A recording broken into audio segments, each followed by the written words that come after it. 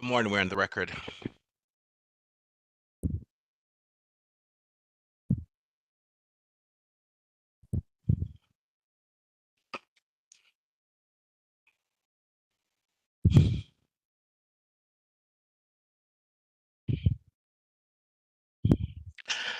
Good morning. As chairperson of the Alcoholic Beverage and Cannabis Board for the District of Columbia, and in accordance with DC Code Section 2571 et seq of the Open Meetings Act, OMA, I am welcoming you to the regular scheduled meeting of the Alcoholic Beverage and Cannabis Board.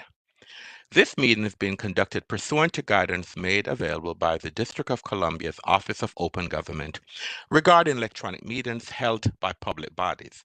Electronic meetings by the ABC Board are authorized pursuant to Section 2-577A of the DC Code. My name is Donovan Anderson. I'm chairperson of the board. I would like to introduce the other ABC board members who are also participating electronically. Please respond when I announce your names. Mr. Silas Grant. Mr. Silas Grant, present. Ms. Terry Janine Quinn. Ms. Terry Janine Quinn, present. Mr. David Meadows. Mr. David Meadows, present. Mr. Ryan Jones. Mr. Ryan Jones, present. The board has 5 members in attendance for the conduct of business today, and that constitutes a quorum. Before we get underway with today's hearing calendar, I need to make a few instructions very clear so that the conduct of these hearings is understood by everyone. There are 8 cases scheduled for this morning's calendar. Once your case is called, I will take a moment for IT specialists to elevate the rights for each party to enable their camera and microphone. Then and only then will you have the ability to enable your equipment. If your case has not been heard, you will remain mute and your camera will be disabled. At the conclusion of each case, the parties will have the option to leave. If the party chooses to stay, all cameras and microphones for the concluded case will be disabled. Should you have any questions or require technical assistance during the hearing, please submit them using the question and answer feature. Our first order of business today, and I want to apologize to the public for our late start this morning. We had a significant numbers of issues that we needed to address during our executive committee meeting this morning, so I do apologize for starting at 10:54 as it now. So our first case this morning, the show cause hearing status is it's case number 25 CMP 00001 Shaw Howard Deli, license number 950169. Good morning, Ms. Oriana. Can you please elevate the government and the licensee in this case? Good morning. Robert Clayton, your access has been elevated. And Christopher Southcott, your access has been elevated. That is all term. Thank you. We are. Yes, good morning. Hold on, members of the Mr. board. Clayton. Do you have a camera you can turn on, sir? Oh, I'm sorry. Should be on now. Oh, I can't. we Well, is I that don't showing? have. No, I can't see you, sir. But that's fine. You can. All right, Mr. Southcott, can you please spell and state your name for the record? Good morning. My name is Chris Southcott, first name CHRIS, last name SOUTHCOTT from DC's Office of the Attorney General, representing the district. Good morning. Mr. Clayton, can you please spell and state your name for the record, sir? Yes, good morning. Robert Clayton, ROBERT CLAYTON. And Mr. Clayton, what's your relationship to Shaw Howard Deli, sir? Yes, good morning. I'm general counsel for Shaw Howard Deli. Good morning, sir. All right, Mr. Southcott, are there any preliminary matters in this case? Nothing from the government. We have reached an agreement and expect to be submitting an OAC to the board shortly.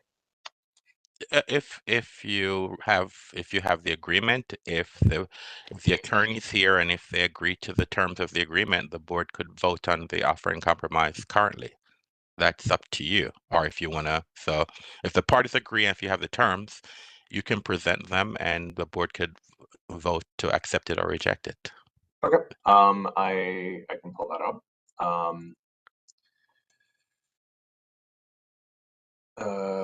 1 second. Chris, I actually have it in front of me if you need it.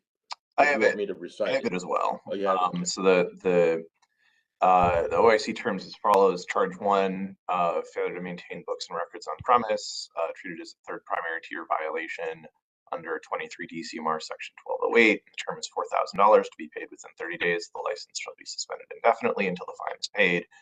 And charge number two is failed to have settlement agreement on premises as a third secondary tier violation under DC Code section 25-711A3A. The statutory provision is $750 to be paid within 30 days. The license shall be suspended until the fine is paid. That's it? That's it, Mr. Safka? Yes, those are Alright. those are the two charges. All right, Mr. Clayton, it's my understanding that the parties have are in agreement to an offer in compromise. The offer in compromise for charge one, it's a $4,000 fine to be paid within 30 days. If the fine has not been paid, the license will be suspended indefinitely until the fine has been paid. For charge number two, there is a fine of $750 to be payable within 30 days. If the fine has not been paid in 30 days, the license will be suspended indefinitely until the fine has been paid. Is this your understanding, sir, of the offer in compromise? Yes, it is. And is your client aware that by accepting an offer in compromise that they're giving up their right to have a hearing? Yes, all rights have been explained to the principal. And is your client also aware that by accepting an offer in compromise that they cannot appeal this matter? Yes. With that said, I make a motion that the offer in compromise be accepted. Is there a second? Mr. Grant, I second the motion. Mr. Grant has seconded the motion. We'll now have a roll call vote. Mr. Grant, Mr. Grant, I agree. Ms. Quinn, Mr. Meadows, Mr. Meadows, I agree. Mr. Jones, Mr. Jones, I agree. Ms. Quinn, Mr. Anderson, I agree. The matter passed 4-0. Thank you very much. The board has agreed to accept the offer in compromise. Mr. Clayton, the board will issue an order, and the 30 days will start once the board has issued its order. All right. Thank you very much. Have a great day. Thank you. All right, then. The next case in our calendar is case number 25 CMP 00002, Cafe 8, license number 77797. This hearing has been canceled due to the submission of an offer in compromise for the board's consideration and approval. Number 3. The next case in our calendar, case number 25 CMP 00014, Cloud Liquor and Wine, license number 128130. Ms. Oriana, can you please elevate the rights of the licensee in this case? Ephraim Salam, your access has been elevated. That is all, Chairman. Thank you. Hello? Do you have a camera you can turn on, sir?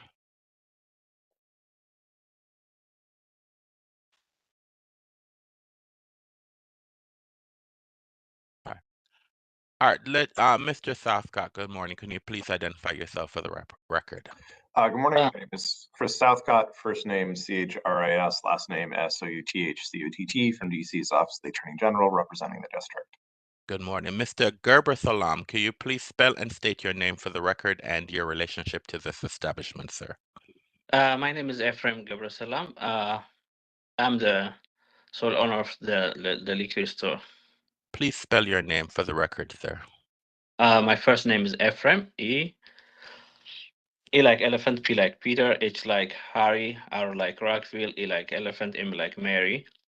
Last name is Salam, G like Georgia, E like elephant, B like boy, R like Rockville, E like elephant, S like son, E like elephant, L like Larry, A like apple, M like Mary. Good morning, sir. And one of the reasons why I ask everyone to spell their name, we do have a court reporter, so we have a transcript. So just to make sure that everyone is properly identified in the transcript, sir. That's why I ask everyone to spell and state their name for the record. All right, Mr. Southcott, are there any preliminary matters in this case? Nothing from the government. Mr. Salam, any preliminary matters you want to bring to our attention? Not substantive, just preliminary matters. Yes, sir. This liquor store is a new liquor store established in 2024 around April, May. And I think the charges were made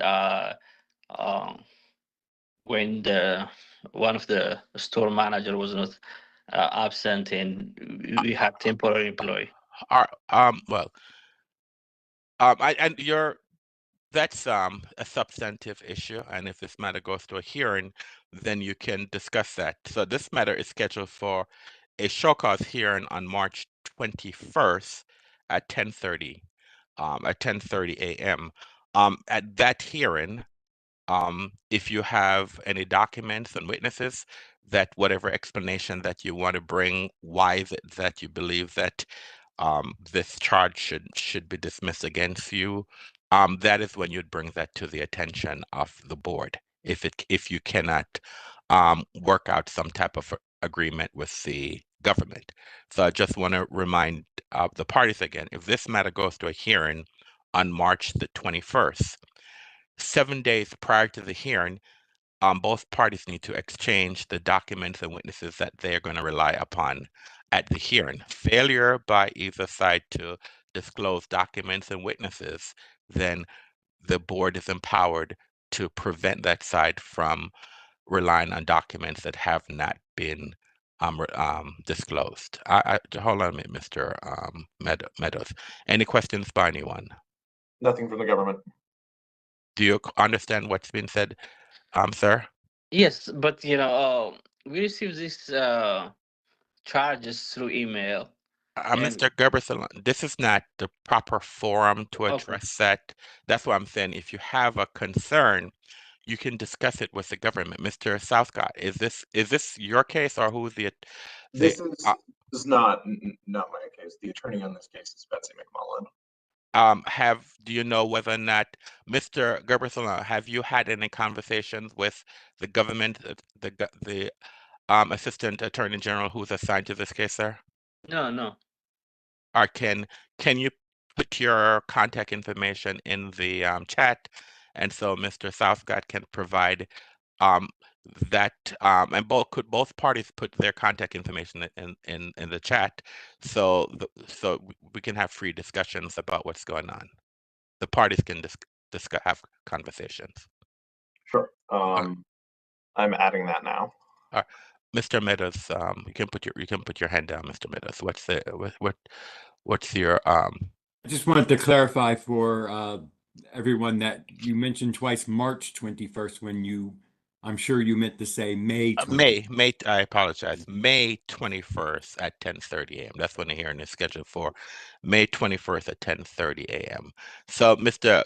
Gerbersalam, the Assistant Attorney General who handles this case, her information is in the chat, so you can reach out to that individual directly, and whatever concerns you have, you can bring it to that individual. Maybe you can get to some type of an agreement about the charge, sir. I'll also note that per my colleague, she did send an email to Mr. Salam, and so if he hasn't received that, then maybe there's some issue going on there. But if he could post his information just so that we make sure that we're using the right contact information. Do you have an email address, Mr.? I see that you place your phone number there. Do you also have an email address, sir, that you can place that in the chat also, sir. And as represented by counsel, he stated that an email was sent by the assigned attorney. Have you received any email from her regarding this matter, sir? I received from Danity Walker about the notice. That's all I received. That. All right, sir. So, you now have the email address for the attorney who's assigned, and Mr. Southcott, maybe you could have her send him another email Yes. now that you have had. Yes. Okay. I will do that. All right, sir. So whatever conversation you need to have, sir, have that with the attorney.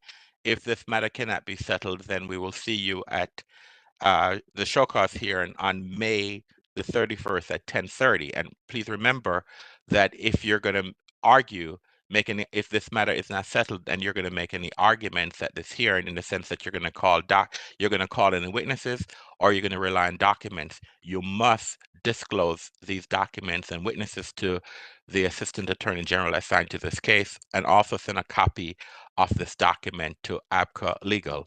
And the OAG attorneys, they will also exchange documents and witnesses with you, sir. Do you have any questions today? Sorry, I don't have. All right. Okay.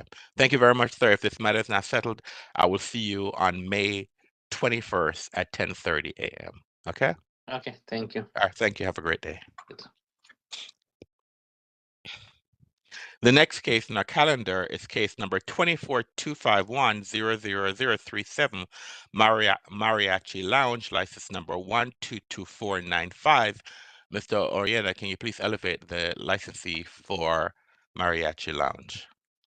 No licensee, Chairman. All right. Mr. Southcott, can you please spell and state, identify yourself for the record, sir? Good morning. My name is Chris Southcott from DC's Office of the Attorney General. First name CHRIS, last name SOUTHCOTT, representing the district. Right. The licensee is not here for Mariachi Lounge, but for show cause hearing status, there's no requirement that the licensee be here. This matter, in this case, in case number 24-251-00037, this case is scheduled for show cause hearing if it's not settled on May 14th at 1:30 p.m. I would just like to remind the parties that you are required to disclose documents and witnesses that will be relied upon 7 days prior to the hearing.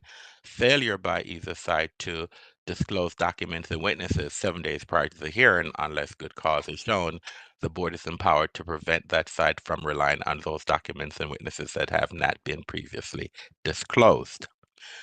All right. The next case in our calendar is case number 24 CMP 00080, Mariachi Lounge, license number 122495. And again, Mr. Oriana, there is no one from Mariachi Lounge here in the waiting room. Is that correct? Correct. All right. Mr. Southcott, can you please identify yourself for the record, sir? Good morning. My name is Chris Southcott. First name CHRIS, last name SOUTHCOTT, from DC's Office of the Attorney General, representing the district. Good morning. There's no one from the licensee is not here this morning.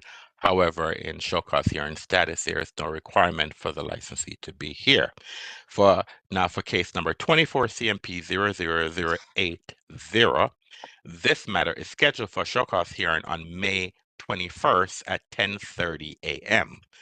Just want to remind the parties that 7 days prior to the hearing, you are required to disclose documents and witnesses that will be relied upon at the hearing. Failure by either party to disclose documents and witnesses 7 days prior to the hearing, the board is empowered to prevent that side from relying on documents and witnesses that have not been previously disclosed.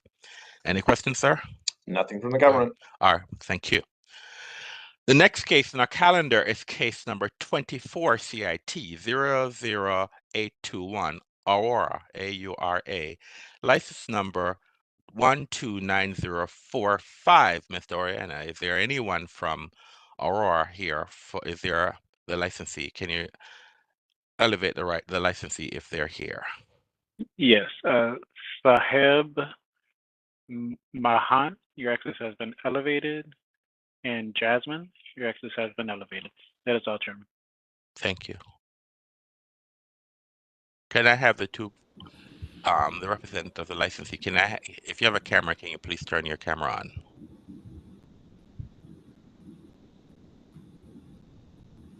All right, Mr. Southcott, good morning. Can you please identify yourself for the record? Good morning. My name is Chris Southcott. First name CHRIS, last name SOUTHCOTT, from DC's Office of the Attorney General, representing the district. Good morning. All right, so is there a representative from, I see there are two folks on the line and I'm not sure who. So who represents the establishment? Sahib Mahant is the owner, and All right, I am an ABC manager. okay, Mr. Mahan, can you please spell and state your name for the record, sir? You need to take yourself off mute, sir. Apologize, I didn't know it was still muted. It is Saaheb, last name Mahant, Mahant. Good morning, sir. What's your relationship to this establishment? I'm the owner. And who do you have with you this morning, sir? This is Jasmine. She handles the office paperwork, a lot of the back end. So can she spell and state her name for the record? Yes, sir. It's Jasmine, Jasmin, Mahant, Mahant. Good morning, ma'am. All right, Mr. Southcott, are there any preliminary matters in this case? Yes, I believe that the parties have reached an OIC, but they just haven't reduced it to a document. So I'm happy to read the OIC terms into the record. If that's so, please share with us what are the terms, sir. So the one charge in this case was failure to file a quarterly statement as a first secondary tier violation under DC Code Section 25-113D2A, and this is being treated as a warning. Mr. Mahat, it's my understanding that an offer in compromise has been reached, and the offer in compromise is that a warning will be issued, sir. Is this your understanding of the offer in compromise? Yes, we have received the email of the offer in compromise, and we've just been waiting on the actual formal offer, I believe. Well, this is what it is this morning, Okay. so that's what I'm saying. So you have received the offer of a warning, and are you accepting the warning, sir? Yes. All right. All right. In this particular case, it's my understanding that an offer in compromise has been reached. The offer in compromise is a warning. Mr. Maha, are you aware that by accepting an offer in compromise that you're giving up your right to a hearing? Yes. Is it also your understanding that by accepting an offer in compromise that you're giving up your right to appeal this matter? Yes. With this said, I make a motion that the offer in compromise be accepted. Is there a second? Second. Both Mr. Jones and Ms. Quinn have seconded the motion. We'll now have a roll call vote. Mr. Grant? Mr. Grant, I agree. Ms. Quinn? Ms. Quinn, I agree. Mr. Meadows? Mr. Meadows, I agree. Mr. Jones? Jones, I agree. Mr. Anderson, I agree. The matter passed 5-0. Thank the parties for coming, for settling this matter. A warning will be issued. Have a great day. Thank you. Thank you.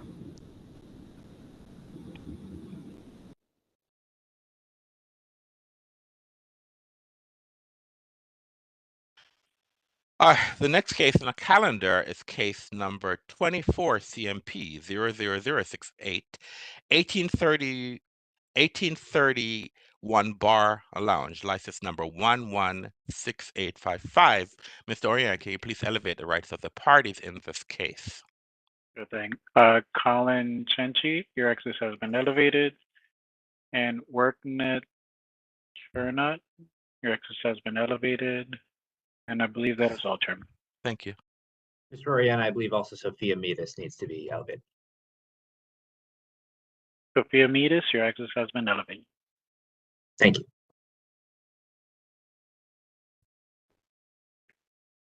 Mr. Chernoff, do you have a camera you can turn on, sir? Or Mr. or Mrs. Chernoff? Hello?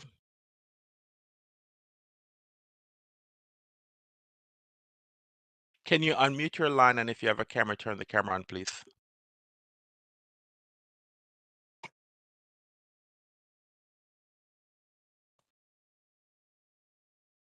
I'm sending them a request to unmute. Thank you.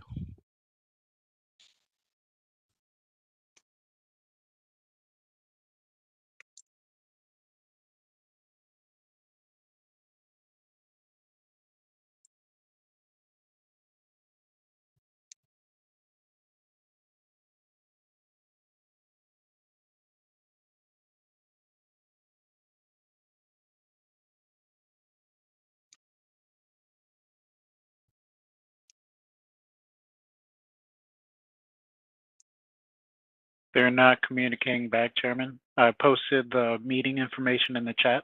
if helpful. I see that, but the person is there. I don't know why they're. Oh, did they log off? Yes. Keep an Well, eye. maybe they'll log back on.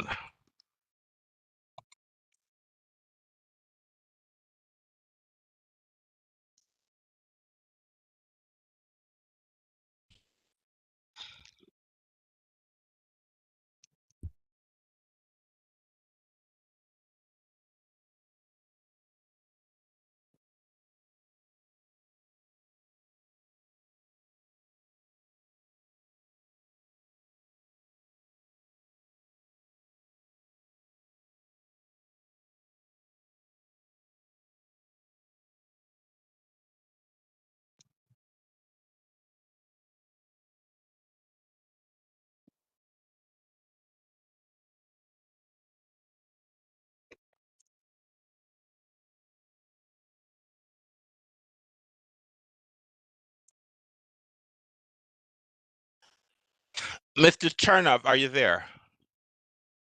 If you have technical issues, sir, can you maybe you can provide him the phone number. Maybe he can call in. Whose case is this? Is that Miss Mitas or Mr. Tenchi? We're both assigned, Mr. Chair. All right. It's mine. Is there an offer in compromise in this case? Is that Yes, there is an all offer. right? All right. Can maybe he can call in if he's having technical issues. But maybe we can provide him the phone number for him to call in. Yes, I sent them a chat. Okay, thanks.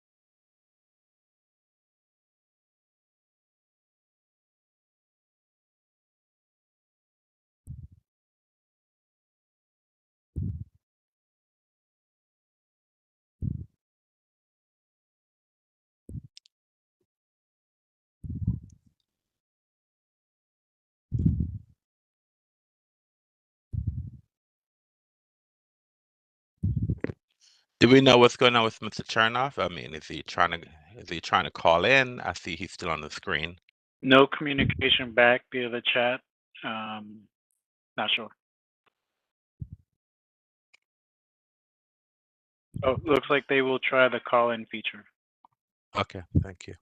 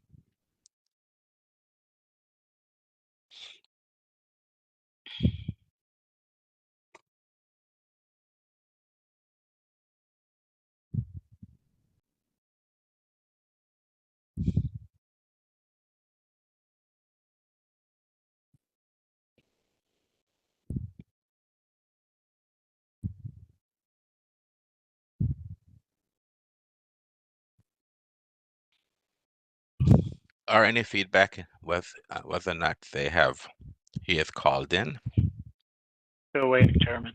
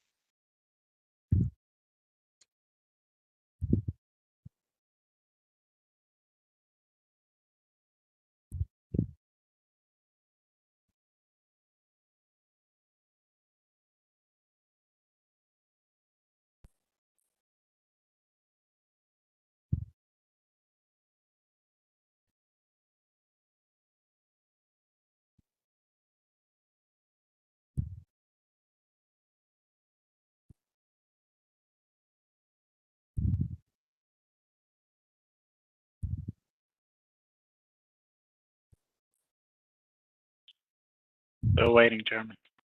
Thank you.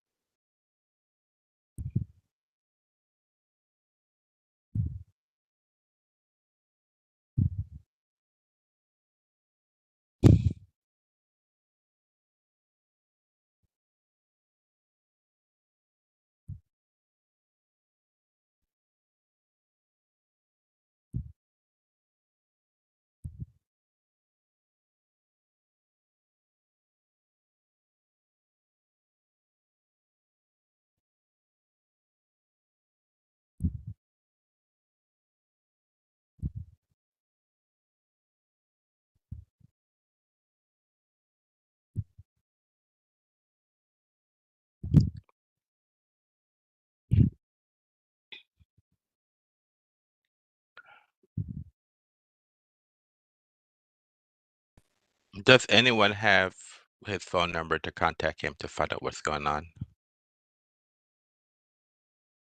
Mr. Chair, Okay. calling you. All right.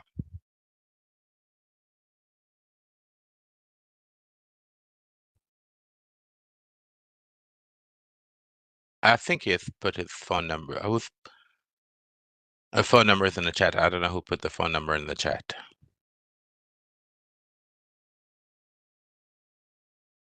Hello, are you there?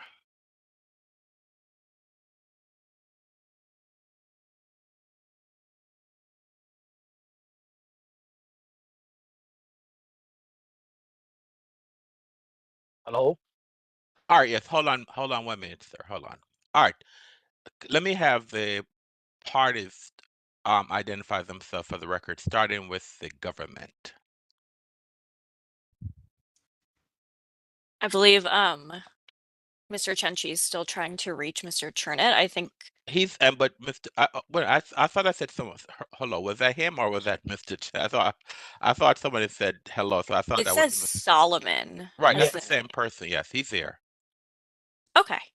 All right. Well, I will start then. This is Assistant Attorney General Sophia Mitas on behalf of the government. SOPHIA Good morning, Mr. I guess I don't know the last name. Mr. Solomon, can you please spell and state your name for the record, please? Okay, thank you. Good morning, everyone. My name is Solomon Kase. First name Solomon. Last name Kasai, Kahssay. And what's your relationship to this establishment, sir? I'm the new owner, actually. We are in the process. Okay, so you're the new owner for this establishment. All right. Yeah. I'm trying to help him. He got difficult to connect with the system, with the web. All right. So I'm sorry. So is Mr. Can I do what? Mr. Chernoff, can you please spell and state your name for the record, please? Okay. Can you hear me now? Yes, sir. Thank you. Okay. So I apologize for the complications. My name is Workner Chernat, and I'm representing excuse me. I'm representing the respondent, Lama LLC. Can you Lama spell your DC name, LLC. sir? Spell your name, sir. Workner, like in work, WORKNEH, Workner, first name. Last name, Chernut, CHERNUT. Good morning, sir. Good morning. Mr. Chenchi, can you please spell and state your name for the record? Good morning, Mr. Chair. Colin Chenchi, COLLINCHI, Assistant Attorney General with the Office of Attorney General District. All right, Mr. Chernoff, if you're not speaking, sir, I need you to mute your line, sir. Okay, so I'm. All right. It's my understanding that there's an offer in compromise. Can someone put that on the record then, please? Yes, Mr. Chair, and I apologize for the delay. This case is a single charge operating outside of approved hours in violation of DC Code Section 25762B13. Second primary tier violation within 2 years. The offer in compromise is that the establishment will pay a $2,000 fine payable within 30 days, or the license shall be suspended indefinitely until the fine is paid. Thank you. Mr. Chernoff. Mr. Chernoff, can you please unmute your line, sir? Okay. Can you hear me now? I can hear you, sir. Mr. Chernoff, and Uh-huh. yes, I remember you're an attorney representing the licensee. It is my understanding, sir, that there is an offer in compromise, and the offer in compromise is that there is a fine of $2,000 paid within 30 days. If the fine has not been paid, if the fine has not been paid in 30 days, the license will be suspended indefinitely until the fine has been paid. Is this your understanding, sir, of the offer in compromise? Correct. That's my understanding. Thank you. All right. Is your client aware that by accepting an offer in compromise that they're giving up their right to a hearing? Yes, they do understand. And is your client aware that by accepting an offer in compromise that they give it their right to appeal this matter? Yeah, no appeal. All right. With this said, I make a motion that the offer in compromise be accepted. Is there a second? Mr. Meadows, I'll second. Mr. Meadows, I second the motion. We'll have a roll call vote. Mr. Grant. Mr. Grant, I agree. Ms. Quinn. Ms. Quinn, I agree. Mr. Meadows. Mr. Meadows, I agree. Mr. Jones. Mr. Jones, I agree. Mr. Anderson, I agree. The matter passed 5-0. The board will issue an order with this offer in compromise, and it's 30 days from the order for the fine to be paid. Any comments by anyone before I close this case? Nothing else, Chair. Thank you. Mr. Chernoff? Yeah, that's, I have another matter, but that's another matter. So no questions. The board will, if you need a hearing, whatever the other matter is, the board will address that in a future hearing, and we can expedite that if you so desire, sir. Okay? Thank you. All right. Thank you very much. Have a great day. Thank you again. All right. Bye-bye. Bye-bye. Mr. Chanty, Ms. Mitas, I think your work is done at least for the morning. Have a great day. Thank you very much. Thank you, you too. All right. Bye-bye. The next case on our calendar is case number 24-251-00040, Focus DC, license number 118015. This hearing has been rescheduled to May 14th, 2025 at 10:30 a.m. We have now concluded our morning calendar, so let's now do our agenda for the morning. The first matter on so we're going to do our legal agenda alcohol. The first matter on our legal agenda alcohol is a review of a settlement agreement. This is for Miller's Spring Valley LLC, Miller's license number 100214. I make a motion that we approve this settlement agreement. Is there a second? Mr. Grant, I second the Jones, I motion. second the motion. Mr. Grant and Mr. Jones have seconded the motion. We have a roll call vote. Mr. Grant. Mr. Grant, I agree. Ms. Quinn. Ms. Quinn, I agree. Mr. Meadows. Mr. Meadows, I agree. Mr. Jones. Mr. Jones, I agree. Mr. Anderson, I agree. The matter passed 5-0. Number 2, review of a settlement agreement. This is for Et Voila, VOILA, license number 078332. I make a motion that we approve this agreement. Is there a second? Ms. Quinn, I second. Ms. Quinn, I second the motion. We'll have a roll call vote. Mr. Grant. Mr. Grant, I agree. Ms. Quinn. Ms. Quinn, I agree. Mr. Meadows. Mr. Meadows, I agree. Mr. Jones. Mr. Jones, I agree. Mr. Anderson, I agree. The matter passed 5-0. Number 3, it's a review of an offer in compromise. This is for case number 24 CMP 00032. License number 096141. This is for ZK Lounge.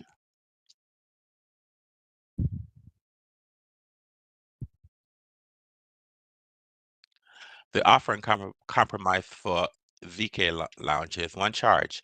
Fail to file the required quarterly statement. It's 25-113B2A. There's a fine of $2,000 paid within 30 days. If the fine is not paid within 30 days, the license will be suspended indefinitely until the fine has been paid. I make a motion that the offer in compromise be accepted. Is there a second? Mr. Meadows, I second. Mr. Meadows, I second the motion. We'll have a roll call vote. Mr. Grant. Mr. Grant, I agree. Ms. Quinn. Ms. Quinn, I agree. Mr. Jones.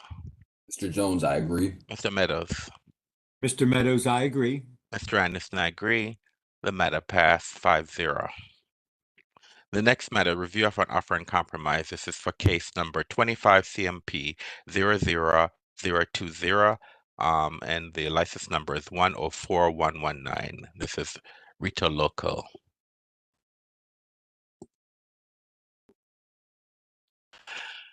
The offer in compromise is as follows. For charge 1, failed to file quarterly statement, statutory authority, DC Code Section 25-113B2A.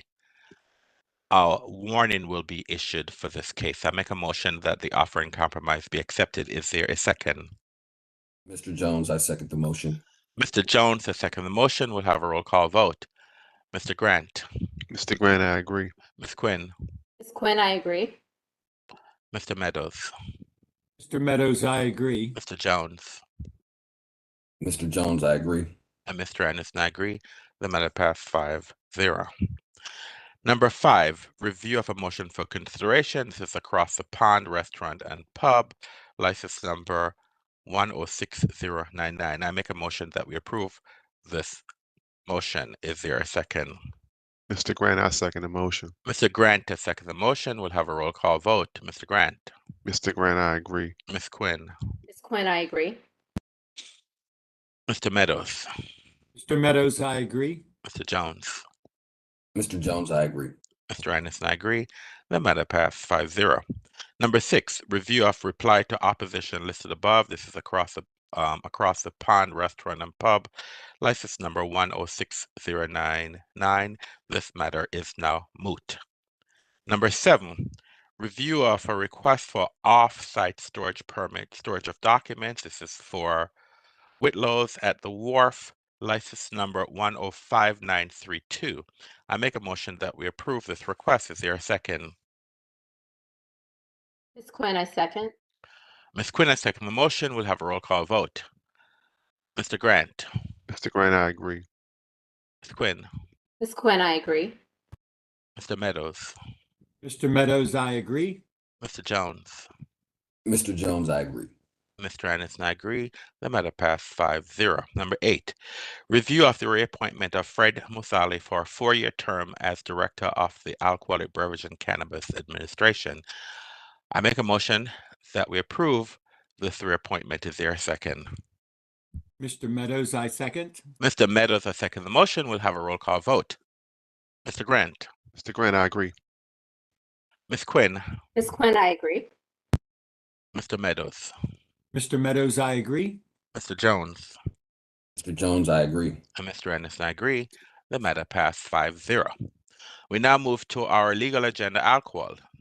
Number 1 on that agenda, review of a settlement agreement. This is for Oki Shoten, OKISHOTEN, license number 131280. I make a motion that we approve this request. Is there a second? Mr. Jones, I second the motion. Mr. Jones has seconded the motion. We'll have a roll call vote. Mr. Grant. Mr. Grant, I agree. Ms. Quinn. Ms. Quinn, I agree. Mr. Meadows. Mr. Meadows, I agree. Mr. Jones. Mr. Jones, I agree. Mr. Anderson, I agree. The matter passed 5-0.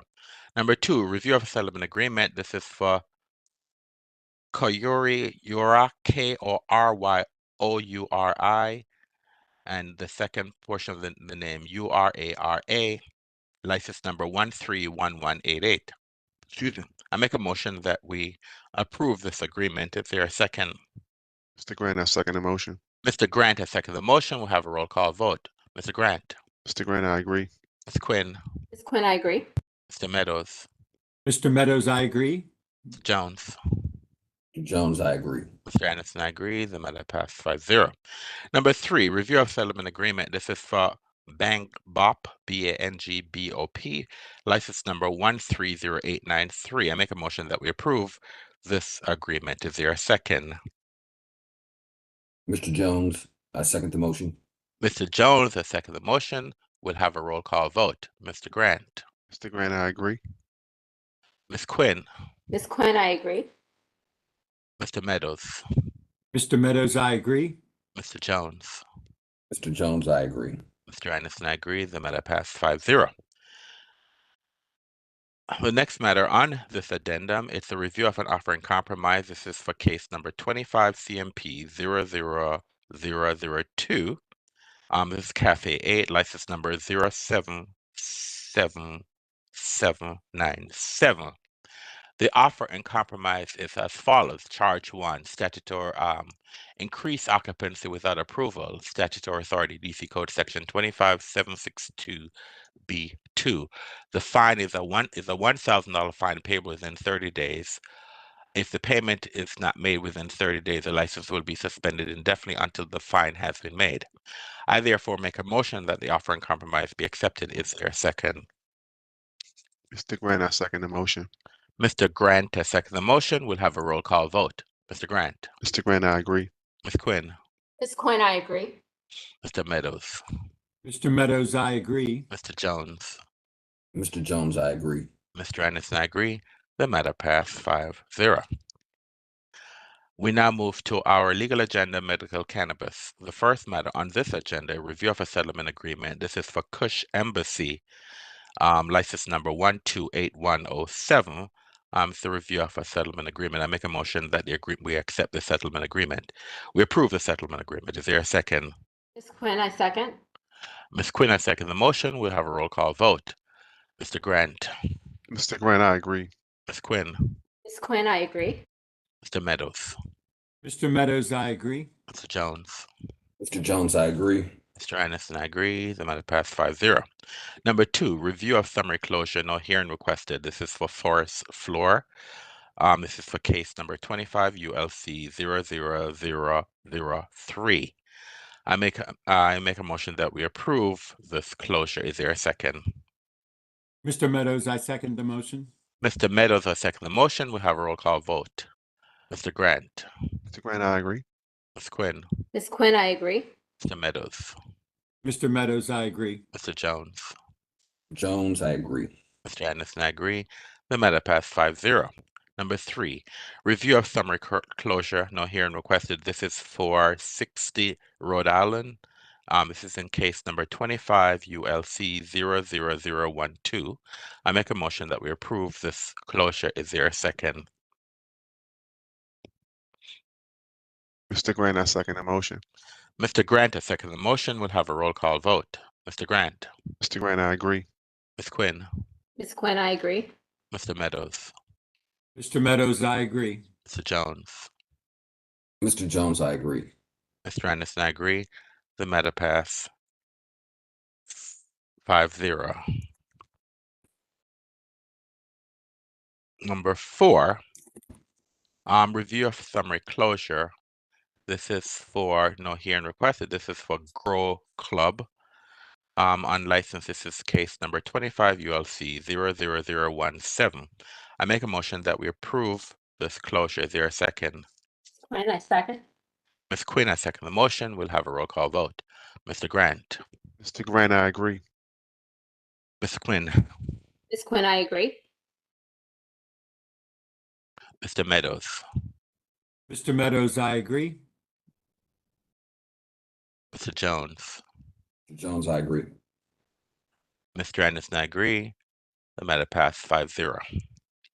Number 5, review of an offer in compromise. This is for Dabbers Club / District Glass Studios / Glass City LLC. So this is trade name Dabbers Club. This is case number 25 ULC 00011 on license. The offer in compromise is as follows. The landlord affirms that the unlicensed establishment has permanently vacated the premises. Number 2, landlord acknowledges that it is responsible for returning any property owned by the unlicensed establishment that remains in the premises and over which the unlicensed establishment has a legal right to return. Number 3, landlord agrees to not lease the premises to any unlicensed cannabis distributors at any time in the future. Number 4, landlord agrees to notify ABCA when it has leased the premises to a new tenant and to provide all information, identifying information concerning the new tenant, include the business name and owner. Number 5, ABCA shall make the keys to the premises available to landlord for pickup at its office or at another mutually agreed upon date, time, and location. I make a motion that the offer in compromise be accepted. Is there a second?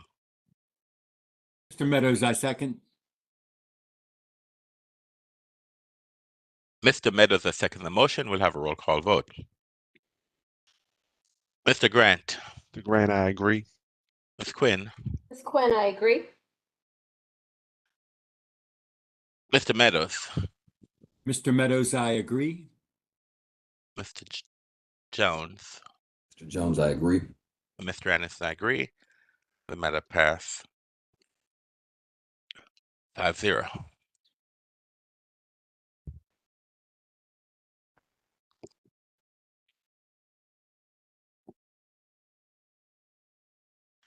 The next case is a review of an offer in compromise. This is for case number 25 ULC 00025 Legacy DC. And the offer in compromise is as follows. Number 1, products not to be offered, exchanged, or sold. Respondent shall cease operating as an unlicensed cannabis retailer selling cannabis and cannabis products or taking any other actions that violate DC Code Section 7-1671.08a. Respondent shall cease all cannabis activities on the premises. B, respondent agrees not to sell or deliver cannabis or cannabis products online without a medical cannabis license. 2, cease and desist order to remain in effect. The respondent's current cease and desist order, order number 2024-663, issued September 25th, 2024, shall remain in effect. A violation of the respondent's cease and desist order shall be grounds for the board to issue a subsequent notice of summary closure. 3, pending licensure. Respondent is not precluded from proceeding with its social equity conditional medical cannabis license, retail license ABCA number 128829. Number 4, lifting of the summary closure. The current summary closure shall remain in effect until respondent obtains a standard or internet medical cannabis retailer license from the board. If respondent obtains a conditional internet retailer license or is placarded for standard retailer license, limited access to the premises may be granted in ABCA's discretion to contractors to prepare the establishment for the issuance of the license. I therefore make a motion that the offer in compromise be accepted. Is there a second? Mr. Jones, I second the motion. Mr. Jones, I second the motion. We have a roll call vote. Mr. Grant. Mr. Grant, I agree. Ms. Quinn. Ms. Quinn, I agree. Mr. Meadows. Mr. Meadows, I agree. Mr. Jones. Mr. Jones, I agree. Mr. Anderson, I agree. The matter passed 5-0. Number 7, review of public comment. This is for H3 by OJ-ODD Jobs, Inc. This is an FYI for the board. Number 8, review of a motion to lift summary closure. This is for case number 25 ULC 000160. This is Apple Dream Tobacco. I make a motion that we approve this request. Is there a second? Mr. Grant, I second the motion. Mr. Grant has seconded the motion. We'll have a roll call vote. Mr. Grant. Mr. Grant, I agree. Ms. Jones. Mr. Jones, I agree. Ms. Quinn. Ms. Quinn, I agree. Mr. Meadows. Mr. Meadows, I agree. Mr. Anderson, I agree. The matter passed 5-0.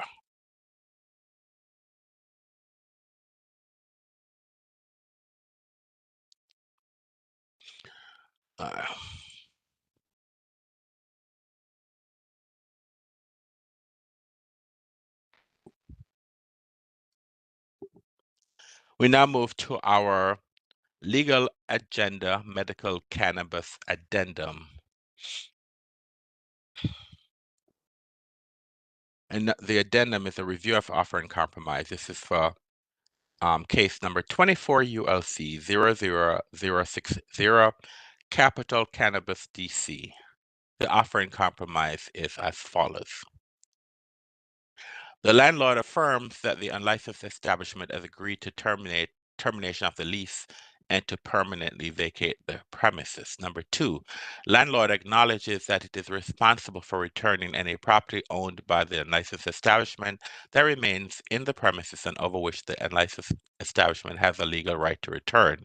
Number three, landlord agrees to not lease the premises to any unlicensed cannabis distributors at any time in the future. Number four, landlord agrees to notify ABCA when it has leased the premises to a new tenant and to provide all identifying information concerning the new tenant, including the business name and owner for the next 12 months. Five, ABCA shall make the keys to the premises available to landlord for pickup at its offices or at another mutually agreed upon time, date, and location. I therefore make a motion that the offering compromise be accepted. Is there a second? Ms. Quinn, I second. Ms. Quinn, I second the motion. We'll have a roll call vote. Mr. Grant. Mr. Grant, I agree. Ms. Quinn. Ms. Quinn, I agree. Mr. Meadows. Mr. Meadows, I agree. Mr. Jones. Mr. Jones, I agree. And Mr. Anderson, I agree. The matter passed 5-0. We now move to our alcohol licensing agenda.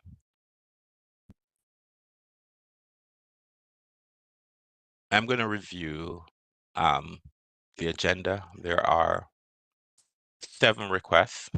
I will read what they are. I'll make some recommendation at the end of the list. I'll ask that the ABC board members approve the recommendations by the board, as put forth by the chair. Number 1, review application for stipulated licenses, letter of agency support for a new ABC license. This is for Hopsura, Huspora, cocktail bar and kitchen, license number 131677. The recommendation is to approve.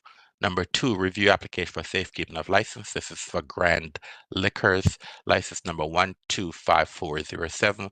Approval through September 30th, 2025. Number 3, review application to extend safekeeping of license. This is for Poppimes, Poppinmes of Champagne and Dessert Bar, license number 126663. Approval through September 30th, 2025. Number 4, review application for change of hours to remain open later. This is for F Street Fine Wines and Spirits, license number 086950, recommendation placard. Number 5, review application for change of hours indoors and outdoors. This is for Holiday Inn Capital, license number 120122, recommendation, a placard. Number 6, review application for change of hours to open earlier on weekends only. This is for Seta Oasis, license number 129034, recommendation approval. Number 7, review application for change of hours to begin alcoholic beverage services 2 hours earlier. This is for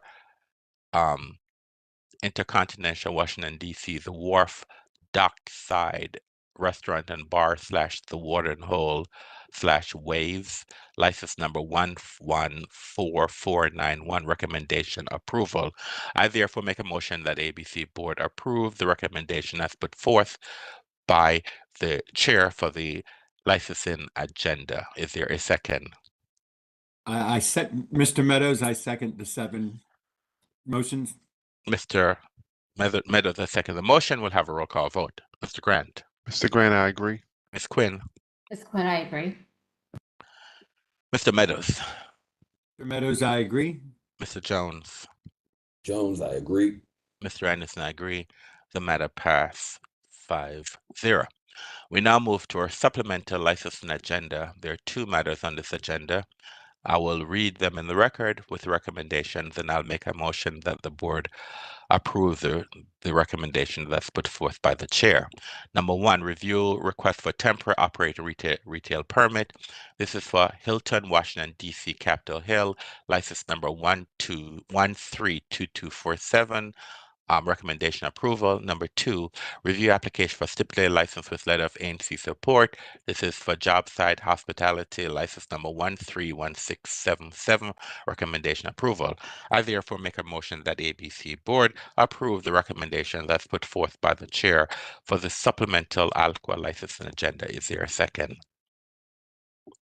Mr. Jones, I second the motion. Mr. Jones, I second the motion. We'll have a roll call vote. Mr. Grant. Mr. Grant, I agree. Mr. Jones. Mr. Jones, I agree. Ms. Quinn. Ms. Quinn, I agree. Mr. Meadows. Mr. Meadows, I agree. Mr. Anderson, I agree. The matter passes 5-0. We now put forth the cancellation agenda. There are 3 licenses on this agenda.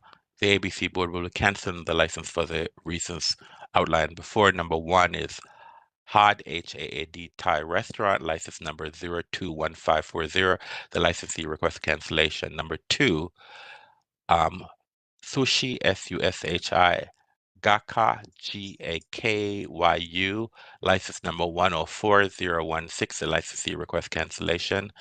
Number 3, American Constitution, license number 127817. The licensee requests cancellation. I make a motion that ABC Board cancels the license for the establishments that were just placed in the record. Is there a second? Mr. Grant, I second the motion. Mr. Grant has seconded the motion. We'll have a roll call vote. Mr. Grant. Mr. Grant, I agree. Ms. Quinn. Ms. Quinn, I agree. Mr. Meadows. Mr. Meadows, I agree. Mr. Jones. Mr. Jones, I agree. And Mr. Anderson, I agree. The matter passed 5-0. We now have our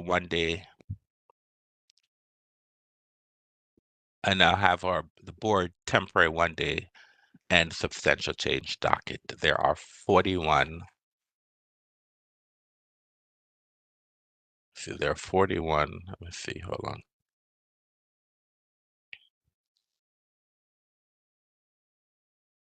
There are 42 applicants on this docket. I'm going to read all 42 names. The name, the type of license that they are requesting, the date, the license number, and the attendees. And I will provide some recommendation. At the end, I'm going to ask the board to approve the recommendation that's put forth by the chair. The first request is a request from Rebecca Trot, T-R-O-T-H, for 1-day license class F. 20th anniversary. This is May 30th. The license number is 132122. Excuse me, A, the attendees, 2 security guards approval. Number 2, a request from Michael Vanison, V-A-N-I-S-O-N, for 1-day license class F. A wedding, May 24th. The license number is 132184. 100 attendees, 3 security guards approval. Number 3, a request from Kenneth Hardman, H-A-R-D-M-A-N, 1-day license class F, reception, May 27th. The license number is 132186. 60 attendees, 2 security guards approval.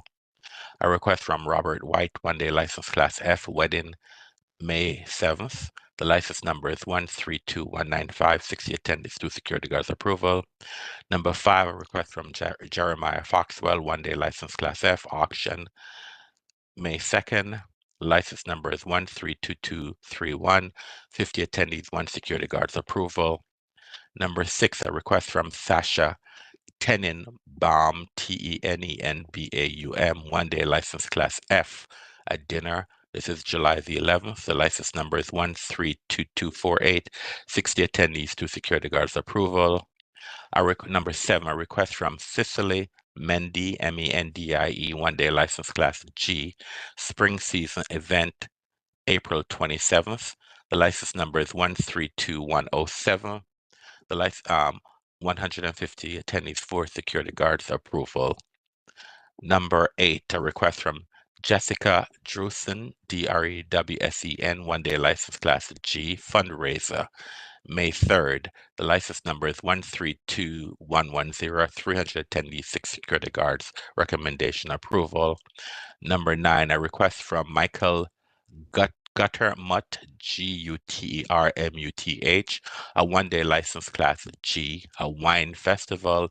This is on April 26th. The license number is 132117. 100 attendees, 2 security guards. Recommendation approval. Number 10, a request from Rise Bergeron, RHYS BERGERON, one-day license class G for a wedding. This is April 26th. The license number is 132157. 155 attendees, 4 security guards. Recommendation approval. Number 11, a request from Millicent Hawkins, one-day license class G OLPH alumni event. May 1st. The license number is 132179. 20 attendees, 4 security guards. Recommendation approval. Number 12, another request from Millicent Hawkins, one-day license class G, birthday party, May 3rd. License number 132179. 20 attendees, 4 security guards. Recommendation approval. Number 13, a request from Isaac Kala. The first name is spelled ISSA. The second name RIZKALLAH. A one-day license class G. Church celebration, April 26th. The license number is 131152. 100 attendees, 2 security guards. Approval. Number 15, another request from Isa Kizbala. A one-day license class G. Private event, May 23rd. The license number is 132196. 100 attendees, 2 security guards. Approval. Number 15, Jennifer Micker, Micker, one-day license class G, wedding, April 26th. License number is 132201. 109 attendees, 2 security guards. Approval. Number 16, a request from Sean B. Lindemann, one-day license class G, wedding, May 24th. The license number is 132208. 200 attendees, 4 security guards. Approval. Number 17, a request from Torrance Swain, one-day license class G, festival, May 3rd. The license number is 132207. 500 attendees, 6 security guards. Approval. Number 18, a request from Rogis, ROQUOIS, Clark, CLARKE, one-day license class G, costume event, May 2nd. The license number is 132222. 100 attendees, 10 security, 120 attendees, 10 security guards. Approval. Number 19, a request from Arun, ARUN, Reddy, REDDY, one-day license class G for a wedding, May 9th. The license number is 132232. Now the license number is 132232. 175 attendees, 4 security guards. Recommendation approval. Number 20, another request from Arun Reddy, a one-day license class G, a wedding, May 10th. The license number is 132235. 175 attendees, 4 security guards. Approval. Number 21, a request from Salim, SALIM, the last name BHABHRAWALA, a one-day license class G, PTA reception, May 3rd. License number 132237. 200 attendees, 4 security guards. Approval. Number 22, TAP 99, one-day substantial change. For reception, to have live music and streetery from 1 p.m. through 7 p.m. This is on May 18th. The license number is 116883. Substantial change license is 25 SC 00742. Recommendation approval. Number 23, another request from TAP 99, one-day substantial change. A reception to have live music and streetery from 1 p.m. to 7 p.m. This is on June 22nd. License number is 116883. Substantial change license is 25 SC 00743 approval. Number 24, another request from TAP 99, one-day substantial change reception to have the live music on the streetery from 1 p.m. to 7 p.m. This is July 20th. The license number is 116883. License number, substantial change license 25 SC 00744. Recommendation approval. Number 25, another request from TAP 99, one-day substantial change. For reception to have live music in the streetery from 1 p.m. to 7 p.m. This is August 24th. The license number is 116883. Substantial change license is 25 SC 00745. Recommendation approval. Number 26, JR's Bar and Grill, one-day substantial change. Nature for reception. This is to extend sidewalk to curbside for Pride Festival viewing. This is on June 6th and June 7th. The license number is 009267. Substantial change license is 25 SC 00746. Approval. Number 27, Open City, one-day substantial change reception. To use the license off premises at 3101 Wisconsin Avenue Northwest. This is on April 24th. The license number is 072380. Substantial change license is 25 SC 00755. Approval 28. Annie's Paramount Steakhouse, one-day substantial change reception. Change to extend patio and have entertainment for Pride Festival. This is June 6th and June 7th. The license number is 007930. Substantial change license is 25 SC 00756. Approval. Number 29, privilege, one-day substantial change reception. Change to extend operating hours to 8 a.m. This is on May 25th. The license number is 118901. Substantial change license 25 SC 00759. Approval. Number 30, privilege, one-day substantial change to extend operating hours to 8 a.m. This is on June 9th. The license number is 118901. Substantial change license is 25 SC 00760. Approval. Number 31, Kenneth H. Nash, Post 8, American Legion, one-day substantial change for our reception. They want to use the license off premises and brick pavement adjacent to Post 8 at parking lot. This is on April 30th. The license number is 000643.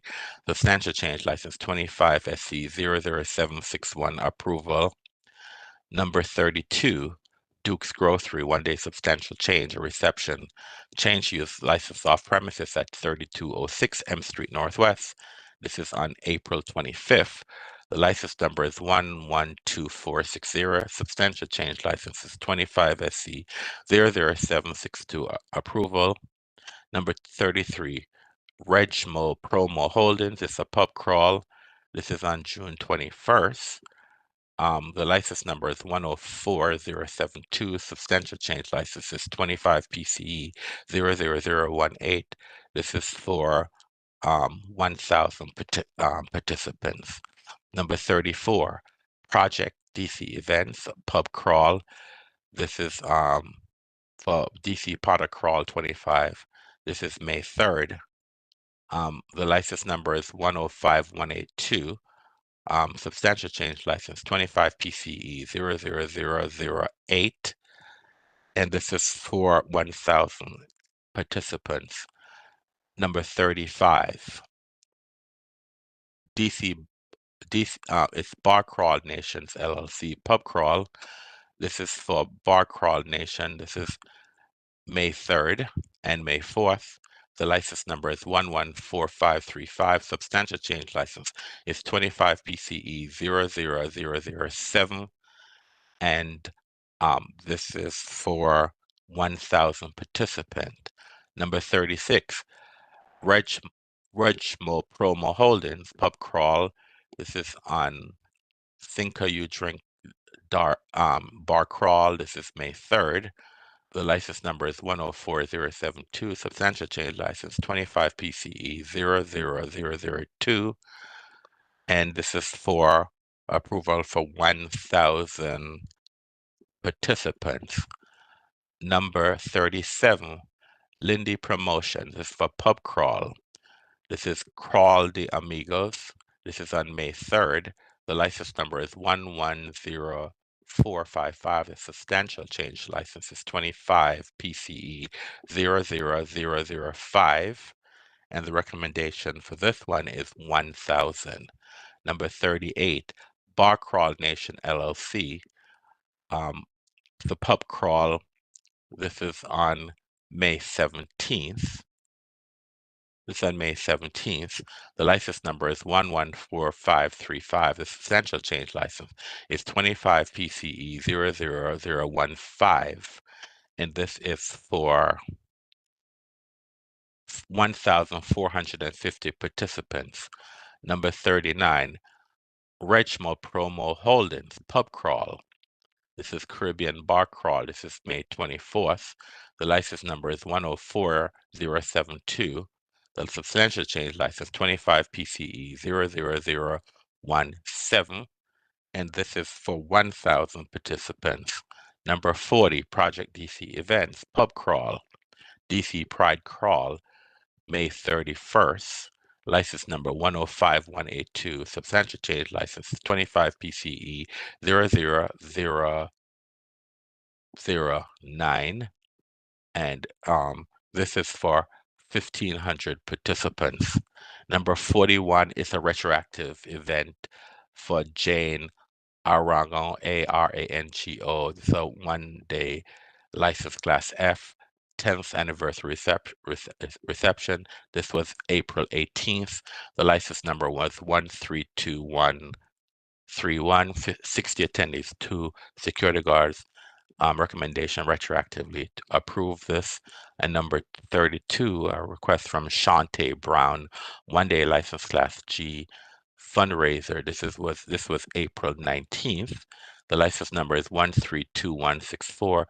200 attendees, 4 security guards, and this is to retroactively approve it. I therefore make a motion that the ABC board approve the recommendations made by the chair for the board's temporary license and one-day substantial change docket.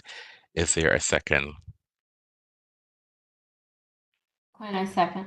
Ms. Quinn, I second the motion. We'll have a roll call vote. Mr. Grant. Mr. Grant, I agree. Ms. Quinn. Ms. Quinn, I agree. Mr. Meadows. Mr. Meadows, I agree. Mr. Jones. Mr. Jones, I agree. Mr. Anderson, I agree. The matter passes 5-0. We now move to the board's alcohol license administrative docket for Wednesday, April 23rd, 2025. There are 27 applicants on this agenda, and without objection, I make a motion that the ABC board approves this agenda. Is there a second? Mr. Meadows, I second without objection. Mr. Meadows, I second the motion. We'll have a roll call vote. Mr. Grant. Mr. Grant, I agree. Ms. Quinn. Ms. Quinn, I agree. Mr. Meadows. Mr. Meadows, I agree. Mr. Jones. Mr. Jones, I agree.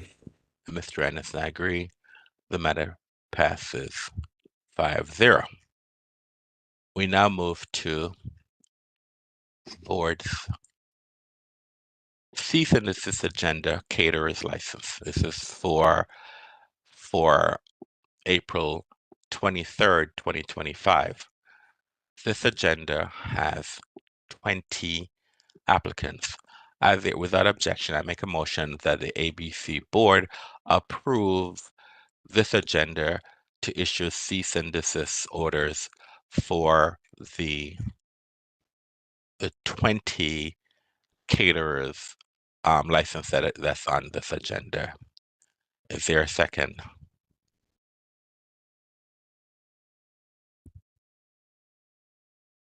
Mr. Jones, I second the motion. Mr. Grant, Mr. Jones has seconded the motion. We'll have a roll call vote. Mr. Grant. Mr. Grant, I agree. Ms. Quinn, Ms. Quinn, I agree. Mr. Meadows, Mr. Meadows, I agree. Mr. Jones, Jones, I agree. Mr. Anderson, I agree. The matter passed 5-0. We now move to the cease and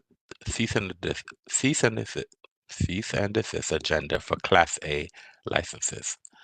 On this agenda, there are 6 licensees.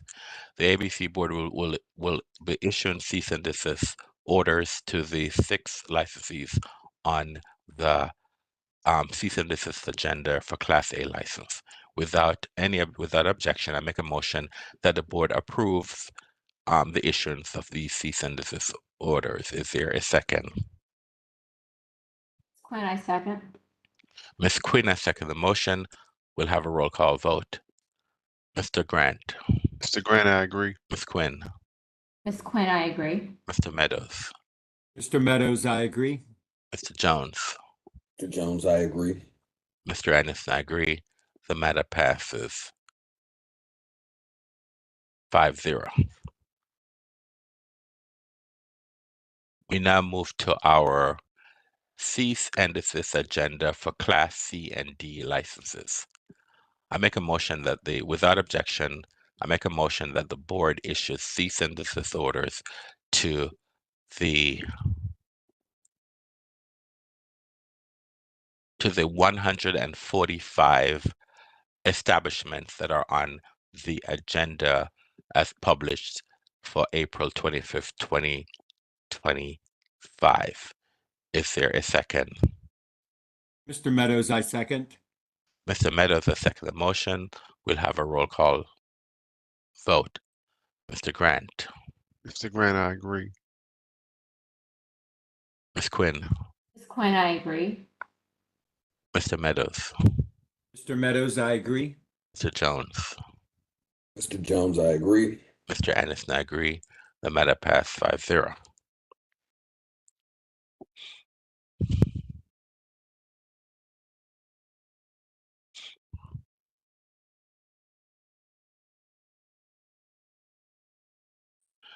We now move to our medical cannabis licensing agenda. There are 3 establishments on this agenda, and so I will review the names and make recommendations. At the end of the list, I'll ask the ABC board members to affirm the recommendations as put forth by the chair. So number 1, review of standard application for conditional license. This is for Herbal Alternatives, license number 129080. The applicant cannot have more than 1 retailer license in conjunction with a cannabis cultivation center license, so therefore the recommendation is a denial. Number 2, review of request to convert social equity application for conditional retail license to conditional internet retail license. This is for Legacy DC. License number 128829. The recommendation is that the applicant has not exhausted 2-year conditional timeline to find a location for the retailer license, and the current locations within prohibited proximity of a recreational center. I apologize. I need to start this back over. I'm going to read each licensee individually. So let's start back over. So the first number 1 is a review of standard application for conditional retail license. This is for Herbal Alternatives, license number 129080. The applicant cannot have more than 1 retail license in conjunction with a cultivation center license. I therefore make a motion that we deny this request. Is there a second? Mr. Jones. Mr. Grant and Mr. Jones has second the motion. We'll have a roll call vote. Mr. Grant. Mr. Grant, I agree.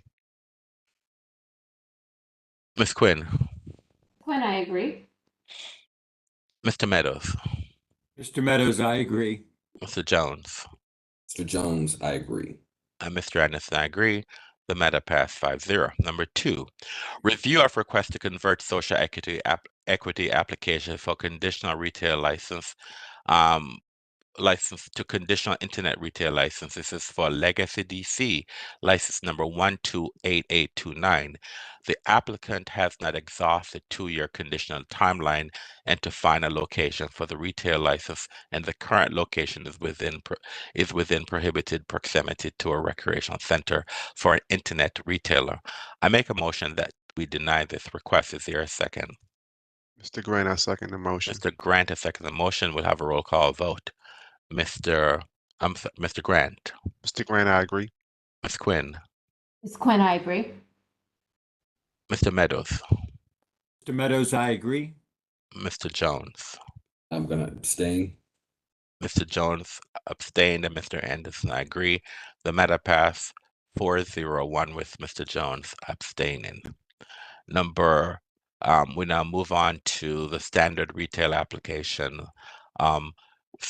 Review of standard application for a new standard retailer with delivery endorsement. This is for Lifted Essentials, license number 129325. I make a motion that we placard this matter. Is there a second? Ms. Quinn, I second. Ms. Quinn, I second the motion. We'll have a roll call vote. Mr. Grant, Mr. Grant, I agree. Ms. Quinn, Ms. Quinn, I agree. Mr. Meadows, Mr. Meadows, I agree. Mr. Jones, Mr. Jones, I agree. Mr. Anderson, I agree. The matter passed 5-0. These are requests, review of packaging and advertising designs. This is for Granny V's, license number 126762. I make a motion that we approve of this request. Is there a second? Mr. Meadows, I second. Mr. Meadows, I second the motion. We'll have a roll call vote. Mr. Grant, Mr. Grant, I agree. Ms. Quinn, Ms. Quinn, I agree. Mr. Meadows, Mr. Meadows, I agree. Mr. Jones, Jones, I agree. Mr. Anderson, I agree. The matter passed 5-0.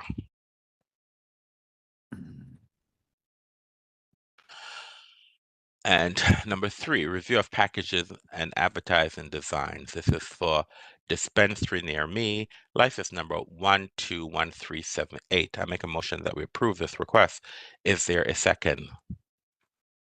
Mr. Jones, I second the motion. Mr. Jones has seconded the motion. We'll have a roll call vote. Mr. Grant, Mr. Grant, I agree. Ms. Quinn, Quinn, I agree. Mr. Meadows, Mr. Meadows, I agree. Mr. Jones, Mr. Jones, I agree. Mr. Anderson, I agree. The matter passed 5-0. We're at the end of our agendas for the morning, and if there's no further business, the board will go in recess. We will resume our afternoon calendar at 1:30 p.m. I now ask all ABC board members to return to executive session for further action. Good morning. Thank you.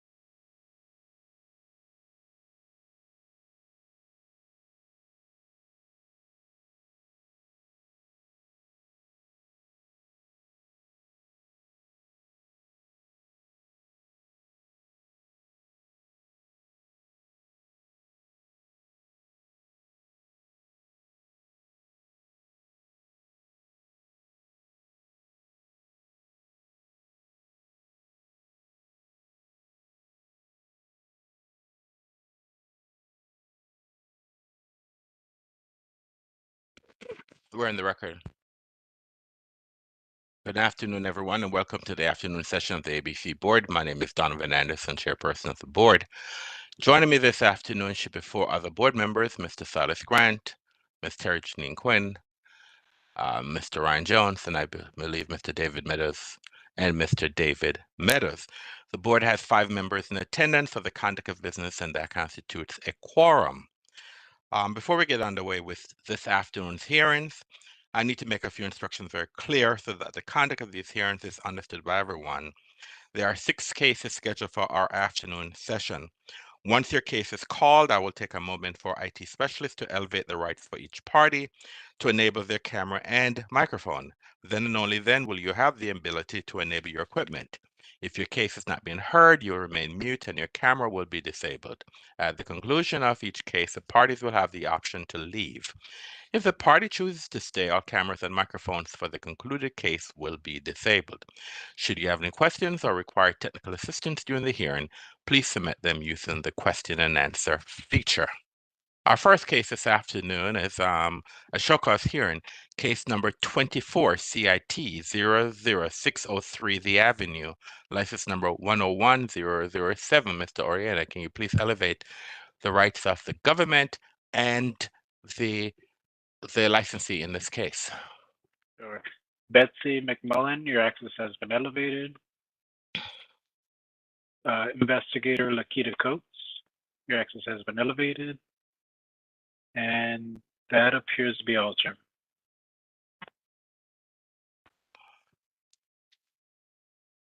All right, thank you.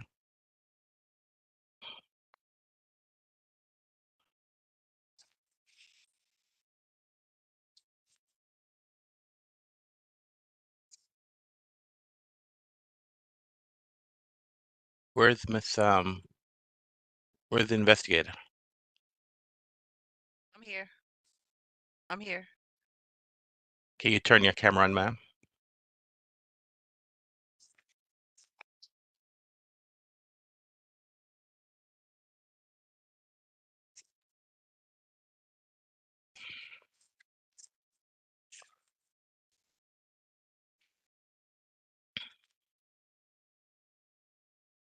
You're still not on camera, ma'am. Ms. McMullen, have you heard from the licensee? Do you expect the licensee to appear this afternoon, ma'am? I've briefly heard from them, but I haven't in about 2 weeks. I'm not expecting them. All right, ma'am, I think your Wi-Fi is off. So I'm having problem hearing you, and it's a connectivity issue. So I just want to put you on notice that there is a connectivity issue there. All right, so let me have the parties introduce themselves for the record. Can you please spell and state your name for the record, ma'am? I guess she's now gone. Are you there, ma'am? Sorry, is that better? Yes, can you please spell and state your name for the record? Yes, sorry about that. Assistant Attorney General Betsy McMullen, BETSYMCMULLEN. All right, this is a show cause hearing status. I'm sorry, it's a show cause hearing, and I see that the licensee is not here. Is the government prepared to go to proceed ex parte?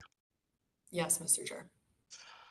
All right, pursuant to DC Official Code Section 25-447, the board has the authority to proceed ex parte where the licensee waives the hearing or fails to appear unless the hearing is extended for good and sufficient cause. The board's records reflect that the licensee was properly served. Seeing no licensee here today and having no good and sufficient cause to extend this hearing, the board will proceed with a show cause hearing. Does the government wish to make an opening statement? Just a brief one, please. Go ahead, ma'am. Members of the board, Mr. Chair, today the district will prove by substantial evidence in the record that the Avenue failed to file its quarterly statement from the period of April 2024 to June 2024. Today you will hear from Investigator Lakita Coates, who will explain to you how she was put on notice that the Avenue failed to file this quarterly statement, and then she then visited the establishment to let them know and to issue a citation. Thank you. Does the government have a wish to call a witness? Yes, Ms. Lakita Coates, Investigator Lakita Coates. Ms. Coates, can you raise your right hand, please? Do you swear or affirm to tell the truth and nothing but the truth? Yes, sir. I can hardly hear you, ma'am. Yes, sir. All right, you're a witness. You can put your hand down, ma'am. You're a witness. Hi, Investigator Coates. Could you please state and spell your first and last name for the record? I guess it's already been done. Sure. Investigator Coates, Lakita, L-A, capital K-E-T-A, last name C-O-A-T-E-S. Ma'am, I need you to turn up your volume. I can hardly hear you. So either put the microphone closer to your speaker or turn up your volume. The volume. Yes, sir. That's better. Okay. All right, go ahead. Thank you, Investigator Coates. Where do you work? I work for the Alcohol, Beverage, and Cannabis Administration for the District of Columbia. Can I refer to this administration as ABCA? Yes, ma'am. What is your position at ABCA? I'm an investigator. And what are your duties and responsibilities as an investigator? I conduct inspections at alcohol establishments in the District of Columbia. Amazing. Let's turn our attention to the case today. Are you familiar with the establishment, The Avenue, located at 5540 Connecticut Avenue Northwest in Washington, D.C.? Yes, ma'am, I am. And how are you familiar with it?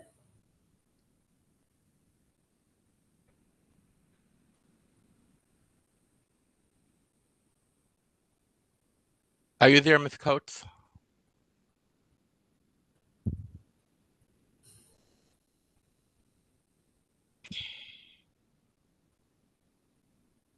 I'm checking up on her.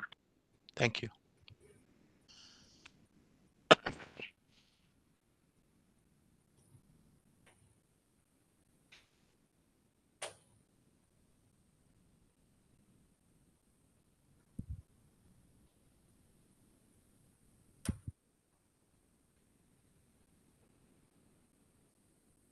Are you there, Ms. Coates? Yes, sir. The internet is doing something strange in the office. I'm sorry. Okay. All right, go ahead, ma'am.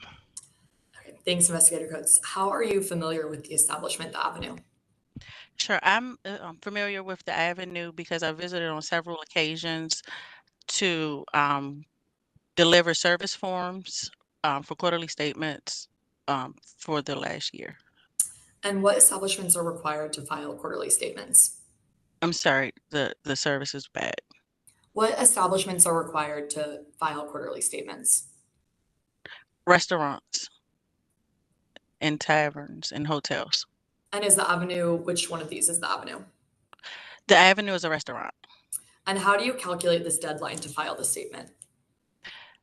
The deadline to file quarterly statements, they are every quarter. So you have 3 months, and then after the 3 months, you have 30 days after to file your quarterly statements. So for the case at hand, for the quarterly statement from April 2024 to June 2024, what would the deadline be for The Avenue to file that? I'm sorry, the signal is not good. Can you give me that again, please? Yes, of course. So in this case, the quarterly statement from April 2024 to June 2024, what would be the deadline for that quarterly statement to be filed? The deadline, so the 30th, so they have 30 days. So the deadline should have been July the 30th or August the 1st. And did the Avenue file a quarterly statement for this period by July 30th or August 1st? No, ma'am.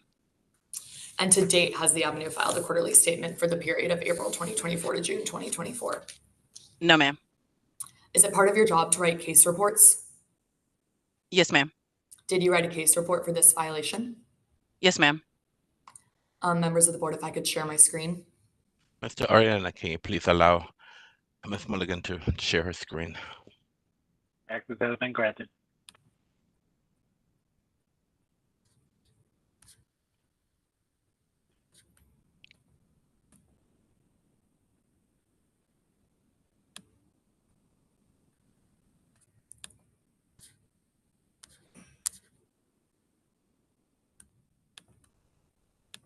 Sorry. Not seeing. something I need to bring up.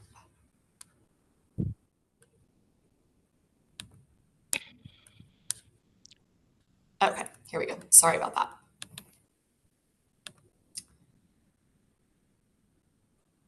Okay, can you all see that? Yes, ma'am. Okay, I am now sharing a document that is marked as government exhibit number 1. I will scroll through it for a moment so that everyone can see it. Investigator Coates, do you recognize this document? Yes, ma'am. What is it? It is my case report for the Avenue. Mr. Chairperson, members of the board, the district would like to note for the record that government exhibit 1 is already in evidence pursuant to 24 DCMR 1713.10. So noted. Okay.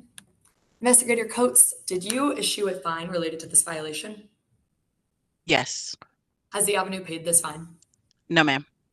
No further questions.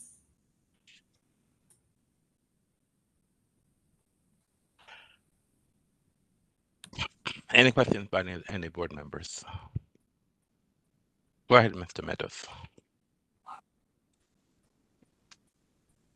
Yes, hi, Ms. Coates, good afternoon.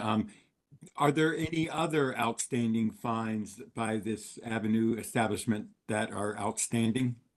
Yes, sir, there are. And how many is that? If you give me a second, I can pull it up, but I am not abreast of it off the top of my head. Your time. No, she can only testify to documents that are in the evidence. If it's not in the case report, then she cannot testify about it regarding it. I believe that I was investigative history is in this case report if you'd like me to pull it back up. Right. If it's on the investigative history, then she can. But if it's not, then she cannot testify regarding that Just issue. give me one moment. I will pull it back up.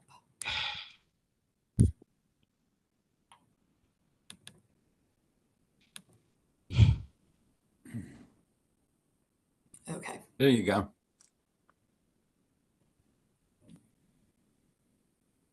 Quite lengthy. Thank you. Thank you, Mr. Chairman.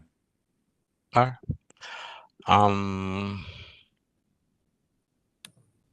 Any other questions by any of the board members?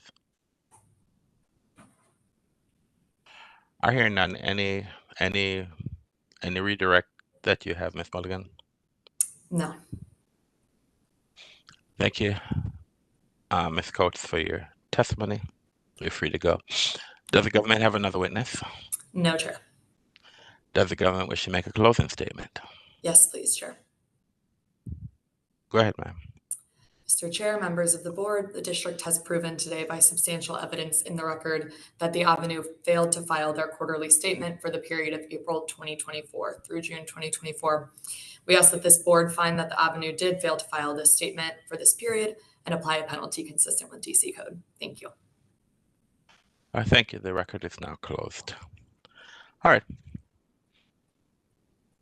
As chairperson of the Alcoholic Beverage and Cannabis Board for the District of Columbia, in accordance with DC Official Code Section 2575 of the Open Meetings Act, I move that ABC Board hold a closed meeting for the purpose of seeking legal advice from our counsel on case number 24 CIT 00603 The Avenue, pursuant to DC Official Code Section 2575 before A of the Open Meetings Act, and deliberating upon case number 24 CIT 00603 The Avenue for the reasons cited in DC Official Code Section 2575B13 of the Open Meetings Act. Is there a second? Mr. Grant, I second the motion. Mr. Grant has seconded the motion. We'll now have a roll call vote. Mr. Grant. Mr. Grant, I agree. Ms. Quinn. Ms. Quinn, I agree. Mr. Meadows. Mr. Meadows, I agree. Mr. Jones. Mr. Jones, I agree. Mr. Anderson, I agree. As the motion has passed 5-0, I hereby give notice that ABC Board will recess this proceedings to hold a closed meeting pursuant to Section 2575 of the Open Meetings Act. Thank you very much, Ms. Mulligan, for your presentation today. The board will issue a decision within 90 days. Have a great day. Thank you. The next case on our calendar is case number 24 CMP 00021, 12 after 12, license number 117238. This hearing has been rescheduled to May 21st, 2023 at 1:30 p.m. The next case on the calendar is a summary action hearing for case number 25 ULC 00027, Dream Wellness, Leaf Dreams, unlicensed cannabis retailer. Mr. Oriana, can you please elevate the rights of the government and the witnesses for this case, please? Good thing. Yutong Zhu, your access has been elevated. Supervisor Investigator Jason Peru, access elevated. Anthony Cello, access elevated. Betsy McMullen, elevated. And Miss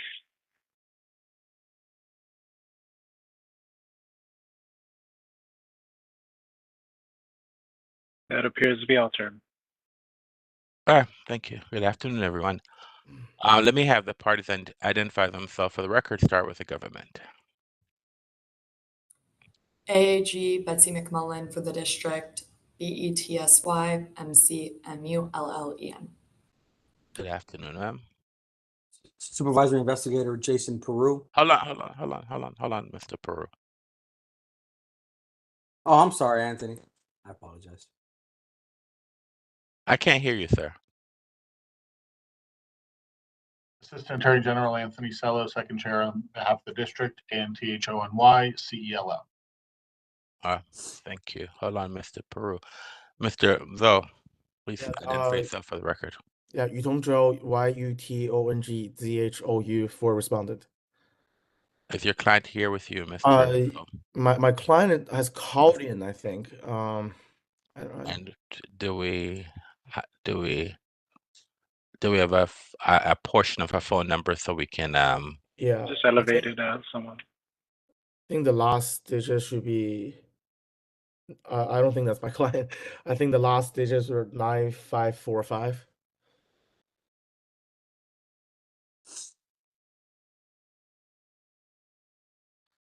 do we see that person as a call-in? I elevated a 202 number. There's a 571 number. Should be a 571 number.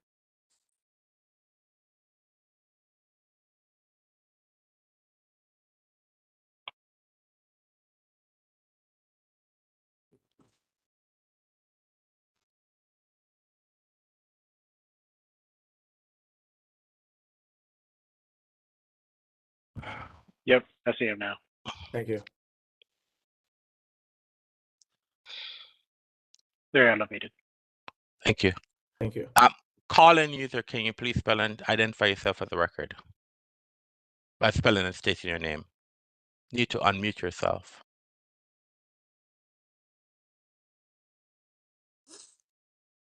Can you hear me? Yes, ma'am. Can you please spell and state your name for the record and your relationship to this case? Zaguna Anwary, ZAGOUNA owner and operator of Dreams Wellness. Good afternoon, ma'am. All right, thank you. Ms. McMullen, are there any preliminary matters in this case? No, Mr. Chair. All right. This is, do you have any preliminary matters that you need to bring to the attention of the board, Mr. Joe? Yes. So, Mr. Chair, my client decided to concede the summary action, but my client wants to ask the leave of the board to make a statement. What does that mean, concede the summary action? Essentially, we're not contesting the government's case. We accept the summary revocation, but my client just wants to make a statement in front of the board. So we want to ask for the board's leave to do that.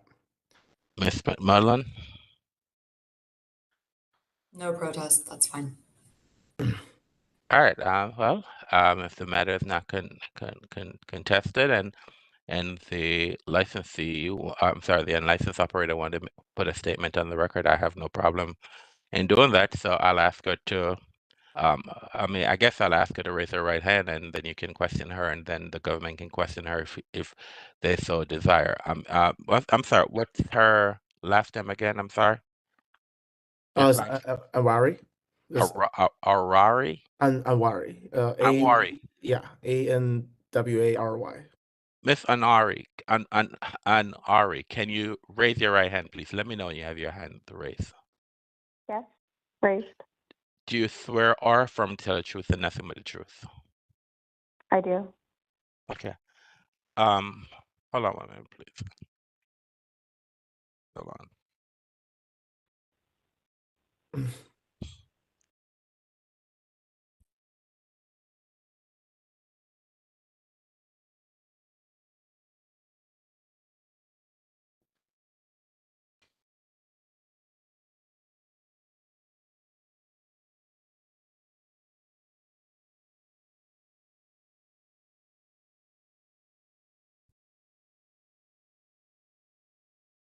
Okay, go ahead.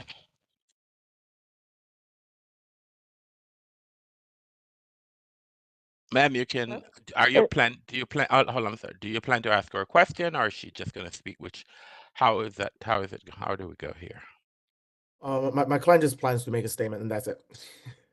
Okay, go ahead, ma'am. So I have decided to contest, not to contest the revocation of my medical cannabis retailer's license. I strongly dispute the claim that I continue to distribute illegal cannabis and non-cannabis products because that accusation is false. I did navigate the entire application and licensing process independently without legal guidance and worked hard to comply with every regulation required to operate lawfully. While I acknowledge that a hearing was offered, the fact that my license was revoked before I ever had the opportunity to present my side makes the process feel backwards. It gives the impression that decisions are made first and the chance to be heard comes second, which undermines the spirit of fairness and due process. By the time the hearing is offered, the damage is already done and the outcome feels predetermined. The reality is the system in place is deeply flawed. There is a clear lack of support, transparency, and consistency, especially for small operators. When one individual oversees compliance without sufficient oversight or checks, it opens the door for bias and uneven enforcement. It becomes nearly impossible to confidently navigate the rules or feel secure in your standing. It feels predatory to charge small business thousands in fees only to pull their license without a transparent and supportive structure in place. These actions feel like modern-day taxation without representation. We are paying into a system that offers little voice, little protection, and no meaningful path to success. Unless meaningful reforms are made, more honest operators will walk away just like I am. I hope that the board is able to reflect on how current enforcement practices may unintentionally punish compliance rather than promote it. Thank you. Thank you, ma'am. Does the government wish to ask her any questions? No, Mr. Chair, if the case is conceded, then our case rests. Any statements, comments by anyone before I bring closure to this case? No, Mr. Chair. I'm not sure if I'm supposed to do this, but I will, for just to cover myself, I will do this as chairperson of the Alcoholic Beverage and Cannabis Board for the District of Columbia, and in accordance with DC Official Code Section 2575 of the Open Meetings Act, I move that ABC Board hold a closed meeting for the purpose of seeking legal advice on our council on case number 25 ULC 00027 Dreams Wellness Leaf Dreams. Pursuant to DC Official Code Section 2575B4A of the Open Meetings Act, and deliberating upon case number 25 ULC 00027 Dream Wellness, trade name Leaf Dreams, for the reasons cited in DC Official Code Section 2575B13 of the Open Meetings Act. Is there a second? Mr. Jones, I second the motion. Mr. Jones has seconded the motion. We'll have a roll call vote. Mr. Grant. Mr. Grant, I agree. Ms. Quinn. Ms. Quinn. Yes, Yes, Ms. Quinn, I agree. Mr. Meadows, Mr. Meadows, I agree. Mr. Jones, Mr. Jones, I agree. Mr. Anderson, I agree. As the motion has passed 5-0, I hereby give notice that ABC Board will recess its proceedings to hold a closed meeting pursuant to Section 2575 of the Open Meetings Act. I know that you're there, Mr. Jason Peru, but since we didn't have a case, there was really no need to introduce you. However, thank everyone for their appearance today. Have a great day. Thank you. Thank you.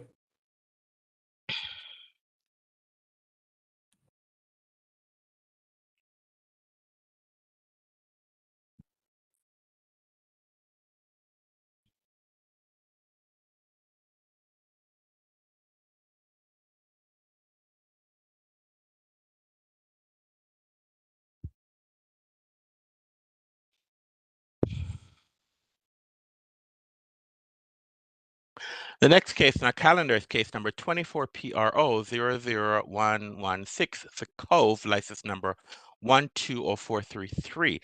This case has been rescheduled to May 14th at 1:30 p.m.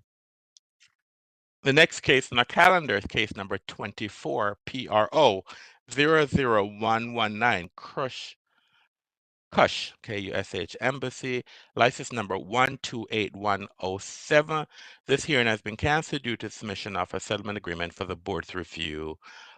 This hearing is canceled due to submission of a settlement agreement that the board approved on its legal agenda this morning. All right, so the last case on our calendar this afternoon is a protest hearing, case number 24 PRO 00110 Pipe Dreams, license number 127406. Mr. Orion, can you please elevate the parties in this case, please? Jeff Jackson, your access has been elevated. Commissioner Anita Nelson, access has been elevated. Aida Leon, access elevated.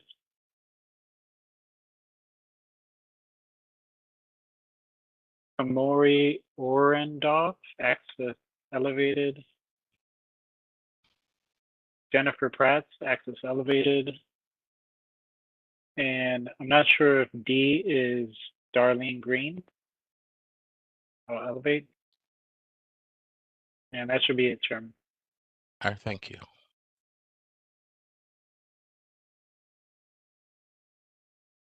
Good afternoon, everyone. This is a protest here that we're having.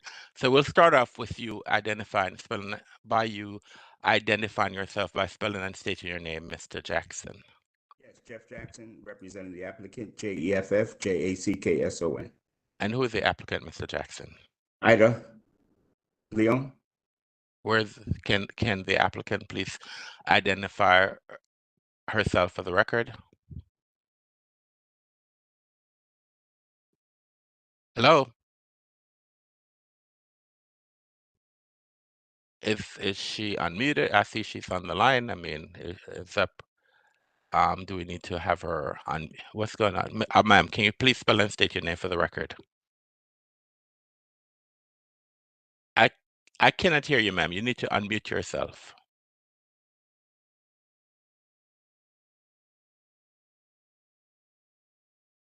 I cannot hear you, ma'am. Is your volume on? I can't hear you. I can see you, but I cannot hear you, ma'am. You may need to check our audio source, microphone source.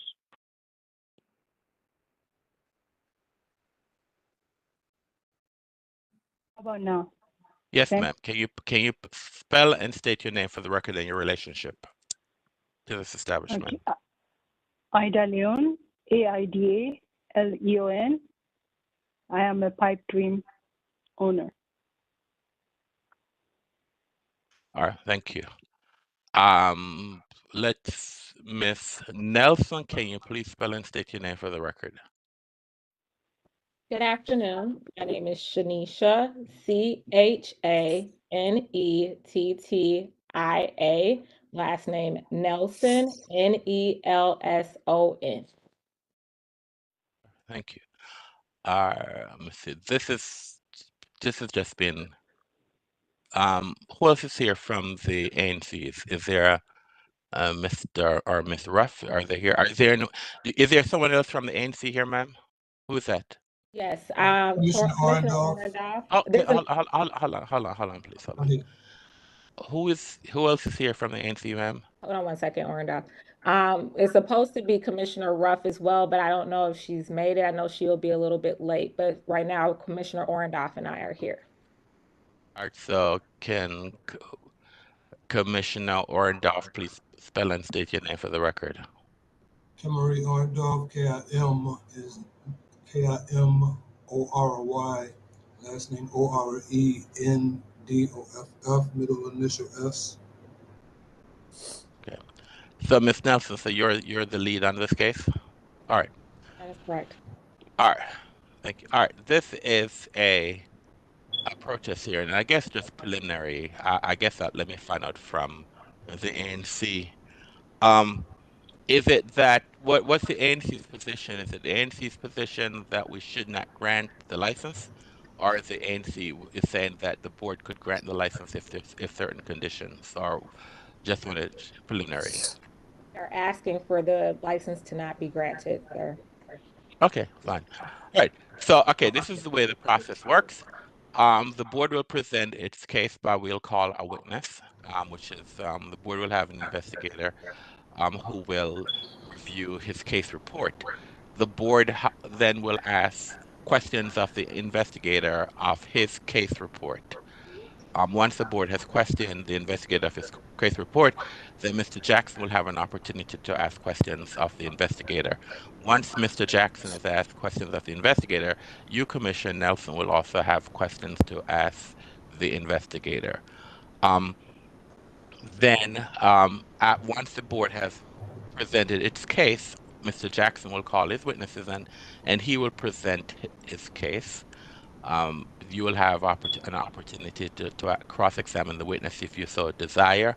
Once the licensee has presented its case, the protestant will have an opportunity to call witnesses and to put a case on why is it that they believe that the license should not be granted.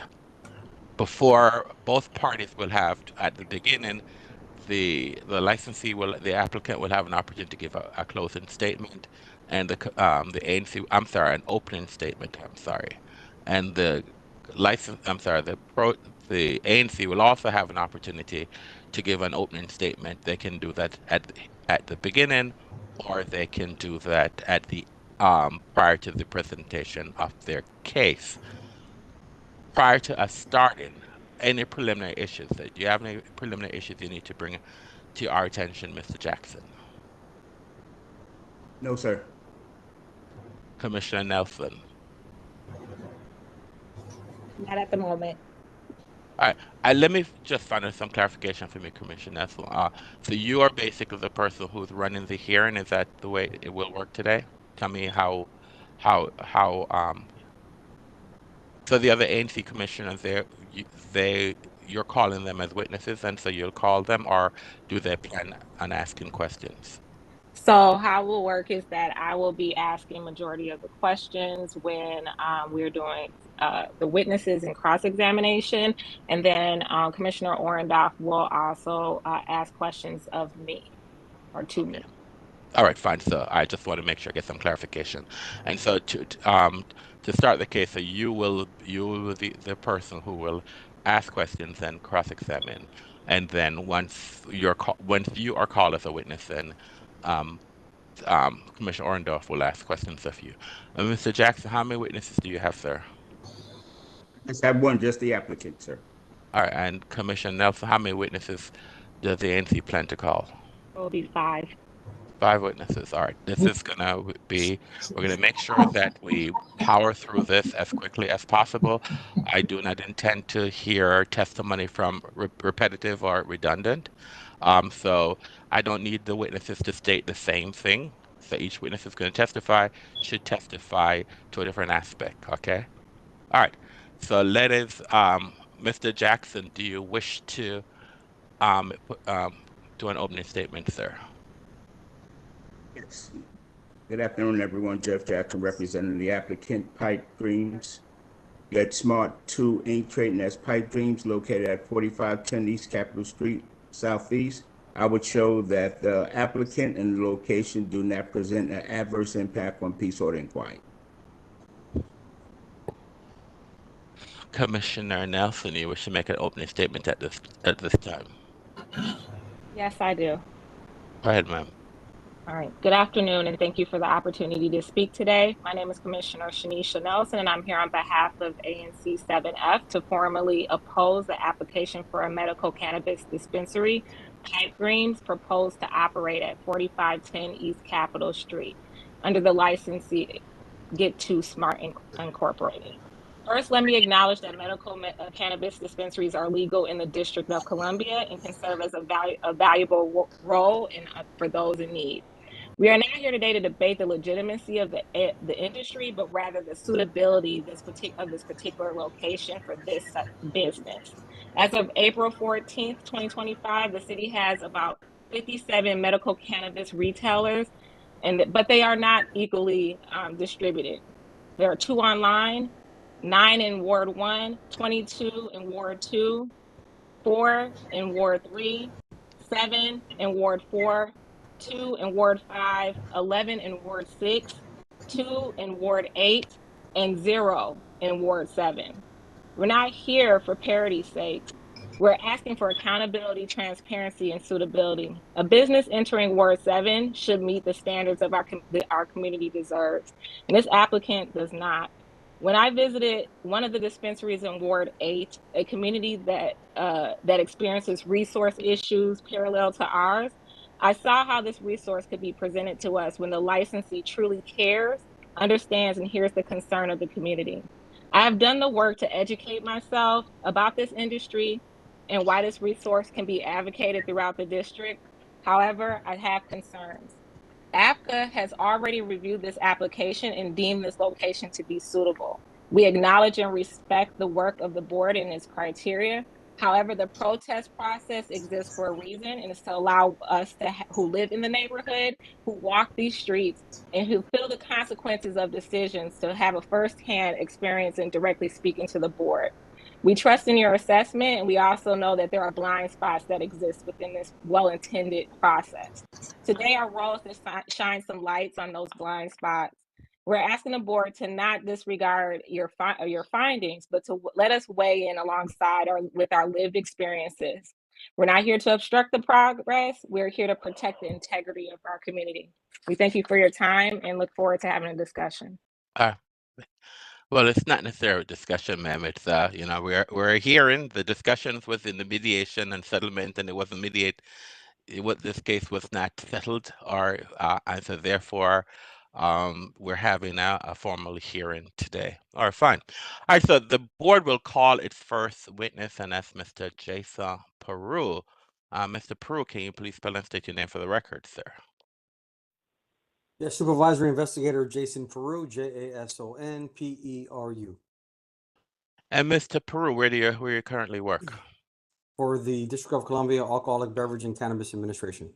How long have you worked at ABCA, if I shorten the name, sir? 12 years. And what have been your duties and responsibility over the period, sir? I started off conducting investigations and inspections of alcohol licensees, and now I'm in charge of cannabis enforcement and conducting inspections and investigations against unlicensed and licensed cannabis locations. How long have you been working specifically on cannabis, sir? Since October of 2020. And so since October of 2020, what specifically have been your role? Inspections of current licensees, enforcement against the illicit market, and inspections of new licensees coming on board, reference to security inspections of the facility. Okay. So are you familiar with Pipe Dreams, sir? I am. And how are you familiar with this establishment? I received a protest investigation regarding this establishment. However, for the record, I prior to the protest investigation being assigned, I was there previously when they first applied as an unlicensed operator. So explain that for us, sir. You said explain that process then for us, sir. This is early on when we first started the application process, November of 23 to January of 24. During that process, we had a lot of applications come in for unlicensed operators. They had to meet a certain criteria, and sometimes the locations were questionable if that criteria was met. And in fact, they were operating as an unlicensed operator. So licensing would ask me to go to locations and check that out. So in this case, I did go out there in January of 24, and the location, during my visit, was not operating. There was no activity going on at the time that I was there. I met with the then, I guess, manager. It was kind of convoluted about what his role actually was, to be honest with you. But that conversation was then followed up by a phone call I received from the owner of the property, who had a discussion with me reference to the suitability of the proposed location, which was on the first floor. So that conversation led to a discussion, which then led to me telling licensing what I had learned, and I later learned that they did not qualify to proceed with an unlicensed operator application. So they had to reapply at a later date. I don't. You mean they? All right. So what's an unlicensed operator? You're talking about unlicensed. What does that mean? That they were selling cannabis and cannabis products without a license from ABCA. Right. And you said that they couldn't apply as a unlicensed operator. What does that? What do you mean by that? There was criteria that had to be met, reference to business licenses, C of Os, proof of operation that had to be met under the statute. And if those check boxes were not met, then applicants that came in were then denied or dismissed, and had to reapply during another period. Or so did Pipe Dreams, you said that they couldn't qualify as an unlicensed, so you're stating that they reapplied. So what process did they reapply under? They reapplied under the standard application process in July. So explain that to me, please. That was the third phase of applicants that ABCA accepted, and that came from the second phase, just to make it clear, was the social equity phase. Social equity applicants could apply starting in April. And then we had a closing of that section and then reopened in July 1 of 2024. During that application period, all standard applicants, meaning anybody who wished to seek a medical cannabis retail license, could essentially apply during that time period. And so Pipe Dreams did apply, and so that's why we're here today. Is that correct? Yes, sir. All right. So, did you during the protest process? Did you have an opportunity or did you draft a report, a case report? I did. Yes, sir. Can you, Mr. Oriana, can you please give Mr. Peru an opportunity to bring his report up, to share his screen with this report? Access has been granted. Thank you, sir.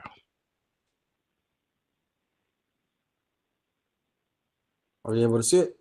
Yes. So, Mr. Peru, can you please identify the document that we are looking at on the screen, sir? Yes, this is the case report that I drafted regarding the Pipe Dreams protest. And when did you draft this report, sir? This month, April of 2025. All right, thank you. All right, so who is protesting this establishment? This is being protested by ANC 7F404, represented by Shanita.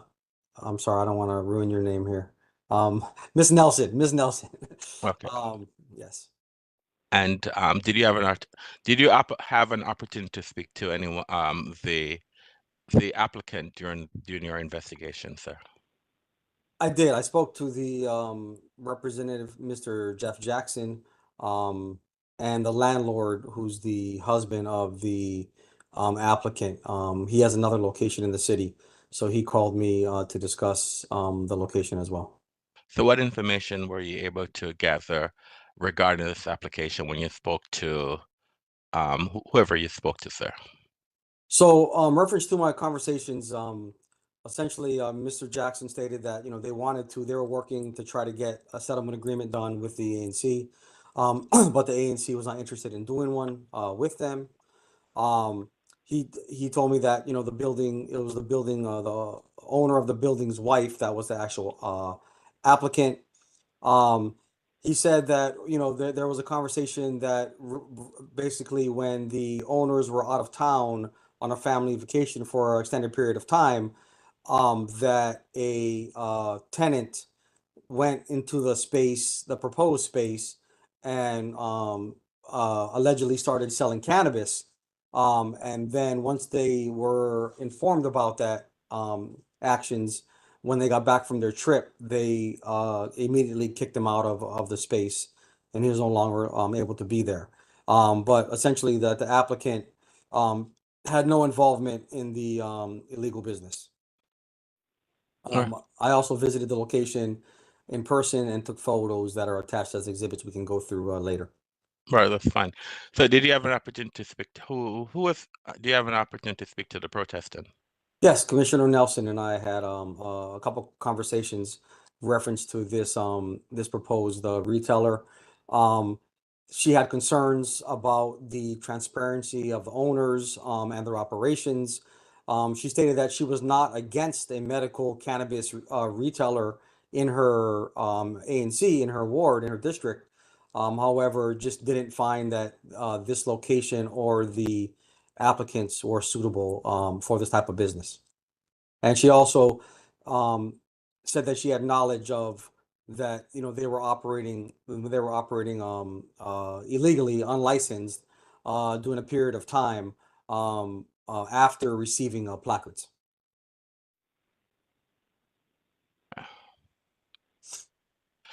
So is this as far as zoning is concerned, can this facility be in this area? Correct. According to DC maps and according to the Office of Zoning, this location can in fact is suitable per those requirements to be a medical cannabis retailer. Now I see that. Are there any I see with schools? Are there any schools or recreation center? I see in your report you said within 300 feet of the proposed location. Are there any schools or recreational centers within? You said 300 feet. Is it 300 feet or 400 feet, sir? It initially was 300 feet. But During for the this application particular period, case, which one is it? Is it 300 feet or 400 feet for this particular case? 300. For this particular case, it's 300 feet? Yes, sir. All right, so are there any schools or recreational centers within 300 feet of this location? There are not. All right, fine. So tell me about the location, please. Share with us this location. Sure, I'm just going to scroll down to some of these photos that will kind of help. I mean, this is a well-known triangle-shaped block in DC. It used to be a shrimp boat where I guess people long before my time in DC would go and get seafood and shrimp from this location as a carry-out type situation. And the building is kind of set there as a landmark for a long period of time. Currently, as you can see by my photos, even the Soul Food Crab House is an old sign. Lito's Pizza is there in one section, and there's another restaurant that's offers takeout food as well that you can go and order from on the side, and that's all on the first floor of the business. It's if you can see here, so this is the front of the business where Why don't you the name the I'm sorry, exhibits right. that you're showing us, sir, while you go Sure, through let them? me. Yeah. I gotta zoom in and out, so I apologize if people dealing with that to see it. So this is exhibit 2, right, is the front of the building. You can see exhibit 3 is the side of the building, which is gonna be the main entrance for the dispensary. So where the placards were posted is where you would actually come in for the retailer. And once you enter those doors, then you'd head upstairs. This is just another angle I took from, so this exhibit number 4, this is 40, you can see in this picture, 46th Street Northeast. The front of the building that I showed you, the other sign is in the front side, but The door that I showed you guys in this previous picture in Exhibit 3, this door is on the opposite side of this building. So I just showed you another, and just for reference, the unlicensed operator that I went to look at was operating in this space over here. So there's, but you know, that space is empty now. But that's where they were previously located. Exhibit 5, just showing you another side angle. This is actually the door that I showed you in the entry to the retailer is going to be down here, and way off in the distance you can see let me zoom in a little bit. You can see the bus stop, and then obviously you can see the bike shares that are on that sidewalk as well.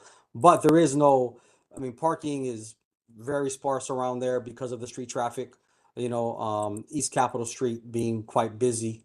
Is now Exhibit 6. You want to move on to the interior, Chair? Right, sir. Yeah. So this is the interior that's being, you can see, being renovated and under construction. This is my first time inside this space. The owner was not there to walk through with me. The manager of the restaurant downstairs let me in. So I wasn't, you know, I'm looking at the proposed space of, this looks like it's going to be the main retail area. This is the area before you enter there. So exhibit number 7 is basically when you come up the stairs, you enter this space first. And then when you go through this door, you kind of get yourself into this main retail area. So this would be the proposed lobby where you have to check in medical patients at, right? The next exhibit 8 is in that same space that looks to me, just by what I'm seeing and what I've heard from management, is that this was where the individual who was operating illegally, I guess, was operating out of. So you come up the stairs from the main level, you'd enter that lobby area that I kind of showed you in this picture, and that area is right. And this is the area that he built out. You can see it looks like a separate door. You can see the shelving for retail products, but once again, it's empty during my visit.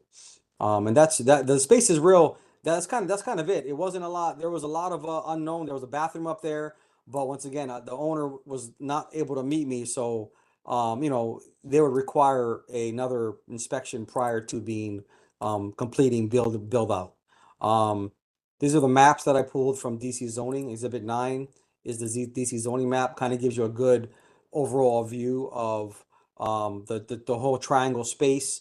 If you're doing a reference, this East Capitol side, this is where the proposed dispensary is here. The door is going to be in this backside in the wider part of the triangle off of East Capitol, and this is where the bike shares were and the bus stop was. Exhibit 10 is the GIS map that was created by ABCA in order to approve the business. As you can see, the same triangle and no other schools or other dispensaries within the radius. All right, so what are the proposed hours of operation for the establishment? Yes, sir. Let me go back there.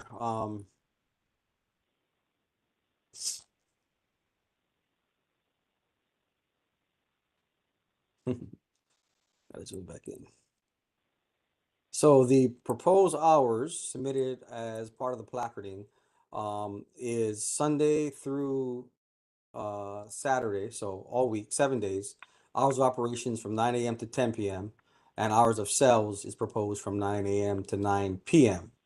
You can see I do my visits. Now, hold before you go on. So, Okay, sorry. are these hours within the legally required hours, or are these above? I'm not sure. What are the legal what hours a medical dispensary can operate in the District of Columbia? Yes, sir. Retailers are allowed to operate till 11 p.m. currently. So these hours are within the guidelines for hours of operation? Yes, sir. Okay. All right. So have you had a chance to? I know that the business is not open, but have you had an opportunity to observe this area? Yes, I did on several occasions. You can see my first visit way back in January 2024 when I first went out there to do the assessment and to report back to licensing. And then moving forward, I was sent there back in March because a complaint came in.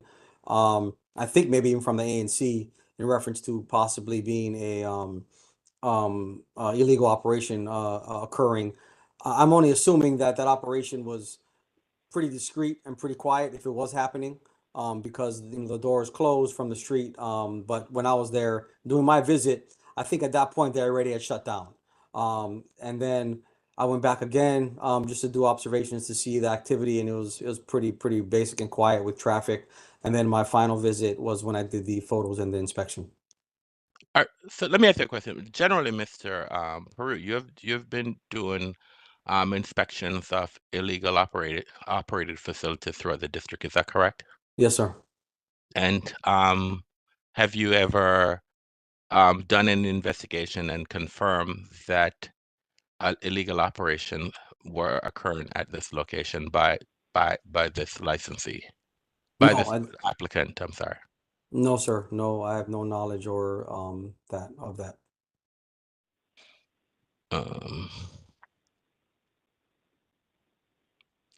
I know this is not in your report, sir.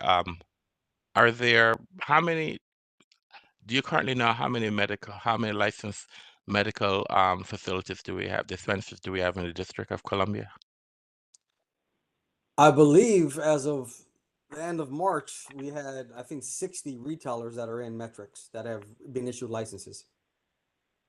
Do you know whether or not there are any other medical dispensaries within, well, I guess within this quadrant of the city? Do you know if there, I know that Commissioner Nelson has thrown some statistics, but I'm not quite sure. But if you know, do you know whether or not there are any other dispensaries within Ward 7?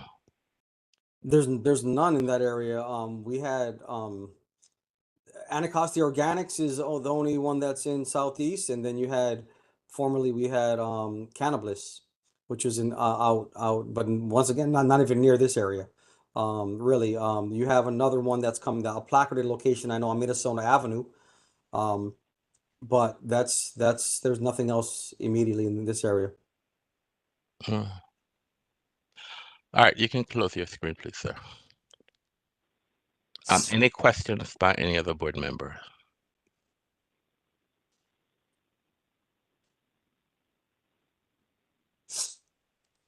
Mr. Jackson, any questions of Mr. Peru? Yes, good afternoon, Mr. Baruch. Afternoon, sir. Thank you for a thorough report. Just one question. During your visits at the location where the placards have been posted, did you observe any illegal activity of cannabis being sold or attempting to be sold? No, sir, not doing my visits. Okay, no other questions. Ms. Nelson, any questions of Mr. Peru? Yes, thank you. Hi, Mr. Peru. It's nice to see you. Hey, how are you? Doing all right. So during your testimony, you mentioned that you did not find any violations in the report as well that you submitted to ABCA prior to this hearing. My question is that on January 9th, I filed a complaint with ABCA, January 9th of 2025 to be exact. I filed a complaint with ABCA expressing concerns about illegal distribution of cannabis at 4510 East Capitol Street. Are you able to confirm what was the date that you received my complaint? I cannot. I'm sorry. Okay. During your testimony, you also mentioned that you stopped by the shrimp boat in March of 2025 and did not observe any violations. Is that correct? Correct. Okay. So between January 9th and March of do you know, can you please let us know what the date was that you stopped by the shrimp boat in March 2025? I think the day that I went out there was March 4th is the day I went out there. Tuesday, March 4th. Okay, Tuesday, March 4th. So between January 9th and March 4th, 2025, you did not stop by the shrimp boat located at 4510 East Capitol to investigate a complaint that has been confirmed by ABCA. Correct. It's received. Okay. My next question is you mentioned that the applicant applied for as an unlicensed operator in January of 2024, and that license could not be accepted. It was denied, correct? It could not, yes, it did not qualify. Okay. And so subsequently, they had to submit go through the standard application process in July of 2024, correct? Yes, correct. Okay. In that standard application process, they're not allowed to do any distribution of medical cannabis or any cannabis of that sort, correct? Correct. Okay.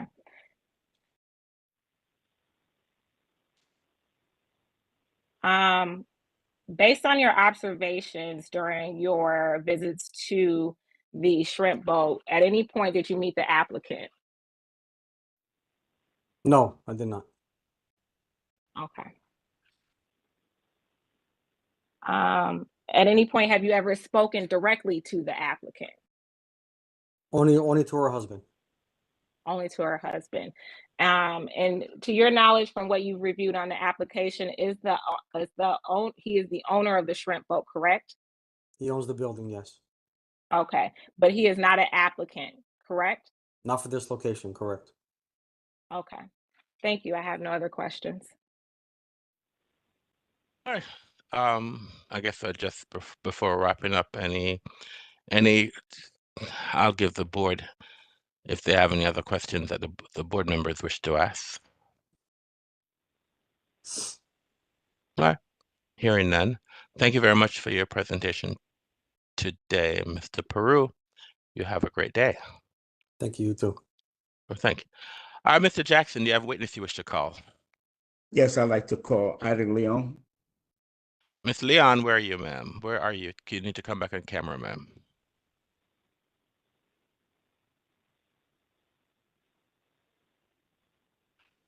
Miss Leon, can you raise your right hand, please, ma'am? Do you swear or affirm to tell the truth and nothing but the truth? Yes, I do. All right, Mr. Leon, I need you to speak up. You can put your hand down, ma'am, when you answer questions. I need to make sure that I can hear you clearly. All right, your witness, sir. Yes.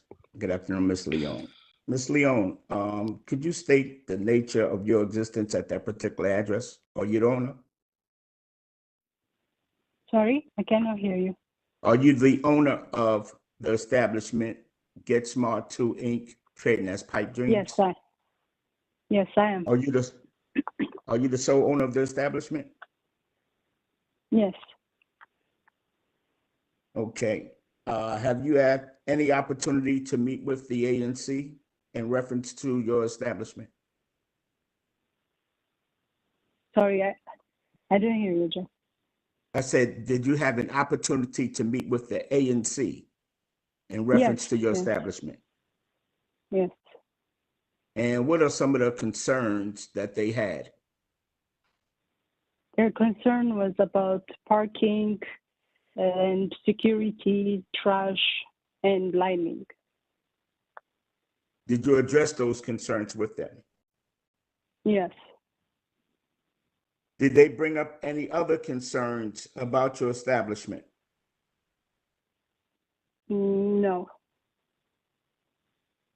Did they mention to you that they had observed someone going upstairs inside of the entrance to your location? Yes. And at the time that this was observed by someone from the ANC, were you in the country at that time? No. And when you was informed of this and when you returned, what did you do? Yeah, we were like a holiday vacation with the family, so we returned around January 11th. And then, so we have a key box for the construction people and everybody outside. So we went upstairs and then we checked everything, and I changed the key, and then we never used the key box for that location. So we removed the key box. Okay, is it true that your husband owns owns the building? Yes. Would he have any part in operating your business? No. Okay, thank you. No further questions, Commissioner. I'm sorry. Mr. Ms. Chairman. Nelson, Ms. Nelson, your questions, ma'am. Hi, Mrs. Leon, how are you? Good, how are you? Doing all right. So I will start off with asking just a pretty simple question. What made you decide that you wanted to open up a medical cannabis dispensary located at 4510 East Capitol Street? That's not a So, protest, Mr. Jackson, she can ask whatever question she wants to ask. I mean, so no, that's not. She's just asking a question why right. she wants to open a dispensary in that area. Okay. Answer the question, ma'am, if you can. okay, sure. So it was a good opportunity since it's a medical cannabis, and on that area there is nothing new, so I apply for a business.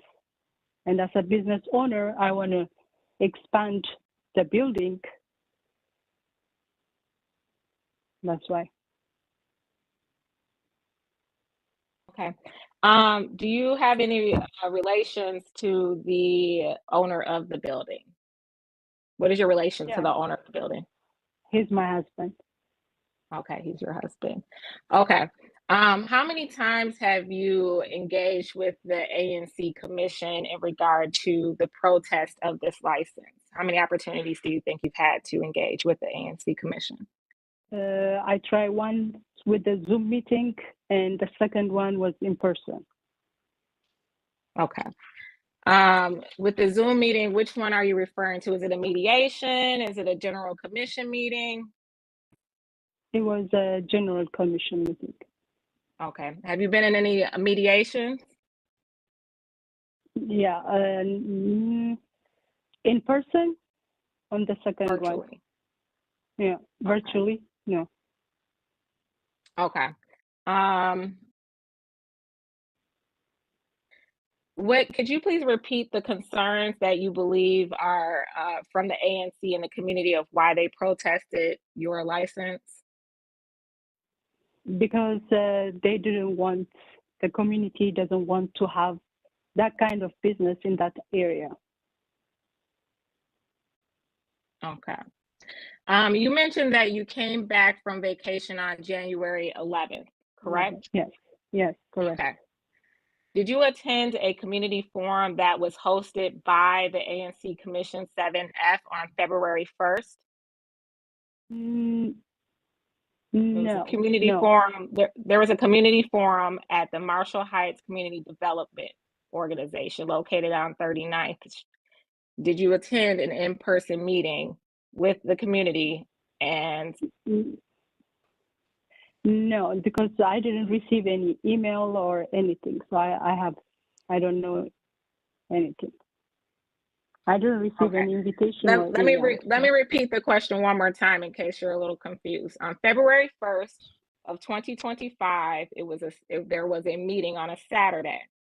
That meeting was coordinated between Commissioner Shanisha Nelson and Jeff Jackson and the ABCA mediator to have you come in and have a conversation with the community about the dispensary.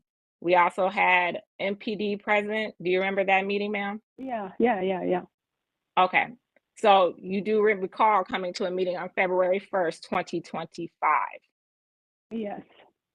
Okay. So just to back up, you returned back into the country on January 11th, and between January 11th and February 1st, you were in the country, correct? Correct. Okay. And February 1st, you came to a community forum. In that forum, what were some of the issues that the community raised with you and your representative, Jeff Jackson, as what concerns were surrounding that building? It was about security, and then there is an illegal activity around that area. So having this business makes them unsafe walking around, or this kind of question. Okay.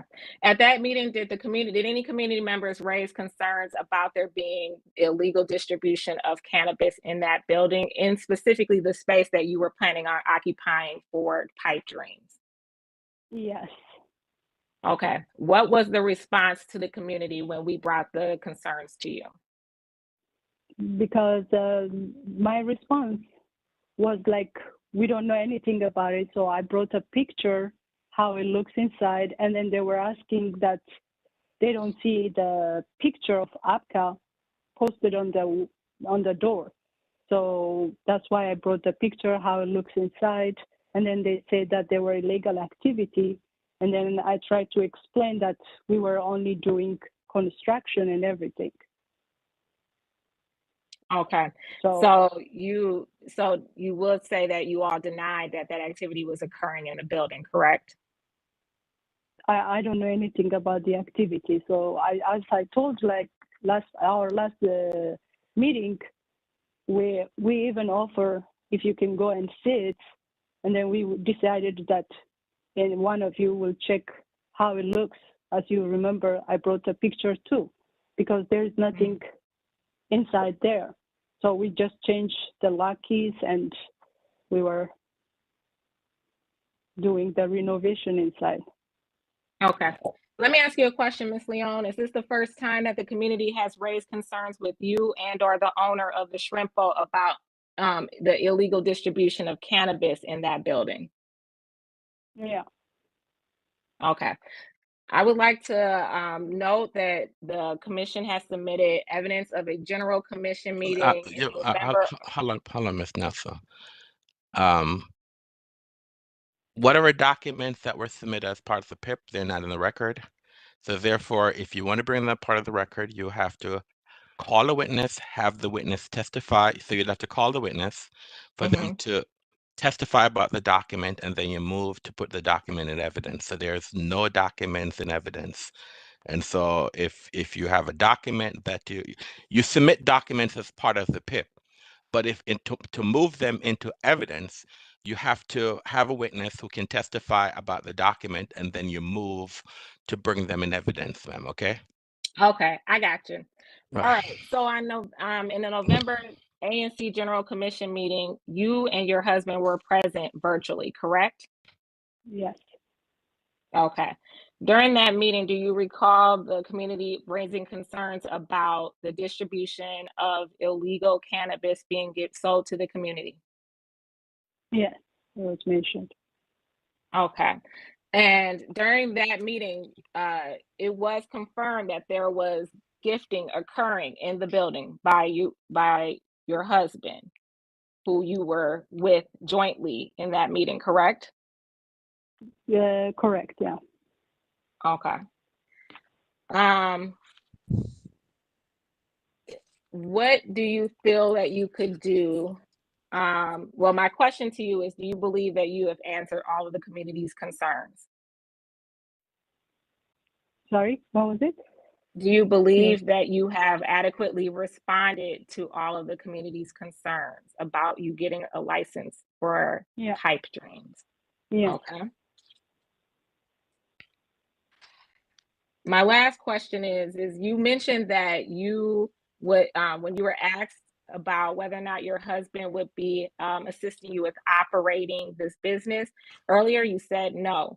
Do you recall that at one point you were asked about whether or not your husband would be assisting with the operations of your business, and the individual who asked you was told that we cannot have any type of say on who assists you with operating the business? Do you recall that conversation? Yeah. Okay. So today you have determined that he will not be assisting you with operating the business. Is that correct? So as a husband and wife, whatever we do, we talk, we can help each other. So what was the question, like in detail? Okay. My last question is that in September of 2024, your husband reached out to me and had been in correspondence with me about this license. It wasn't until later on during the roll call status that it became clear that he was not the actual applicant of this license, and it was you. At any point, was there a need to request that he does not get engaged in this process because he was contacting the commission as well as engaging in the process as a co-applicant of sorts? No, I don't remember. Okay. I have no more questions. All right, Ms. Leon, you wanted to give us a license to operate a business. So can you tell us your business background, ma'am? How are you qualified to operate a cannabis business? Well, so as a new business, since the medical cannabis business is new, so I want to have the opportunity to have it in that property, since that traffic area is busy area, and also it's a first time and it's a good location. So I want to get the opportunity to know the business and work. But what I'm asking, ma'am, you're asking me to give you a license Yeah. to sell medical cannabis. Okay. What type of experience or what type of background do you have to operate this type of business? Well, we have 7-Elevens, so I do a lot of management. I have a liquor store too. So I run a business. I've been in this country almost 17 years. So all my 17 years, I was a businesswoman. So I run liquor store and 7-Eleven. And I have a good experience too. Ma'am, I don't know who you are, ma'am. You're asking me to give you a license. This is your opportunity to tell me who you are. This is your opportunity to tell me what type of background you have, why you believe you're qualified and competent to run this business. That's all I'm asking. I'm not trying to ask I'm not trying to trick you. I'm just asking you a simple question. Tell me, you're asking us to give you an opportunity, to give you a license to sell cannabis within the District of Columbia, as not a recreational, but as a medical facility. And so I'm just asking you, what type of background do you have in cannabis?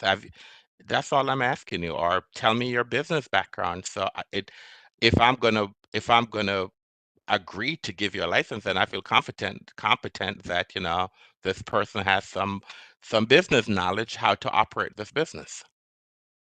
Okay, so I have a business experience for a long time, and then so I've been through a business all the time, so I know how to run a business, and most of it with this kind of medical cannabis, we do a training, and then it's my business plan to have a new business every time, so I want to get the opportunity to know how it works to run the business too. Any questions by any other board members? Yes, what kind of, Hold on. I need to recognize you first, okay? So go ahead, Miss Quinn, so we'll know who's speaking. sure. Go ahead, Miss Quinn. So, can you go into a little bit more detail about what kind of businesses you've had before and how long? Okay, I still have a 7-Eleven and liquor store. How long have you had those businesses? Well, 7-Eleven, it's almost 10 years, and liquor store, it's been, I think, 5 years. 5 years? Have you Yeah. had any violations on the liquor store? No. Thank you. You're welcome. Go ahead, Mr. Grant. Good afternoon. My question is related to your operation of the liquor store. That location is within the District of Columbia? Yes. Okay. As a follow-up, can you give me an overview of how you would categorize your relationship with the A&C that is associated with the neighborhood where your liquor store is located? It's very good. Okay. Could you describe any positive interactions that you've had to give me a Yeah, little more because clarity on the uh, relationship? sure, it's around the Howard University, the liquor store. So we have good communities interaction. We don't do a lot of meetings, but they just stop by at the store and talk to me with just day-to-day life. Okay. No further questions. Thank you. Mr. Commissioner, I would like to add that. No, Mr. Jackson. No, Mr. Jackson. Any other questions by any of the board members? Go ahead, Mr. Meadows. Yes, hi, Ms. Leon. I understand the commissioner's concerns about parking in that neighborhood. The Shrimp Boat is certainly a historic landmark in the District of Columbia, and it is good to see that renovations are taking place. But now that they've added that bike share, there are less parking spaces. What kind of structures have you put in place to alleviate parking problems at that location? Okay.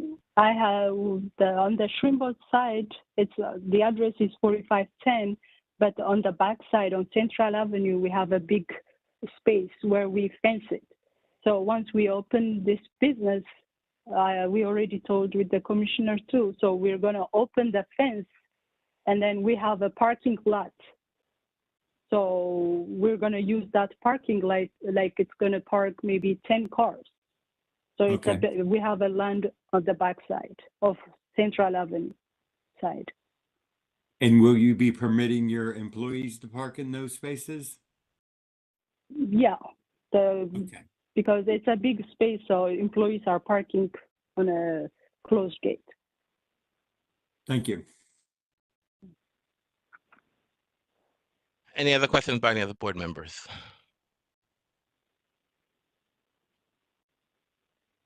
All right, Ms. Nelson, any questions off the witness based on the questions that were asked by the board? Yeah, I have a question about the parking lot. Currently, do you allow your employees or any other customers to park in that parking lot? Only employees.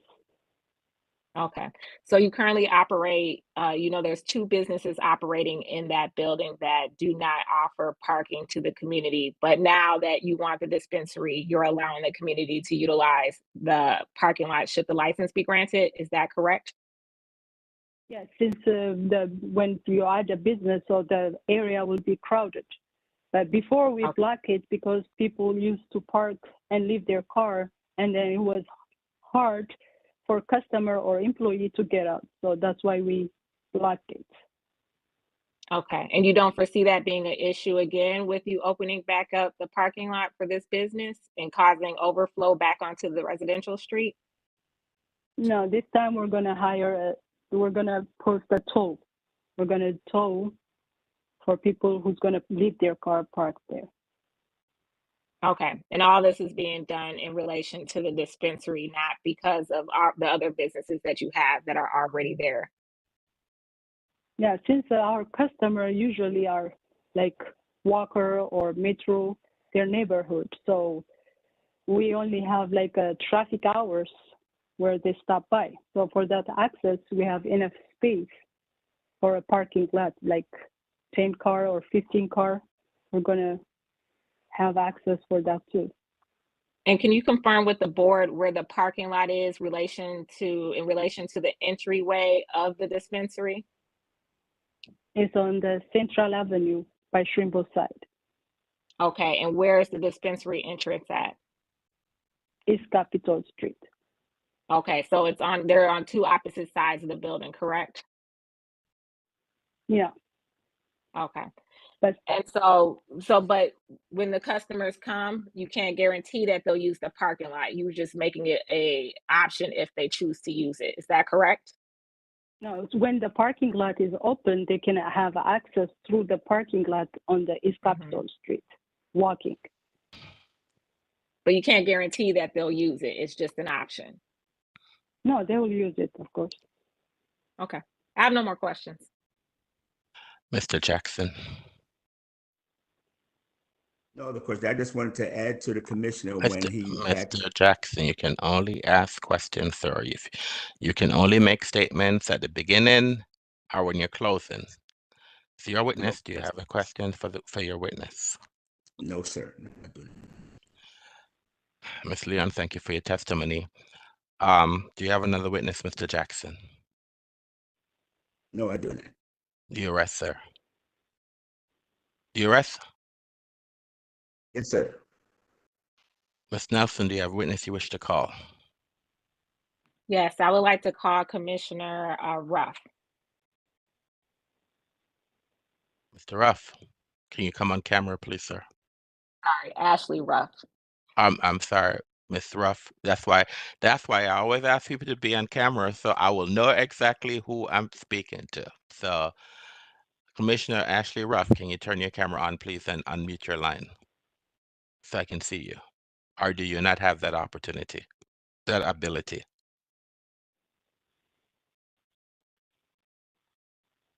Ms. Ruff, do we know what's going on with her? Let me see. I'll try to see if she's near. I know she's in between meetings. Give me 1 second. Make sure she's here.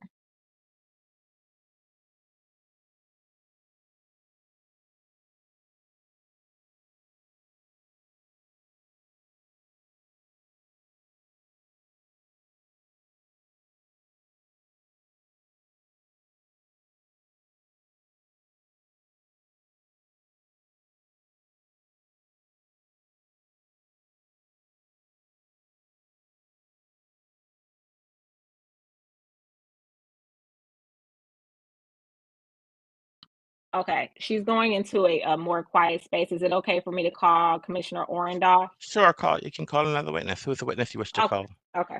I would like to call Commissioner Kimmery Orendahl. All right, I think this is a gentleman with a hat, right?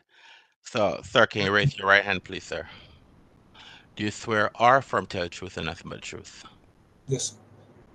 You're a witness, Sir. right? You had to get into 47. All right. Hi, Commissioner Orendahl. How are you? Good day, Commissioner Nelson. So I have a couple of questions for you really quick. Based off of the events that have occurred throughout the application process of pipe dreams, do you believe that there has been some confusion or misrepresentation about who is running what within the building, from the illegal gifting that was occurring to who is the actual applicant for pipe dreams in the initial stages? Yes, there was confusion because I had raised questions about the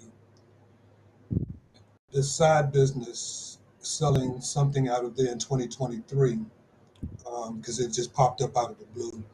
So I was definitely concerned throughout our meetings on were they legal, because there was a confusion in the air between gifted and legalized, which still has not been clarified in the district as far as I'm concerned.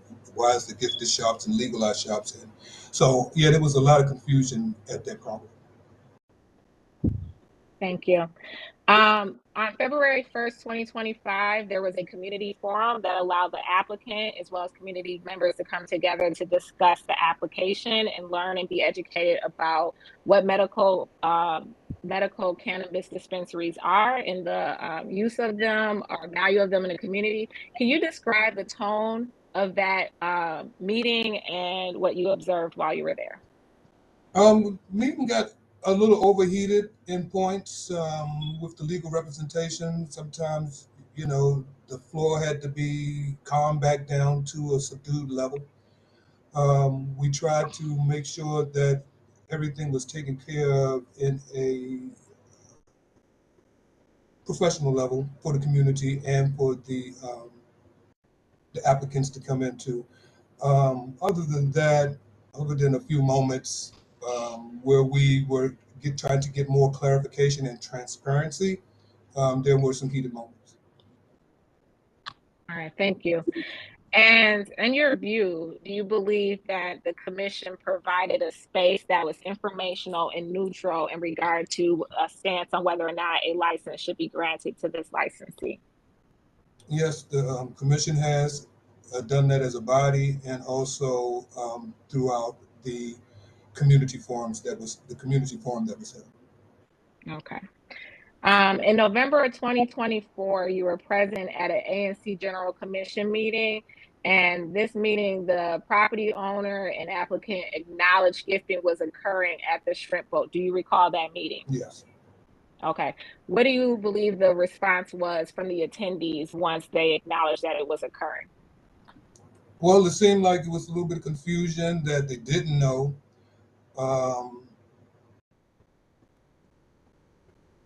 I had observed something. I was in my surgery booth, and I was in the car, and I observed something. You know, the light was on up there. I was like, okay, what's going on with the building? If there's, and this was a little late in the evening. I can't say the particular date, but I did see a few things that just brought my attention. That all of a sudden, whatever was downstairs had moved or shut down, and things were happening within. Um, didn't see physical presence of people going in, but you could feel the outside activity around the building, that something was going on that was unusual. And it's just a drive by one day by the door area. All right. And did you ever personally observe Commissioner Nelson make genuine efforts to engage with the applicant, their representatives in the community on this matter? Yes. Okay. And Commissioner Ruff says she'll be joining shortly. And my other question, I have two more questions for you, Commissioner Orndorff, if you don't mind. In your time as a commissioner for 7F, have you ever had any level of engagement with a shrimp boat owner or applicant prior to the request to put in a license for a medical cannabis dispensary? Yeah, I have. When I first became commissioner 23-24, I had to talk with the Lido proprietors about their landscaping entrance of their doorway. I've also talked to, because they said something about that sign that's over the Lido sign. The Lido sign is new, so if the Soul Food Crab House is not there any longer, why would the sign be there? Because it's still there. That place down on the side used to be more of a crab place and seafood, then they went to soul food. Okay, because they utilized because it was seafood and we like crabs in this area, so that's how they started, and then it evolved into soul food. Now I've been in the establishment, but I've never ate an ounce of food out of there because I've observed the food being set out from yesterday and the day before, because that's where I go get my sodas and things from sometimes. But I've said I would never eat out of the establishment because I can observe the food probably going into some type of heating arrangement and back out. So that's the food area. So you have two establishments down there already. You got Lido's. Yeah, we do a lot of walking around here, but that side street does get a lot of cars that go in and out of the Soul Food Crab House. Okay, it might not be on the other side, but that is the side that we've always known that the business to be at first before it was turned over into a soul food restaurant. So those are my experiences with those two establishments prior to what we're going up against now. Okay. And then just one more question since you brought this up. There is a Investigator Peru brought up pictures of the Central Avenue side of the building where the commission had in the November meeting confirmed with the owner and the applicant that there was illegal selling of cannabis occurring in the building. And above the entrance site of that, there's a sign that says that there's a business coming soon. Do you recall what that sign says? I'm Commissioner Nelson. I can't recall what the sign said because I complained about it just flagging and hanging off the building, because I thought if there was a business there, the sign would be straightened out, and then we brought this up with the owner of the building when she was at the meeting to just straighten that sign up. Now I haven't been up there to see if it's been taken down. I think it's been strict. I'm not sure, but I've never, hanging. Yeah. I've never seen the sign because it was saying something about ice cream. But I do Correct. remember when Pipe Dreams first rose up out of that side entrance. I was coming from that, from Lido's, and I just happened to look to the right and I saw Pipe Dreams. And let me just be real, I am a cannabis legalized, DC ID'd marijuana smoker. So of course, I stopped into the place because I wanted to see what it was, because I know some of these pop-up establishments, in reference to those kind of establishments, do not have good grade marijuana. I'm just being straight up honest.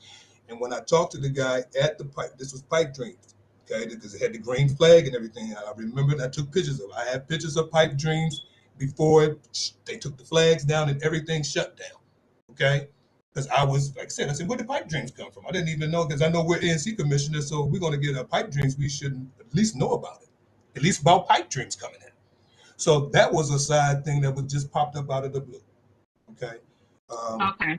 And so just to be clear, you do recall that there's a sign that says ice cream shop coming soon above the area that would at some point have been identified as a space that was selling marijuana or cannabis, correct? Yeah. Okay. I purchased All out right. of it. So it definitely seemed a little bit confusing to everybody else. Last question I have is: do you support medical marijuana? I'm sorry. Do you support a legal medical marijuana dispensary being in Ward 7? Yes. Okay. Thank you, Commissioner Orendahl. Mr. Jackson. Yes, good afternoon, Commissioner. How are you? I'm doing good. Good. Commissioner, you stated at the February 1st meeting that was attended, did you get a chance to meet the applicant at that time? We had dialogue, and the dialogue that I had was the applicant that I suggested to her that she come back with some type of community benefit agreement with some of the constituents that were concerned, that they sit down at the table to, if this was to proceed on, if the applicant was to get her permitted to do what she was going to do, to be community-based. No, I asked, did you get a chance to meet the applicant at that ANC meeting Very that good. we met that Saturday? Not in dialogue, but just through Q&A. But I met her in person. I mean, are you asking me did I meet her in person, or are you asking me have I sat down and talked with her? Right. Did you meet in person? Because we was in attendance at that meeting. So was you at that meeting? I was at the meeting in person, but I did not have dialogue, one-on-one dialogue with her until after the end of the meeting, saying that she needed to get, not with me, with the sisters that were in the room that had genuine concerns in that genuine area, that they get together on a CBA. Right. I just was asking, did you get a chance to meet her, see her? Yeah, I saw her. Yeah. Visually, Okay. in person, I saw her. Okay. Yeah.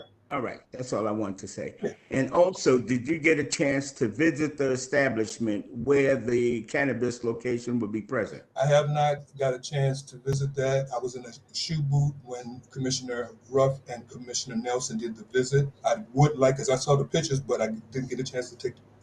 I would like to get a visit. Because I have not seen it upstairs yet.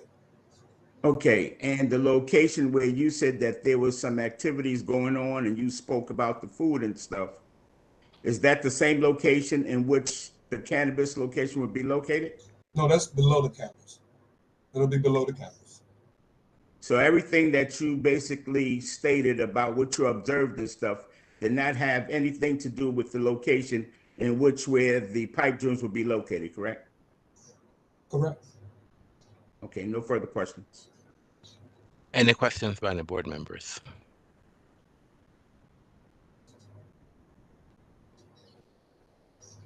All right, hearing none. All right, so Commissioner, thank you very much for your testimony. You have a great day. Do you have another witness, ma'am, you wish to call? Yes, I would like to call Commissioner Ashley Ruff. Commissioner Ruff, are you there, ma'am?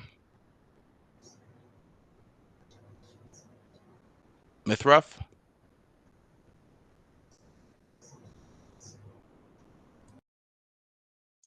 All right, let's try. Okay, we'll move into the community witnesses, and hopefully we'll get rough. If not, it's not a big deal. I would like to call. There's Miss Ruff. Oh, there we go. Miss Ruff. We can't hear you. Miss Ruff. I can't hear you, ma'am. Can you turn up your volume or do something with your volume, ma'am? I cannot hear you, ma'am. Okay, She's we'll gone. move on in the interest of time. Who's the next witness you wish to call? All right, I would like to call our next witness, Jennifer Pratt. Jennifer Pratt. Miss Pratt, do you have a camera you can turn on, ma'am? Yep, turning it on right now. Hello. Can you raise your right hand, please, ma'am? Do you swear or affirm to tell the truth and nothing but the truth? I do. You're a witness, ma'am. Thank you. Hi, Ms. Pratt. How are you? Good. How are you? Good. Can you let the board know when you became aware of a medical cannabis dispensary being proposed for 4510 East Capitol Street? Yeah, in hold on a minute. Commissioner Nelson, can you have her spell and state her name, and she can generally let us know where she lives? Okay.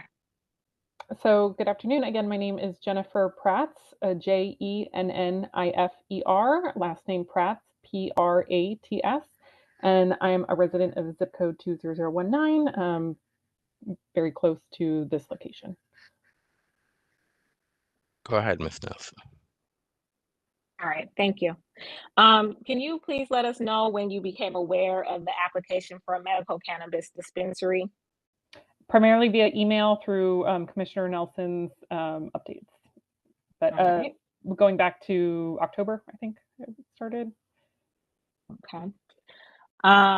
And did you receive communication or updates from Commissioner Nelson's about the application and your options as a community member in regard to protesting and or supporting it?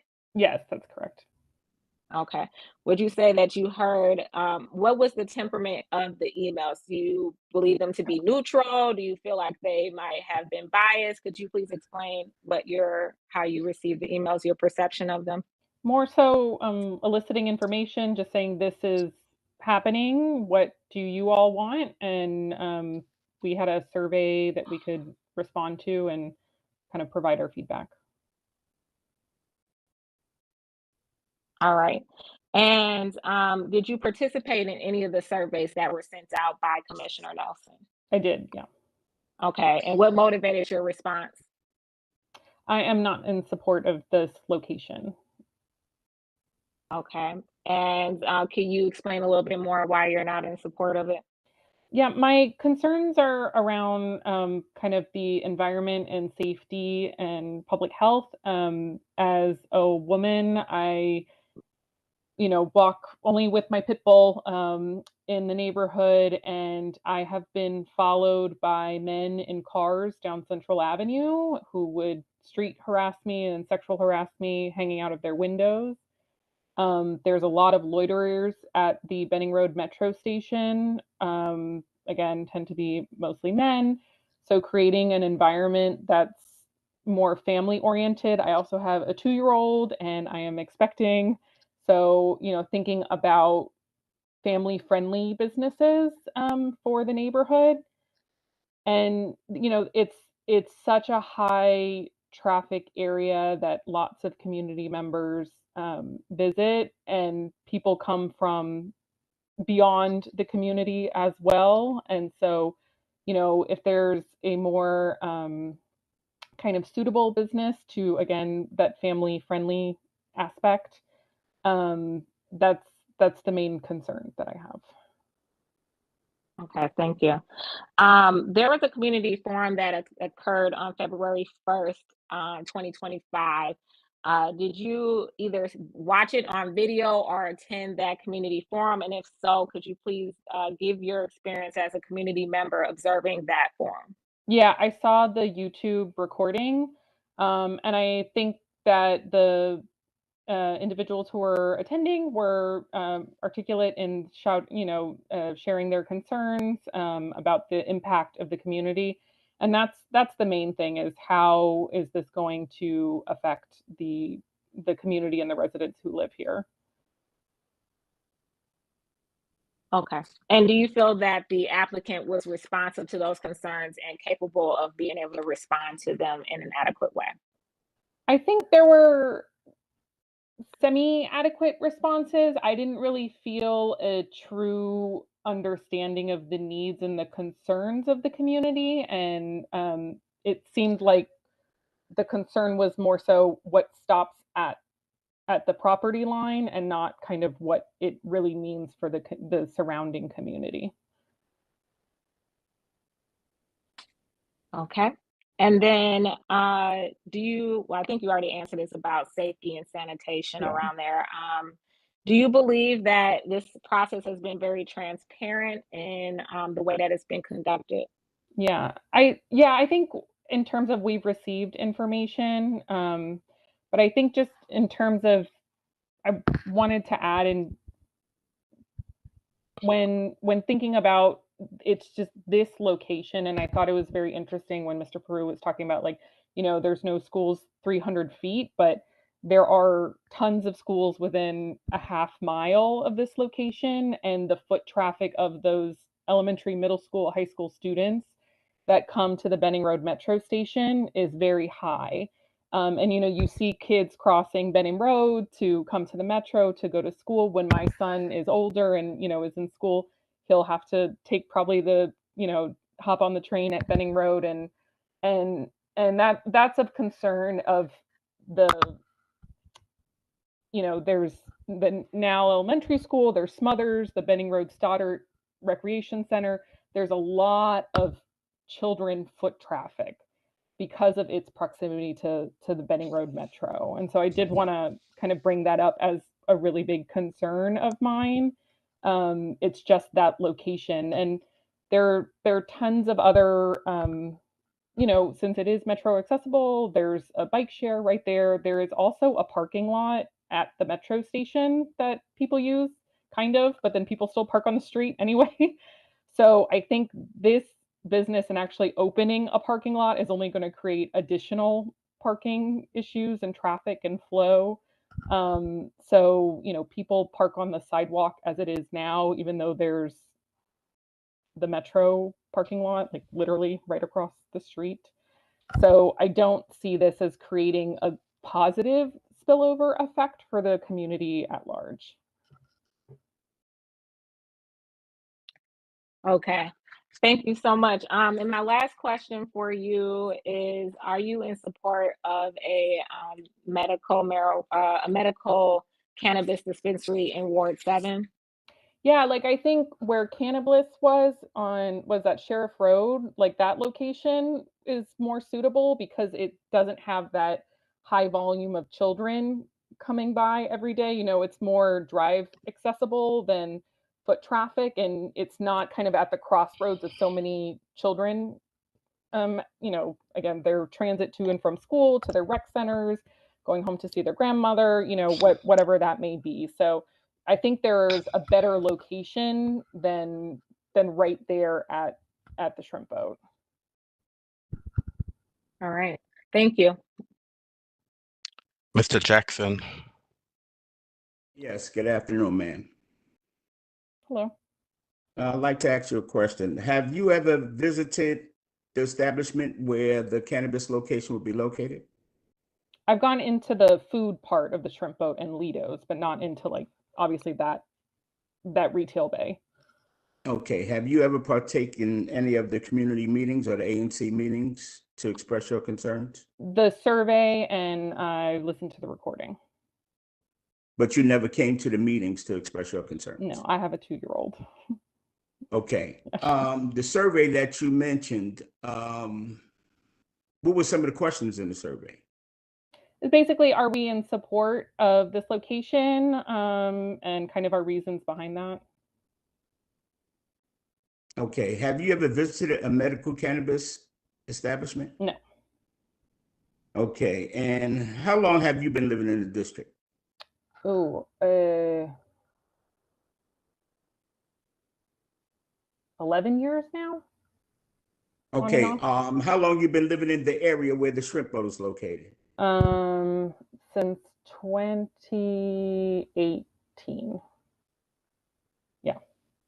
So everything that you mentioned, as far as the environment and everything, and you walking with your pit bull and men following you, yep, has been existing since you've been living in that area, right? Yep. Okay, so how do you think that a medical cannabis location would improve those conditions or eliminate those conditions? I don't think it would improve those conditions. I think it would exacerbate those conditions. And how is that? Could you explain? So the traffic coming there for that particular purpose, there are people, especially because they're non-DC residents, that can get licenses. So people can come from Maryland. I think that's only going to increase that volume. And again, it's not necessarily neighborhood serving, considering the density of where they are located across the district. So it's going to bring people outside of the neighborhood here. And typically when we have, issues, it's from people who aren't from the neighborhood, because our neighborhood's like really, really, really, we look out for each other. We're very tight knit, and so we're looking out for each other. And so when there's trouble, it tends to be when folks roll in from other places. Okay, you didn't have the opportunity of attending the February 1st ANC meeting that was attended by, I believe, one of the lieutenants from the area. I saw the recording. I was not able to attend. Okay, and do you recall the crime statistics and crime reports that he mentioned? Yeah. Okay, do you recall any of the crime statistics that he mentioned being the result of cannabis? Off the top of my head, no. Do you understand? I don't have that report. Do you have any knowledge of the qualifications to get a medical cannabis license? Yes, I understand the licensing process. How about the individuals that want to purchase medical cannabis? Yes, I read that up on the ABCA website. Okay, so when you say people from Maryland is coming into the district to purchase medical cannabis, are you aware that they have medical cannabis locations in Maryland as well? Yes. And do you understand that medical cannabis is for medical consumption? Yes. And not for social consumption? Yes. So it's your opinion that people that have a medical condition, they purchase in medical cannabis, that it would cause a problem in your area and your environment, and it would increase the crime in that area? I think it's going to increase the traffic significantly. The business hours are very late and 7 days a week. And so I think there's a more suitable location that would not be as disruptive. I think this location, just given, again, its proximity to, as I mentioned, a lot of kind of like thoroughfares of where children go to get to their schooling. There is a University of California study from 2012 that looked at, published in the Journal of Studies on Alcohol and Drugs, that looked at the impact of cannabis on 8th and 11th graders in relation to proximity of cannabis storefront advertising. And they did demonstrate that the exposure to cannabis retail storefront advertising did increase cannabis use amongst 8th and 11th graders. Similarly, there are studies out of the University of Hawaii from 2021 that showed, that was a really interesting study because in the state of Washington, they had a lottery to determine where new dispensaries would be opened. So in terms of the methodology of that, it very similarly mirrored a randomized control trial. And they found that crime did increase when there was a census tract that meets the definition of low income, and our income, which is 20% of the census tract, lives in poverty, and 20019, that census, or our zip code, does have a poverty rate of 24%. Okay, so everything that you just mentioned, what does that have to do with the District of Columbia and the location where this cannabis location would be present? So the data does suggest that the visual of retail cannabis advertising may impact the public health of our adolescents in the community, which is of concern of me as a mother. And similarly, about the spillover impacts of crime, because the data does suggest that in low income areas, which our area does meet that definition per the US Census, that there is a likelihood that there will be increase in property crime following the opening of this particular business. Okay, once again, this is medical cannabis for medical reasons and medical needs. So you're saying for medical reasons, for medical needs, your statistics show that the increased crime and it would influence To be clear, adolescents. I am not a researcher. I found this research from the University of Hawaii. So Hold on, ma'am. Let him finish ask the question before you start answering, ma'am. Okay, I'm just trying to get at the fact that you made mention about the kids and things walking past a cannabis location and how that would influence children to want to purchase medical cannabis. Now, medical cannabis, you would have to have medical reasons to purchase the medical cannabis. So you just can't walk off the street and purchase it. Yes. Are you aware of that? Yes. Okay, and it's for medical consumption. You're aware of that? Yes, you've asked me that question before, and I said And regardless of this medical cannabis business coming to that area, it would not change the conditions in your environment. Are you aware of that? that is an opinion. So that's your opinion that I can't answer. Okay. Are those conditions being changed now? In terms of what exactly? You're saying that people following you and you have to walk Hold with your on. pit. Ma'am, all right. Mr. Jackson, you asked a question. Ms. Pratt, if you can't answer the question, you say you can't answer. You don't ask questions. Only one person asks questions. Sorry, sir. I wasn't I know, but I'm clear. just saying that if you can't answer the question, I'm just said I can't wasn't answer the clear. question. And just say I'm not clear. Just okay. Okay, and you also, lastly, you also mentioned that this area is not suitable. What area would be suitable for medical cannabis, in your opinion?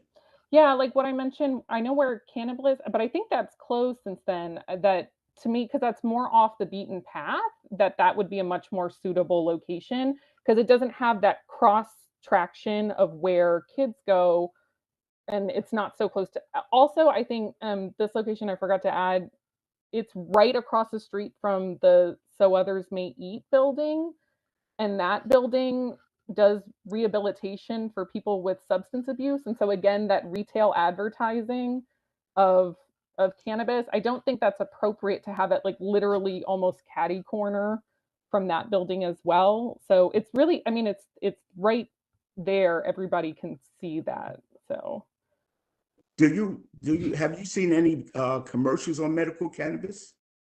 I don't have a cable. I don't watch television. You don't have cable? No. I mean, on television. I don't have advertisement. No. Okay. No further questions, sir. I just, Ms. Price, are you aware that if a license would be granted, that only patients with a medical card issued by ABCA could enter? Are Yes, you I aware of understand that. Yes. All right. Any other questions by any other board members?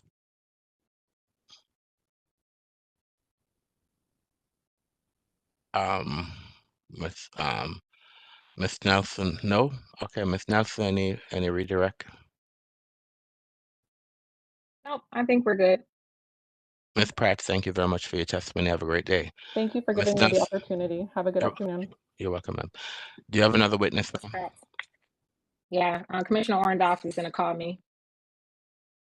Commissioner Orndorff, do you have a witness you wish to call, sir? You need to come off mute. I'd like to call Commissioner Shanisha Nelson. Ms. Nelson, can you raise your right hand, please? Do you swear or affirm to tell the truth and nothing but the truth? Yes. You're a witness, sir. Should I spell my name or no? Good afternoon, Miss Nelson. Please spell your name. All right. CHANETTIA. Last name Nelson, NELSON. Good afternoon. I'm going to be asking you a few questions in sections, if that's okay with you. Yes. Okay. Demonstrating good faith and professional conduct. Commissioner Nelson, can you describe how soon you responded once you were introduced to the applicant's team in September 2024? Yeah, so I actually was contacted by another commissioner in Ward 7 and introduced to the shrimp boat owner, who happens to be the applicant's husband, in September of 2022.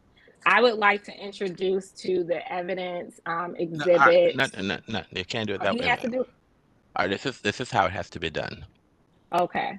Have him have you look at the document. So this is what you need to do. He needs to ask you a question, and he needs to have you introduce the document. So he needs to ask you whatever document you want to talk about. He needs to ask you a question, and then I will allow him to or you to share your screen so you can bring up the document, and then you can describe what the document is, ma'am. Okay. So he has to direct you. You can't direct him. You are the witness, ma'am. Okay? He needs to direct you to a specific document. Okay. Commissioner So, Nelson, I'm sorry, I pulled up my exhibits. I got everything. Um, Commissioner Nelson, can you please show Exhibit 6? all right. Okay, hold on. Okay. All right. All right. Okay. So who's gonna show the document on, well, she can't do it. Can you do it? Because I need to look at her while she's testifying. So do you have the ability, sir, to share your screen? Yeah, I do, but I don't have the document in front of me. All right. Okay, fine. All right. So she has the documents. Okay. Mr. Oriana, can you give Commissioner Nelson the ability to share her screen? All right, ma'am. So once you have the ability to share your screen, you can pull up that specific document, ma'am. Access has been granted. Sure. So can you pull the document up, ma'am?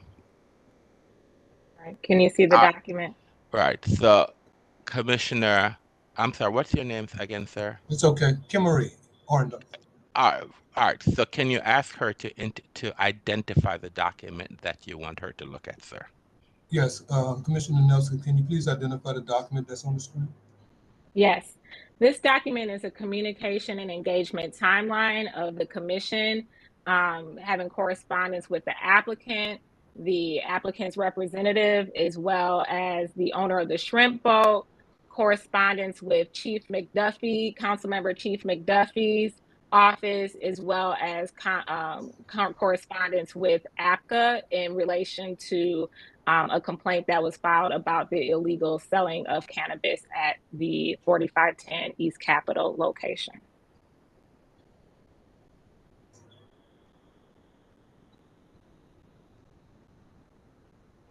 You have another question regarding this document? Yes, sir. How many times did you initiate contact or respond to outreach from the applicant, the attorney, or the property owner between September and November 2024? I would say that I had correspondence with them at least 10 times, either via telephone or email. Was there ever an instance where you refused to meet? Was there ever an instance where you refused to meet or communicate without cause, or were your instructions to move correspondence to email based on transparency and clarity? So there was never a time where I refused to communicate with the applicant and or recipients or the shrimp boat owner. There was a time where, based off of the owner of the shrimp boat firing off an email to several commissioners within Ward 7, accusing me of not being cooperative of the application process, which also caused confusion because he was not the actual applicant for Pipe Dreams. And so initially when our conversations first started in September of 2024, I had confused him as the applicant because he was the only person who had been corresponding with me. After he sent the email accusing me of being uncooperative, I then explained to him that I would no longer have telephone conversations with him. I did not feel comfortable doing that, and that him and his representative would need to forward all communications over into email format. Thank you. And when the initial walkthrough scheduled for November 16, 2024 didn't go as planned, who showed up and how did you respond? Yes. So in November, I went to a mediation with the applicant, Ms. Leone, and her representative. In that mediation, we discussed community concerns, and they also offered me an opportunity to do a walkthrough of the Pipe Dreams location. This walkthrough did not include community members. It was simply for the commission to be able to see it. I had invited Commissioner Orendoff, who earlier stated he had a foot injury, so he wasn't able to attend, and Commissioner Ruff came as well. During mediation, we had all agreed that the applicant, the shrimp boat owner, the representative, and me and another commissioner would be present to just do a tour of the facility. Once I got there, I realized that it was only the shrimp boat owner that was present and the applicant was not there. Within moments later, Commissioner Ruff arrived, and we discussed why the applicant wasn't there. The owner claimed that there was confusion around whether or not the applicant should be there. I'm not quite sure why there was confusion, because in the mediation, which it was the only mediation that she was present in, it was very clear that we wanted to meet with her and be able to have her do the walkthrough, as she is the applicant and the business owner. So I'm very confused as to why she would have thought she wouldn't need to be there. And so the shrimp boat owner called his representative, Jeff Jackson, who on the phone confirmed that the applicant should indeed be present there. And so that is essentially what happens with the walkthrough. We never had a subsequent walkthrough where we did a walkthrough with the applicant. Thank you. Okay, and proving community engagement and education. What efforts did you make to keep the community informed about this application and their options regarding it? So I held a community forum. If possible, is it possible for me to introduce that? No, ma'am, you can never introduce the doc. He has I to got you. direct Okay. you. Okay.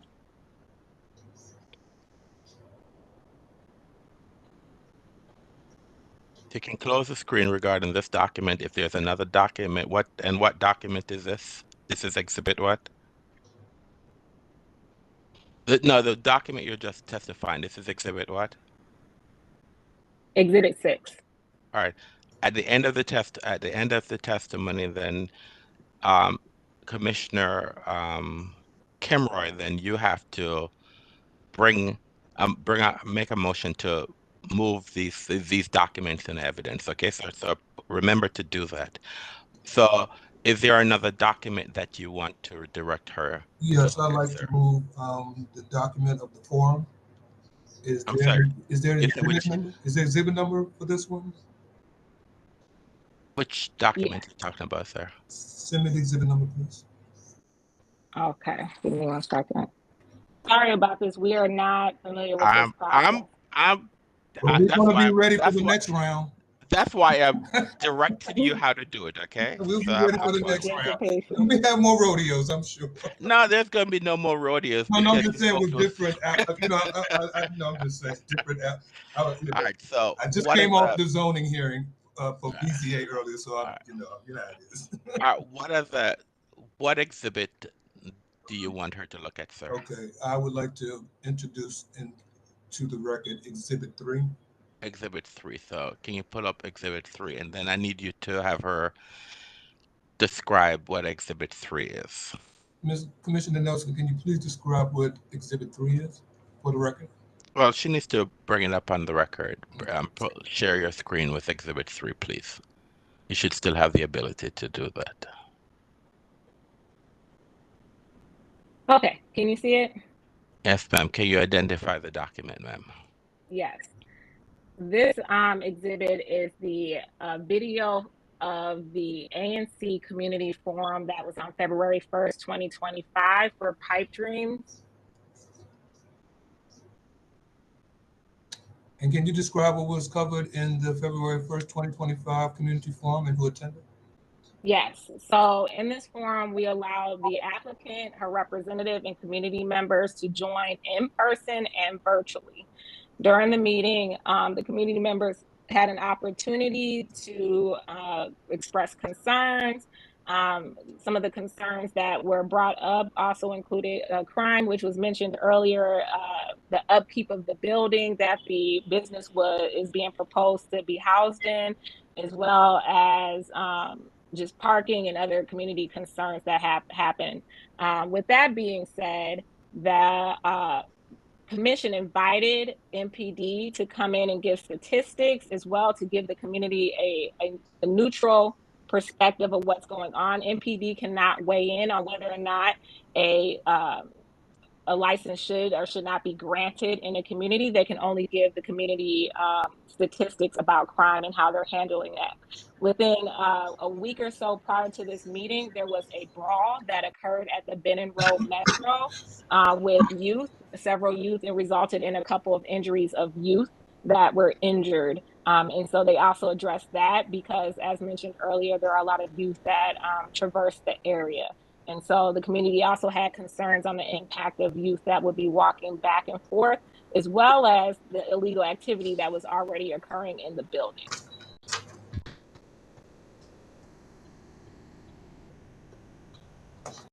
How did you present? I'm sorry. Why did you offer the community survey, and how were the results used to guide your approach?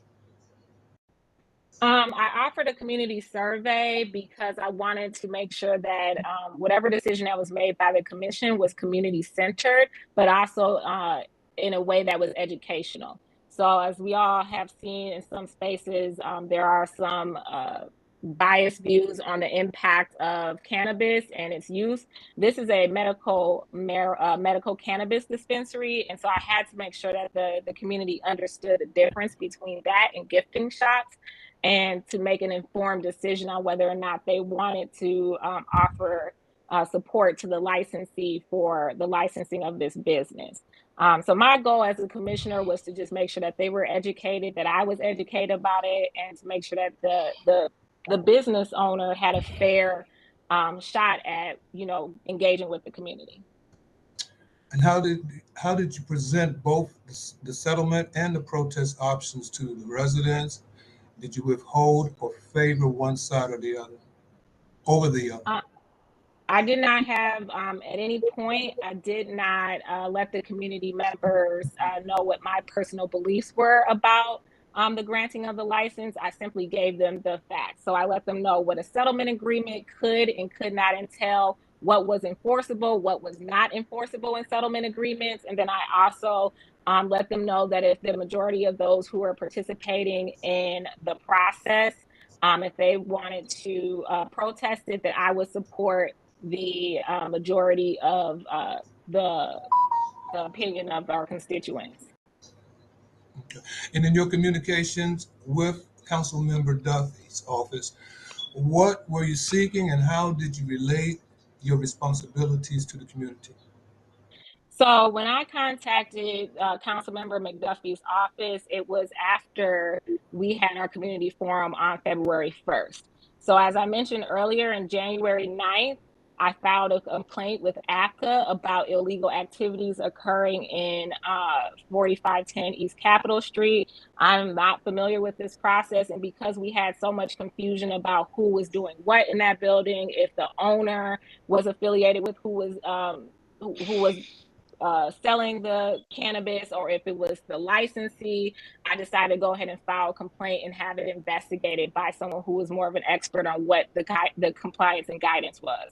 And so when I did not get a response in February, I ended up going ahead and contacting Councilmember McDuffie's office about my concern, because at that point, between January 9th and February 1st, ABCA had not done any type of investigation on this concern, and I wanted to know why. I wanted some sort of response as to why we weren't able to stop it.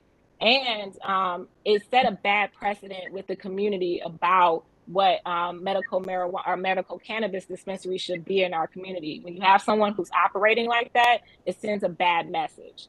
And so that space had already been tainted. And I wanted to talk to Councilmember McDuffie's office. Okay, thank you. All right, supporting unsuitability of the business location. Why do you believe the location of 4510 East Capitol Street Northeast, Washington, D.C. is not suitable for this dispensary? As we've mentioned before, we have concerns about parking. Hold on, I'm gonna tell him and introduce an exhibit. Exhibit, can you I'd like to introduce exhibit number 5 to the record.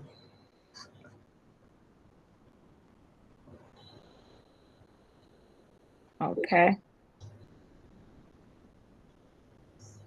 It was up and disappeared. Uh-oh. I'm sharing. Give me a second.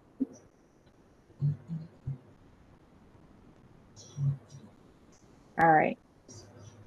Can you all see? It's not open yet. The exhibit is not open. It's okay. What's number 5? So can you identify what number 5 is, please? Yes, this is Exhibit 5. Exhibit 5 is photographs of the area. And so in this space right here, this was taken in February of 2025. As you can see, this is the congestion in the area right next to the dispensary. Where that truck, that delivery truck is also parking parked in front of the parking lot entrance. That delivery truck is delivering goods to the shrimp boat.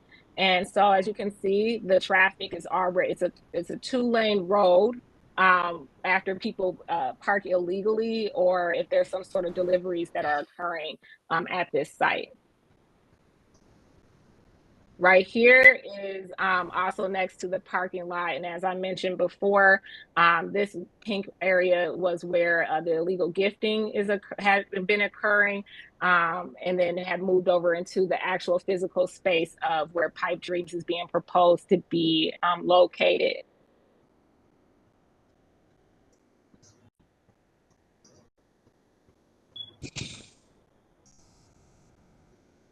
Here is the East Capitol side of the property. These are some of the concerns. I will note that after we started the mediation process with the owner and applicant of the license, they did address our concerns about this overgrown weeds and bushes. And they also addressed our concerns about the fence, but that was after we started doing negotiations and trying to come up with the settlement agreement for the shrimp boat. Right here is a video. I want to see if you all can see it. This is where this occurred in November 30th of 2024.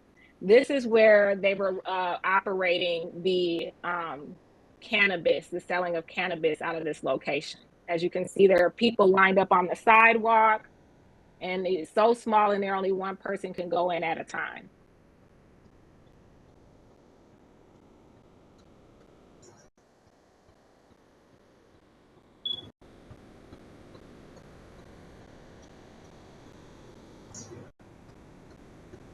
Okay.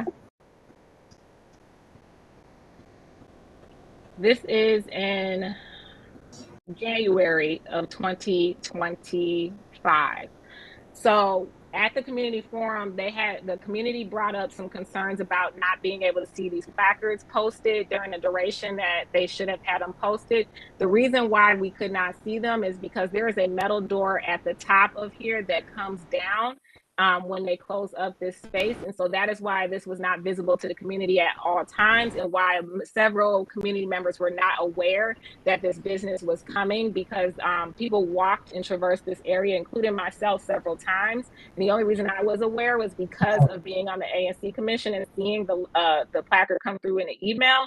But when I was traversing this area, this was not constantly visible. I am able to affirm that Investigator Peru said that he did come and saw it posted the times that he came, but community members, including myself, can attest that it was not always visible. You can also see that there's a camera right here that was installed. This was the camera that that people use when they would come to purchase cannabis on this side of the building after I made a complaint in a mediation in November of 2024.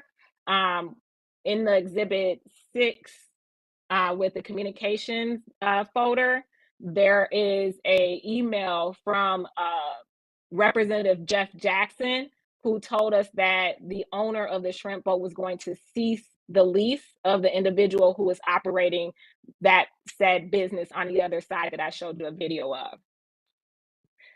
During this time in January 2025, there was also whoever was operating, this is the vehicle that was parked on the sidewalk during the times that they were operating this illegal activity. And here's a video of people coming in and out. Sorry, you can hear me talking.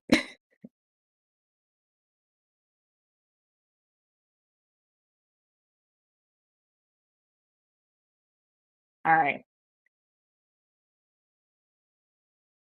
And again, that was that. So I did call MPD about the vehicle being parked on the sidewalk. I do not know if it was addressed, but these were the community concerns that we had throughout the process when we were dealing with this individual, as well as the applicants having to experience this activity occurring in our community. Any other questions?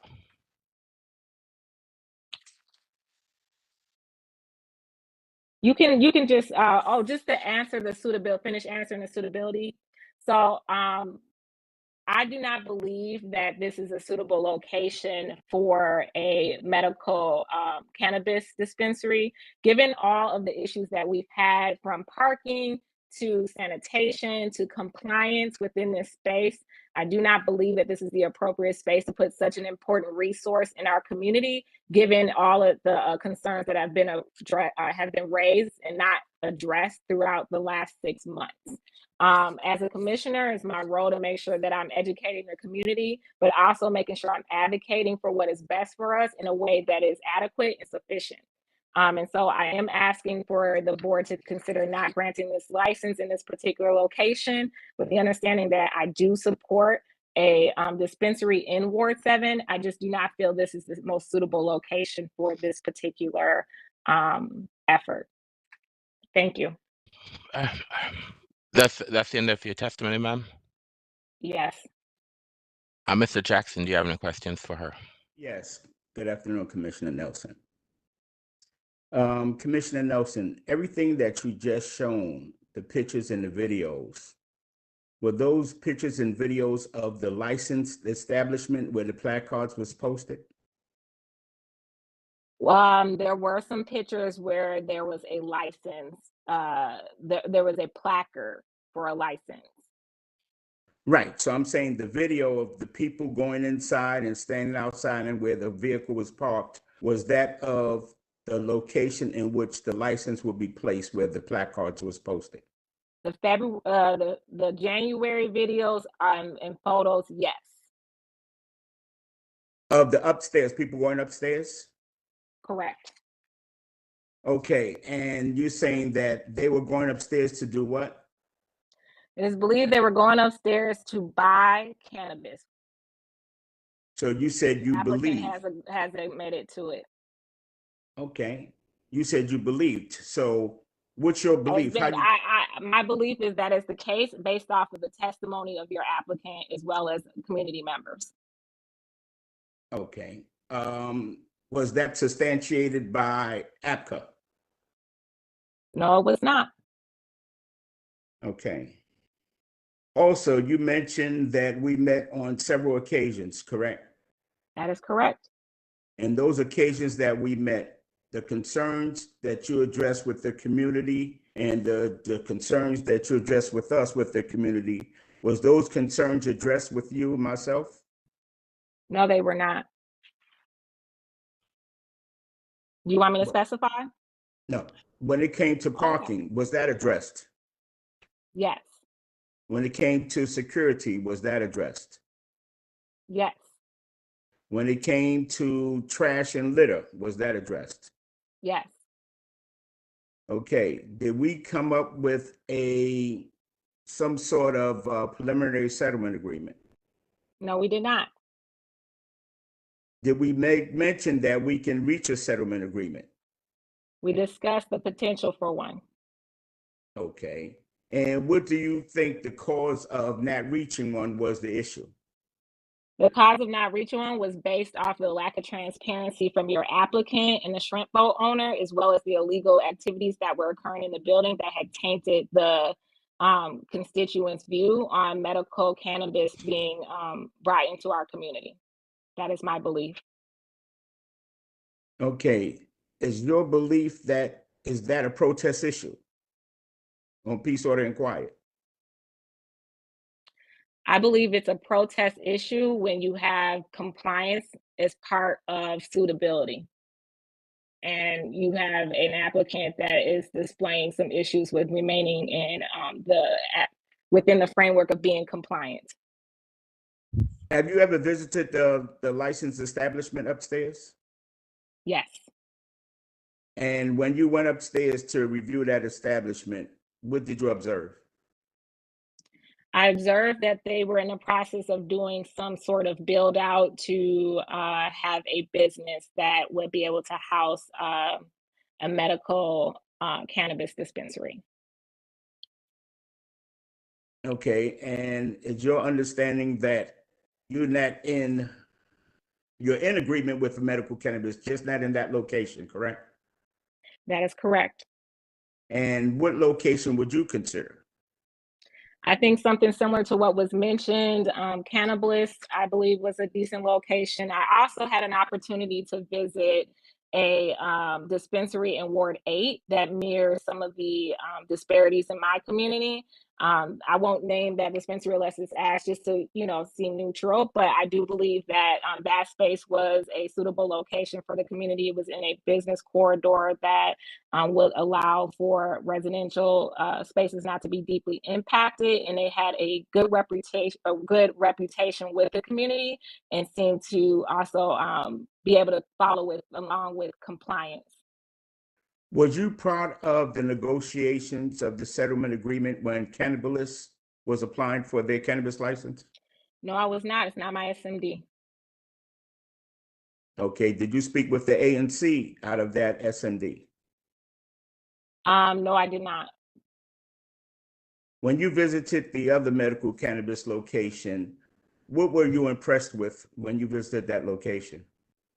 I was impressed with the transparency. I asked them about their engagement with the ANC Commission. I asked them about what they do for the community, how they've been engaged. They seem very knowledgeable about medical cannabis. They were very heavily invested in the business, not from just in a financial space, but from a health and wellness space.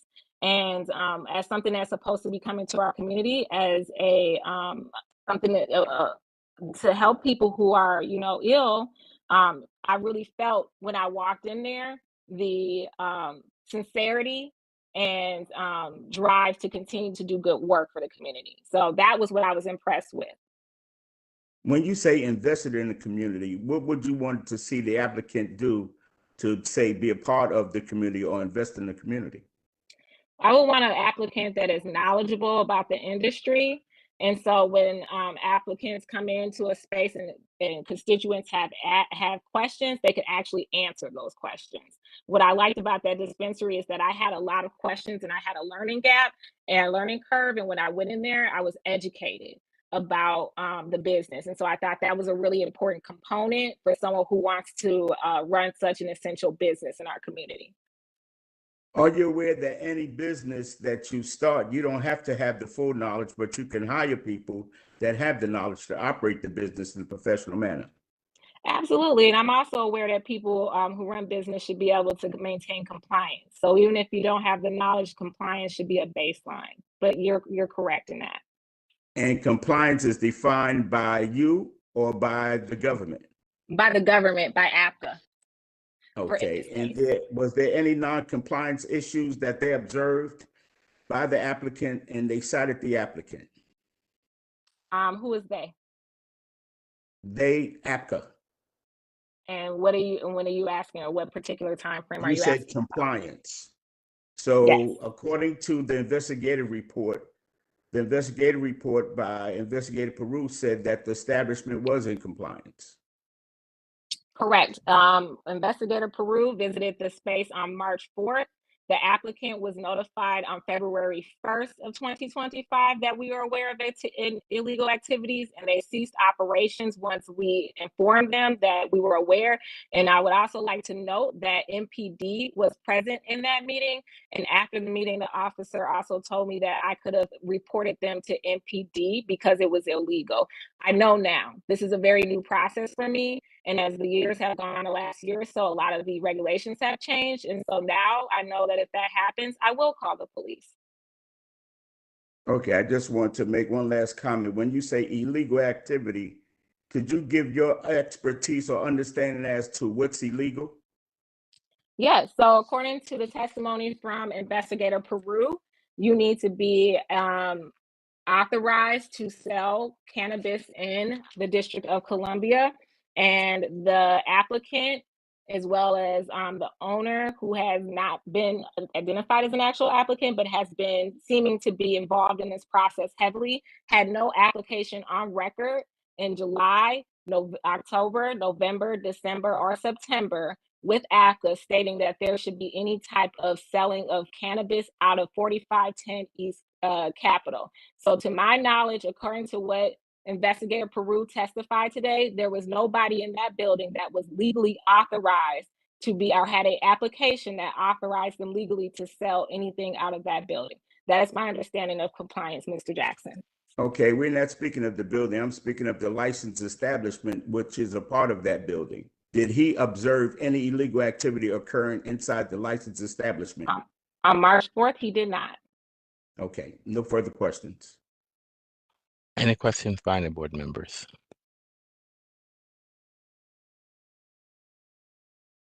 I'll ask one question, Commissioner Nelson. Are you aware of Ms. Leon, who is the applicant in this particular case, selling illegal cannabis? I have not personally witnessed her doing it. All right. Any other questions by any board members? All right. All right. Do you have any questions, Mr. Jackson, based on the questions that I asked?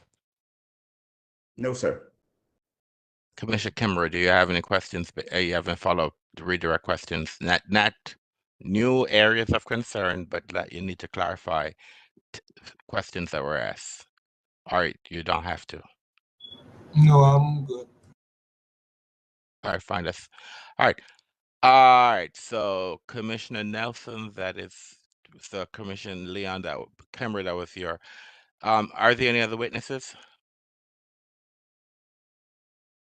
We're gonna make it real quick because I know in the interest of time this is running long. So, but I do want to be mindful of the time that we ask for the witnesses. So I do want to give them a chance to briefly come up here if that is okay. So how many more witnesses do you have? 2. All right. Okay. Who's the next witness? Okay, I would like to call. Let's try Commissioner Ashley Ruff one more time. Maybe the third time of the charm. Commissioner Ruff, do you have a camera you can turn on, ma'am? Yeah, I do. All right. Well, can you raise your right hand, ma'am? I've briefly glanced you earlier before, so I do know there's a person behind there. So can you just raise your right hand, ma'am? Let me know when you raise your right hand. Oh, I'm sorry. I thought I had started my video. There we go. Do you swear or affirm to tell the truth and nothing but the truth?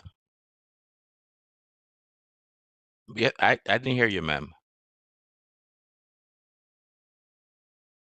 I think you need to turn your video off because I think I can hear you without your video. I did not hear you, ma'am. Answer you swear to tell the truth and nothing but the truth? It's rough. I don't know what happened now. I heard her Okay. without her video.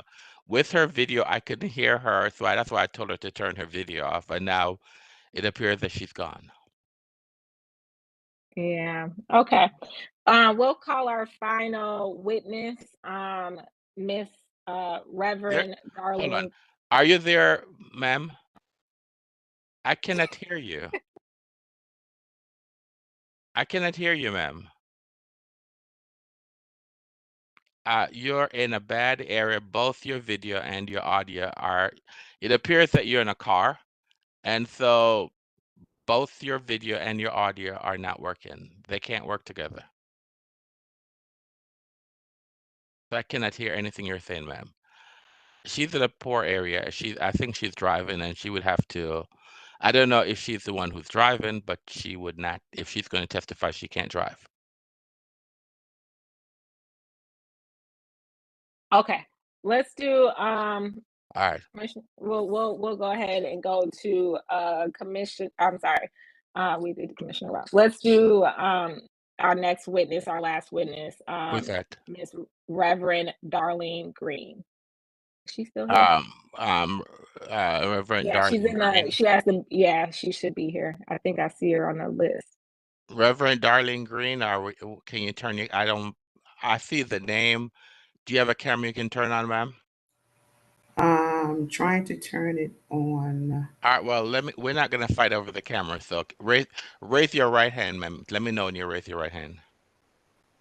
Okay, you turn your camera on, so let me see your hand then, ma'am. I can see a desk, I can't see you though. My hand is raised. Am I not seeing her or is it just me?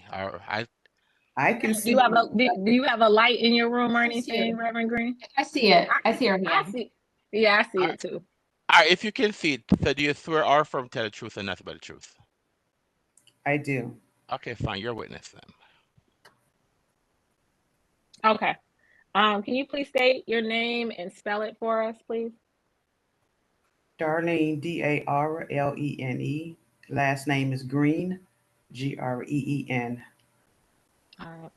Thank you. Can you please let us know how close you live to the shrimp boat, 4510 East Capitol Street?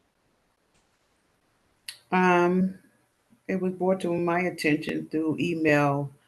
I think it was back in October, and it was an email, and then there was a meeting that was held in October of 2024. Ma'am, the question is, ma'am, how close do you live to the facility? That's the question that was asked. Oh, I'm sorry. Okay.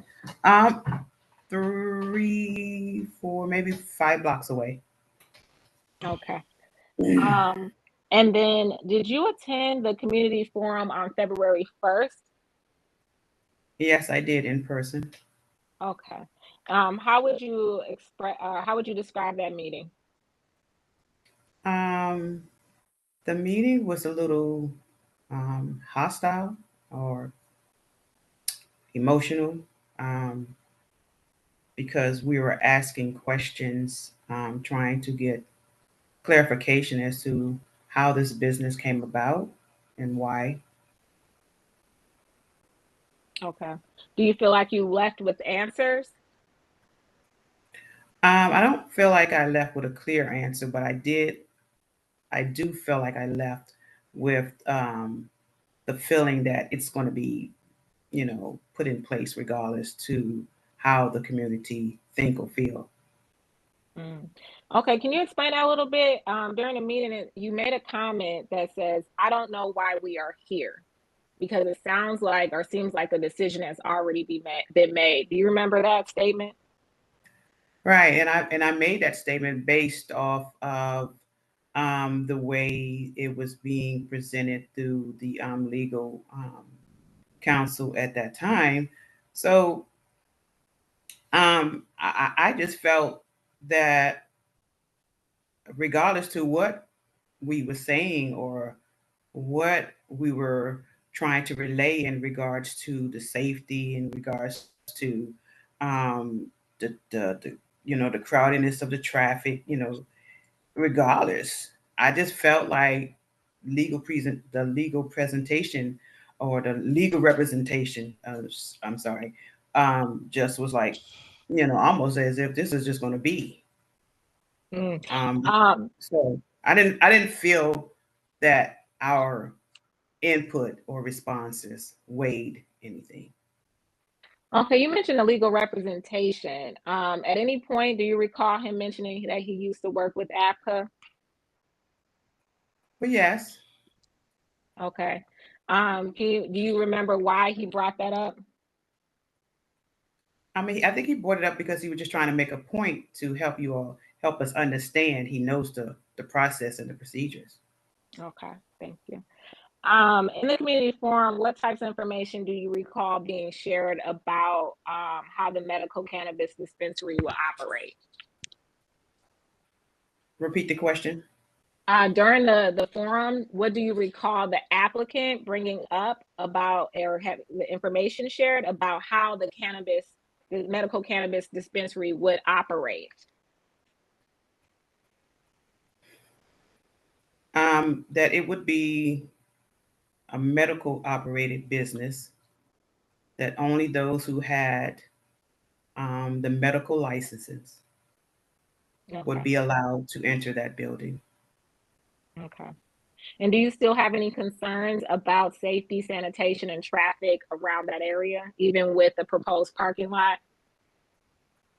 I do, because there's a lot of traffic without it right now. And that's because people are double parked in that location on the left and the right for various reasons. And so to add that type of business is just going to add to that the congestion there in that area. Okay. And based off of your engagement with the applicant as you attended the forum, do you trust that the applicant has your trust, improved or declined over the course of this process and the applicant being able to operate this business within compliance and with transparency and understands the importance of this resource in the community? I'm not even sure that she would be the one operating, but anyway, after the meeting, we asked would there be any like beautifications or upgrades to the area, and as of like this month, this is now April 2025, there's no upgrading to that area. There's no there's nothing being added to make it more of a community, welcoming community. So I don't know. I can't really answer that question because I don't know her mindset. Neither do I know the owner's mindset. But as of right now, from the last meeting, I don't see any adjustments being made. Okay. And then the last question I'll ask in the interest of time, do you believe that the ANC Commission 7F has adequately supported the stance that the residents have taken about the granting of this license? What my question is do you believe that this protest is in alignment with what you've witnessed in the community forum, as well as other forums via email, what the community has expressed for concerns or in support of this? Yes, the license applicant discussed that she wanted to start the dispensary as well as explain that they would put a parking lot there, make sure trash cans are there, and have security and community involvement, and that the MPD would come out and provide crime statistics and all that stuff. So that's the logistic of it. If that question was answered. Well, the question is, do you believe that the commission protesting the license for this medical cannabis dispensary is in alignment with what the community wants? I do believe that. I do believe that the commissioner Yes, I do. I believe it. That's Okay. my answer. I do believe Okay. it. I have no more questions. Thank you. Mr. Jackson. Yes, good afternoon, Commissioner. Commissioner, first of all, you made mention It's that the not meeting was commissioner. hostile. It's not commissioner. She's not the commissioner. She said, oh, it came up Commissioner, her name came up Commissioner something, I don't know, so. No, she's not the commissioner. She said it's Reverend Darlene, I think. It's not a commissioner, but go ahead, sir. Rev, thank you. You made mention that the meeting was hostile. Do you recall who created the hostility in that meeting? Well, I think if I want to be honest, and I am, your personality, you did. You were very, your personality was very arrogant to me. And it was very like, like really, I don't even care what y'all say. Your expressions was like, really, I don't care what y'all saying. And it was Now, when you very, say, and every time someone asked a question, your voice went up an octave because you had a problem with the questioning. It's like as if you didn't want us to ask you questions. Honestly, I'm just giving you what I don't even know you. And that was my first time being in a meeting. And your personality, your physical emotions and response to the questions was like, I don't care what y'all saying. This is, y'all don't know what y'all talking about. I'm just being honest. okay, and that was your understanding of my personality, not in response to the questions that y'all were asking. Yes, and that's why that's how it got heated. The question is how. So that's how it was like in a heated type of environment. Yes, hostile. Okay, during that meeting, what were some of the concerns that you or the community had of this Well, establishment? the concerns was why was the business there? The concerns was we didn't know about the business. Well, a couple of them was we wasn't aware of the business. And why isn't there another type of business being offered? Also, the safety of the people in that area, the children safety in that area. So those are questions that was being raised, um, and I didn't think it was a problem. And why didn't the owner know, or Miss Leon know, or was aware that the community wasn't aware of her wanting to start this business upstairs? I didn't think those questions were offensive, but somehow it kind of felt offensive to you, the way you were acting.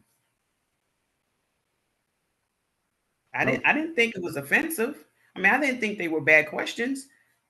I think the community was just concerned. They just wanted to know, right? And they just wanted to know who was the real owner, who was the one that's going to be operating the business. It just questions were just being asked. Okay, so was all of those questions answered?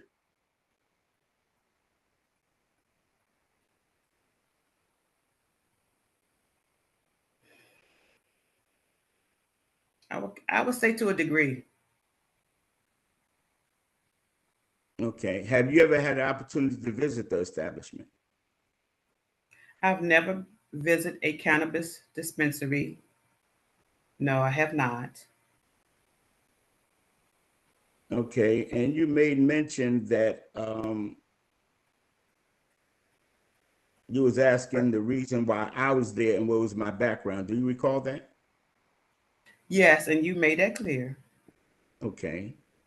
You're her legal representative, right? That's what you said. Yes, and I gave my experience and gave y'all an Right. understanding of the process. Is that correct? Right. Mm-hmm. That's why Okay. you said that's why you mentioned that you used to work with ABCA, or how you pronounce Exactly. that acronym. And I was doing that to explain the process to y'all because some of y'all in that meeting did not understand the process. Is that correct? That is Okay. correct. No further questions, Commissioner. Reverend. All right, are there any questions by the board members?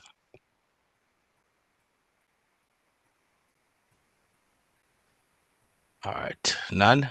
Ma'am, Ms. Green, thank you very much for your testimony. Have a great day today. Thank you. As well. Thank you. Thank you, Reverend. You're welcome. Thank you. Commissioner Nelson, do you have another witness? I don't see. Ruff is calling in. Ruff says she's calling in. She's coming out of something. I don't know, but she says she's gonna try one more time. So I tell her call in because we ain't got all day. Sorry. Yeah. I see attendees. I see her in the attendees list, but I don't know if she could be elevated from there. Who are we trying to elevate? Ashley Ruff Commissioner Ruff was coming out of teaching classes. She's in. She had to change phones to get straightened out. So she's in. Can you hear me? She's in. Yes, we can. All right. Yeah, all right. Ms. Ruff, can you raise your right hand, please? Let me know when you raise your right hand. My right hand is raised. Do you swear or affirm to tell the truth and nothing but the truth? Yes, I do. You're a witness, ma'am. Hi, Commissioner Ruff. How are you? I'm good. How are you? Doing all right. Sorry that you had some technical difficulties trying to get in. In the interest of time, I'm going to just ask a couple of questions to keep us moving, if that's okay. Okay. All right. Commissioner Ruff, at any time do you recall or know of or have been made aware of any of the selling of illegal cannabis occurring in 4510 East Capitol Street?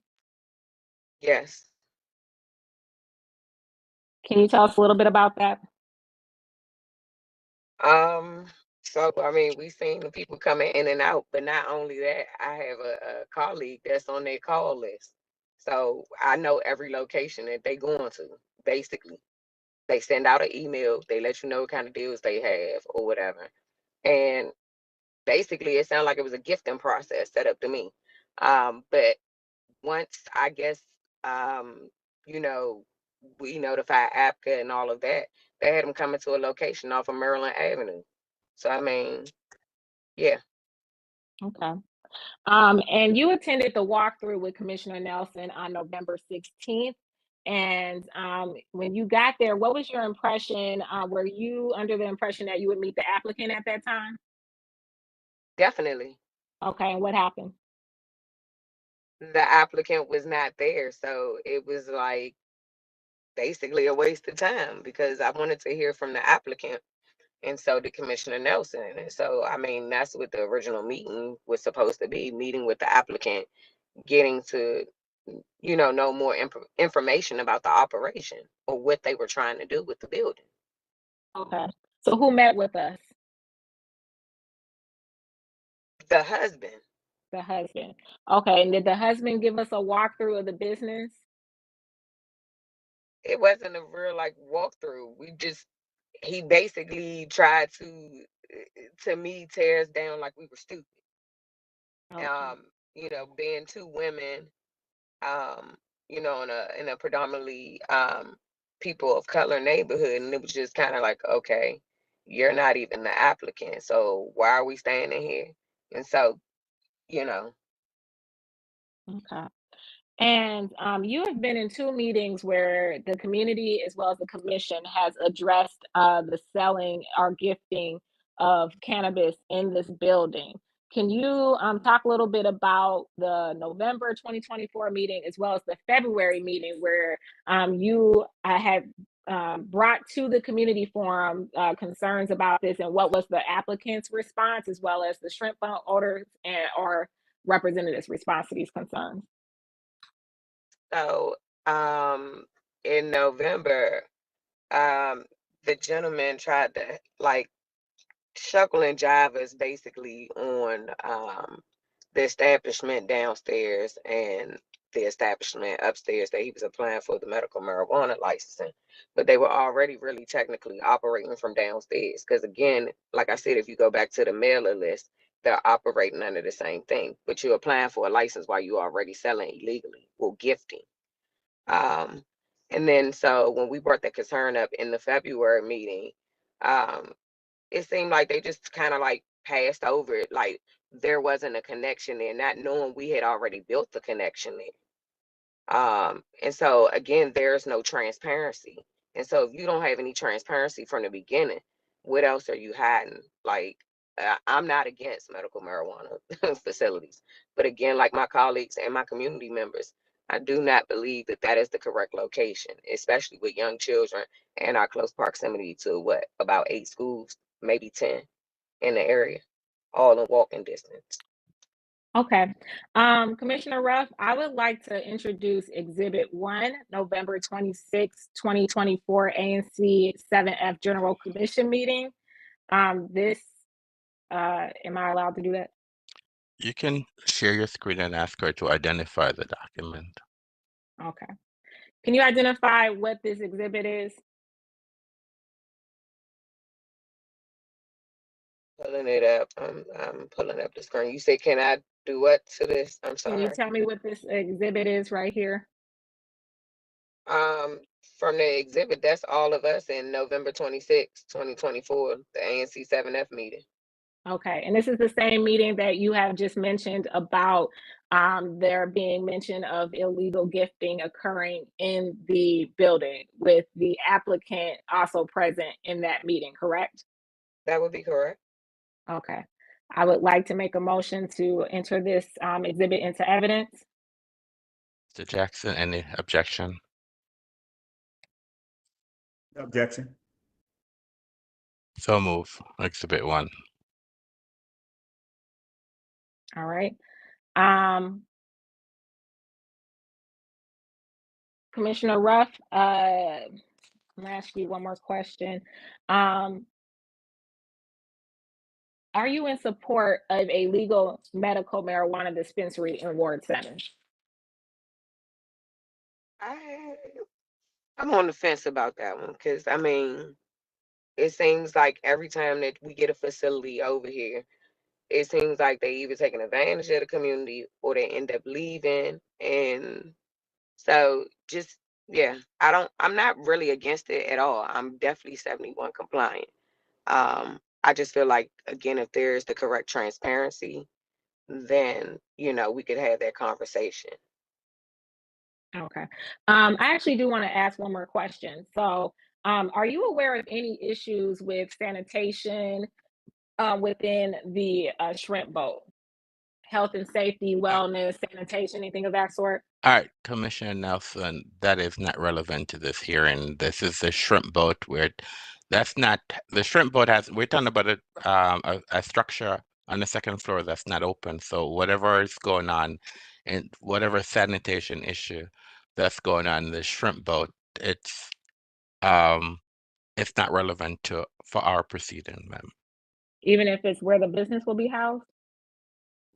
The building has been, what we see, the building has been constructed with a empty shell that's been constructed. Whatever health and safety, whatever sanitation issues that are going on in another part of the building downstairs, I don't think that's relevant to this build out that's going on the second floor. I don't think that's relevant, ma'am. Interesting. Okay. Well, I will stop there with questions. Thank you, Commissioner Ruff. Mr. Jackson, do you have any questions? Yes, Ms. Ruff, how are you? I'm good, Mr. Jackson. How are you? Good, thank you. I do recall you being in that meeting. You did say you 71 compliant, correct? I am. Where do you purchase your medical marijuana from? Objection, that's not relevant. Well, I don't, why Okay. we have, well, I don't care where she No, purchased the it from. reason Why I we was going- asking, I was wondering if you would support this establishment Then if it ask was the- to be given a Then license. ask that question, sir. Whether or not Okay. she's a user or not, Okay, Ms. that's Ruff, not relevant. would you be a customer of this establishment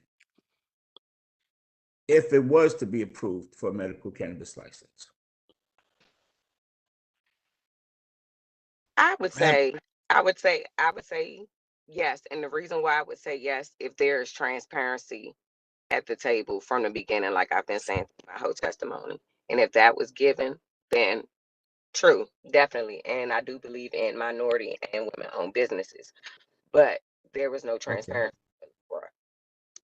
So what transparency would make you comfortable in understanding more about this business? I think that the owner and her husband learning the community, learning what the needs are of the community, and learning when to know when the community speaks up and says something that we truly mean it. Because if you go to any other ward and they say no, or they say, hey, you know, we are trying to help you find another location that you can go to, and they're not necessarily shooting you down, that says something right there. You know, and just the issue with the two businesses being there and those dots being connected. Like, if you're going to do something correctly, do it correctly the first time, so that way we'll have that trust in you. And again, like I said at the meeting, giving back to the community. You know, your applicant said that she never even thought about giving back to the community. So how can you possibly come over to a community and not know necessarily what it needs, or even think about giving back to it? And when you make mention giving back to community, what is your understanding, or what would you want a person to give back to the community or business? That business needs to give education, number one, because everything is not for everybody, and people believe that certain things are gateways, and it might be for certain people. So education is a number one key, but also making sure that they empower our children, providing literacy, making sure that they show up and they donate to the different functions that go on here. It's not just ANC or government functions. You have a lot of civic associations that are bound around them. And just the environment, period. Like, you know, we want to make sure, are you going to employ people from the community? Like, what is it that they're going to give back to the community? Because that area is already rough. It's been rough. I've been here since the late 80s with my grandparents. So I know what this neighborhood is capable of, and I know what it has looked like, and I know what it has been through. And just to come here and say you don't have the knowledge, or you never thought about giving back, you got to think about that here, east of the river. Yes, I'm familiar with that area. I grew up in that area also. Let me ask you, so are the other businesses in that area giving back to the community that you're aware of? I They don't, are. I don't know Okay. where we're going with that. This is not, that's not relevant to Okay. this All hearing. right. Okay. Okay. Last question, Ms. Ruff. So you are in favor of this establishment, and you would patronize it if you're comfortable with the transparency. Is that correct?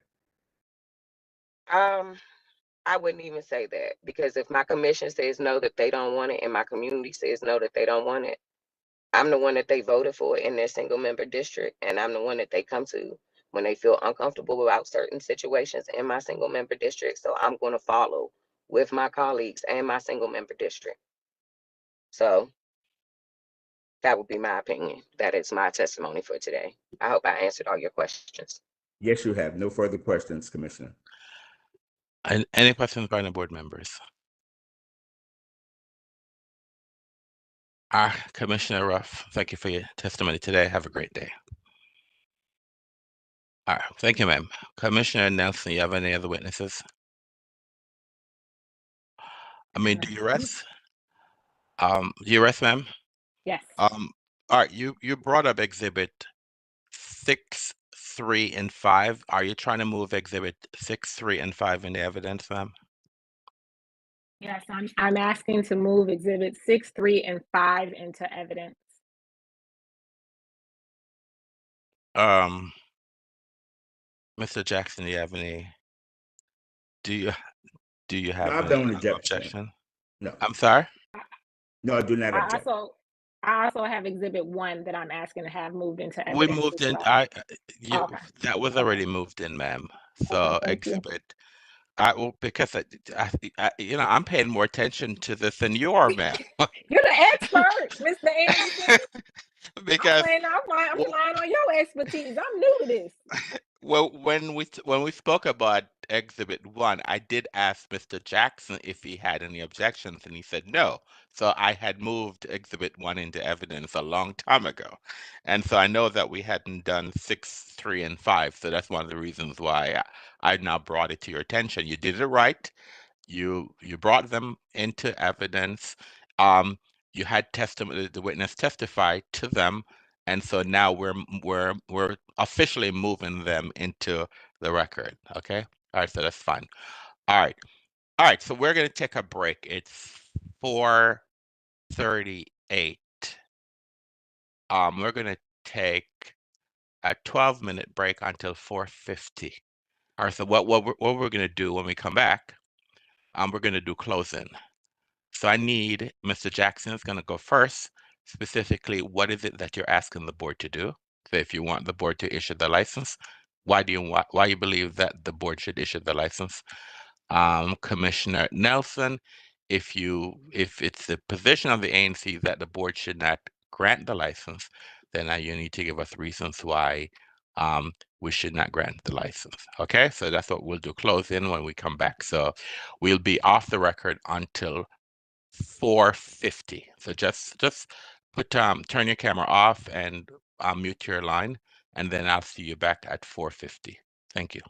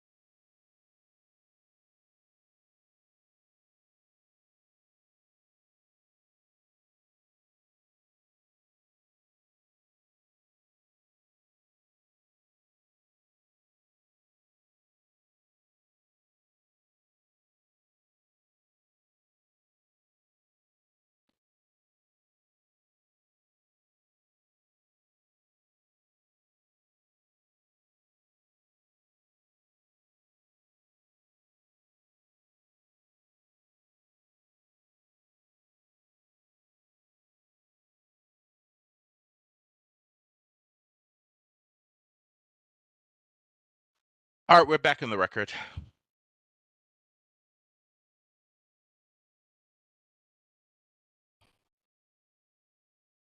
All right, everyone, it's 4:50. We need to wrap this up. Waiting for my board members. Where's Mr. Jackson? All right, fine. So Mr. Jackson, are closing. As I stated before, I need everyone to be specific what it is that they're asking the board to do. So go ahead, Mr. Jackson. 5 minutes. Oh, trust me, it'll be less than that, sir. Yes, I would like for the board to proceed with the continuation of processing the application because based upon the testimony, the exhibits that was presented, and the investigative report by Supervisor Investigator Peru, I feel that the protestant failed to show that the applicant pipe dreams would have an adverse impact on peace, order, and quiet. That's it.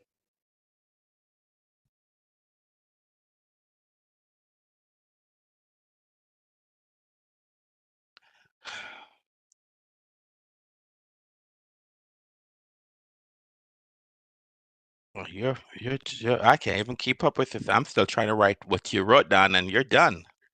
Yes, yeah. You remember we had 10 hours before. This is not going to continue.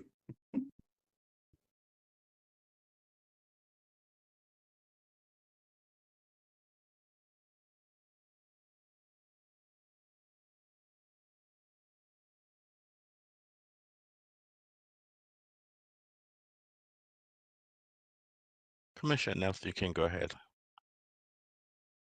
All right, thank you. As we close today, I want to speak directly to what's at stake, not just the license, but the message this decision sends to the community. You have nothing to lose by following the truth. That is what we stood on today in this hearing. If the license is granted, it tells our community that when it comes to assessing essential resources, we should settle for the bare minimum, that we should accept a business model that's ill-suited for our neighborhood, an applicant who has not demonstrated the capacity to uphold compliance, and a property owner who has not shown accountability. It tells us that simply needing a resource means that we must take whatever form it comes in, no matter how flawed, no matter how mismanaged. That's not equity, that's exploitation.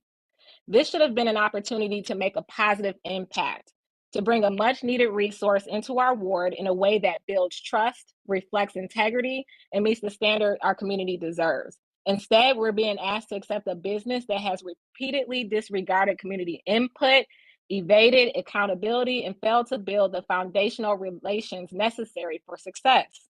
One business should never outweigh the voice of the community, especially a business that has not centered that community in a meaningful way. I ask the board to consider what message you want to send today. As a body tasked with advancing equity and access, is that message you can circumvent systems, toe the line with compliance, and erode trust, but as long as the community needs the resource, you can still get a license? Is the bare minimum good enough? Is that the bar that we're setting? Compliance is not a checkbox. It's not just about answering a parking complaint, noise, loitering, littering, peace, order, and quiet. These are things that we protested on, but continue to experience issues with safety, integrity, and equity. And this is the industry that is important for us. Compliance is the foundation for safety, integrity, and equity. As this industry continues to grow, we need operators who are transparent, accountable, and responsible. This applicant and those associated with her have failed to show these qualities. They have not taken the time to educate the community or build understanding around this resource. In fact, their actions have deepened negative perceptions. Yes, people make mistakes, but in this industry where trust is already fragile and misinformation runs deep, there is little room for error and certainly no room for negligence. This location in particular demands a level of attentiveness, stewardship, and community partnership that the applicant has not been able to establish. I've seen what this resource, in particular medical cannabis dispensaries, can look like when those values are present. I want that for my community. My community deserves that. We've showed up time and time again to express our concerns, and we're tired of being asked to accept less. We're tired of being told to be grateful for whatever we get. Ward 7 deserves better. SMD 7F04 deserves better, and we're asking you to stand with us in demanding better. We're asking you to not grant this license. Thank you for your time. Thank you. The record is now closed. Do the parties wish to file proposed findings of fact and conclusion of law or waive the right to do that? What basically that means then is that, do you want us to move forward and make the decision, or do you want to wait for the transcript to come, for you to read the transcript and for you to say you're basically writing a legal brief to say this is what we learned today? I believe that the board has enough information to move forward, but that is a right that you have. But again, you will not be able to bring in any new information. It's basically reading the transcript to say this is what was proven at the hearing today. I'm in agreement to waive and to proceed with making a decision. I'm in agreement as well. All right, thank you. All right, thank you.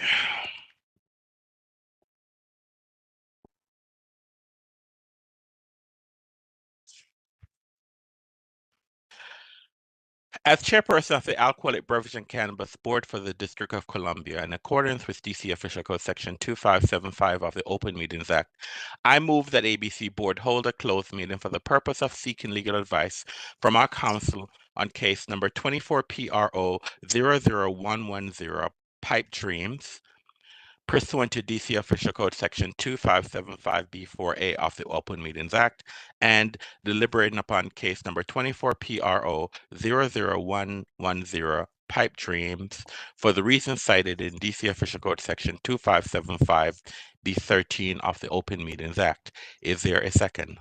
Mr. Grant, I second the motion. Mr. Grant has seconded the motion. We'll now have a roll call vote. Mr. Grant. Mr. Grant, I agree. Ms. Quinn. Quinn, I agree. Mr. Meadows. Mr. Meadows, I agree. Mr. Jones. Mr. Jones, I agree. Mr. Anderson, I agree. The motion has passed 5-0. I hereby give notice that ABC Board will recess its proceedings to hold a closed meeting pursuant to Section 2575 of the Open Meetings Act. Thank you very much for your presentation today. The board will issue a decision in 75 days. We'll issue a decision within 75 days. Thank you again. Have a great day. Thank you for your time. You're welcome, ma'am.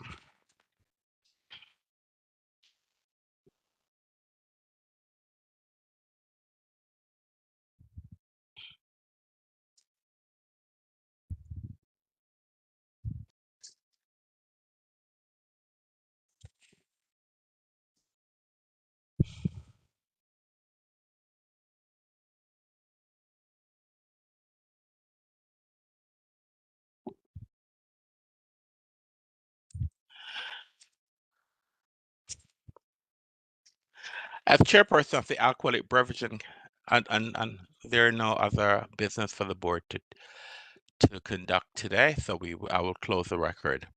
As chairperson of the Alcoholic Beverage and Cannabis Board for the District of Columbia, in accordance with Title 3, Chapter 405, Office of the Open Government, I move that ABC Board hold a closed meeting on April 30th for the purpose of discussing and hearing reports concerning ongoing or planned investigations of alleged criminal or civil misconduct or violations of law or regulations, and seeking legal advice from our legal counsel on the board's investigative agenda, legal agenda, and licensing agenda for April 30th, as published in the DC Register on April 25th. Is there a record? I'm sorry, is there a second? Ms. Quinn, I second. Ms. Quinn has seconded the motion. I will now take a roll call vote on the motion before us now that it's been properly seconded. Mr. Grant.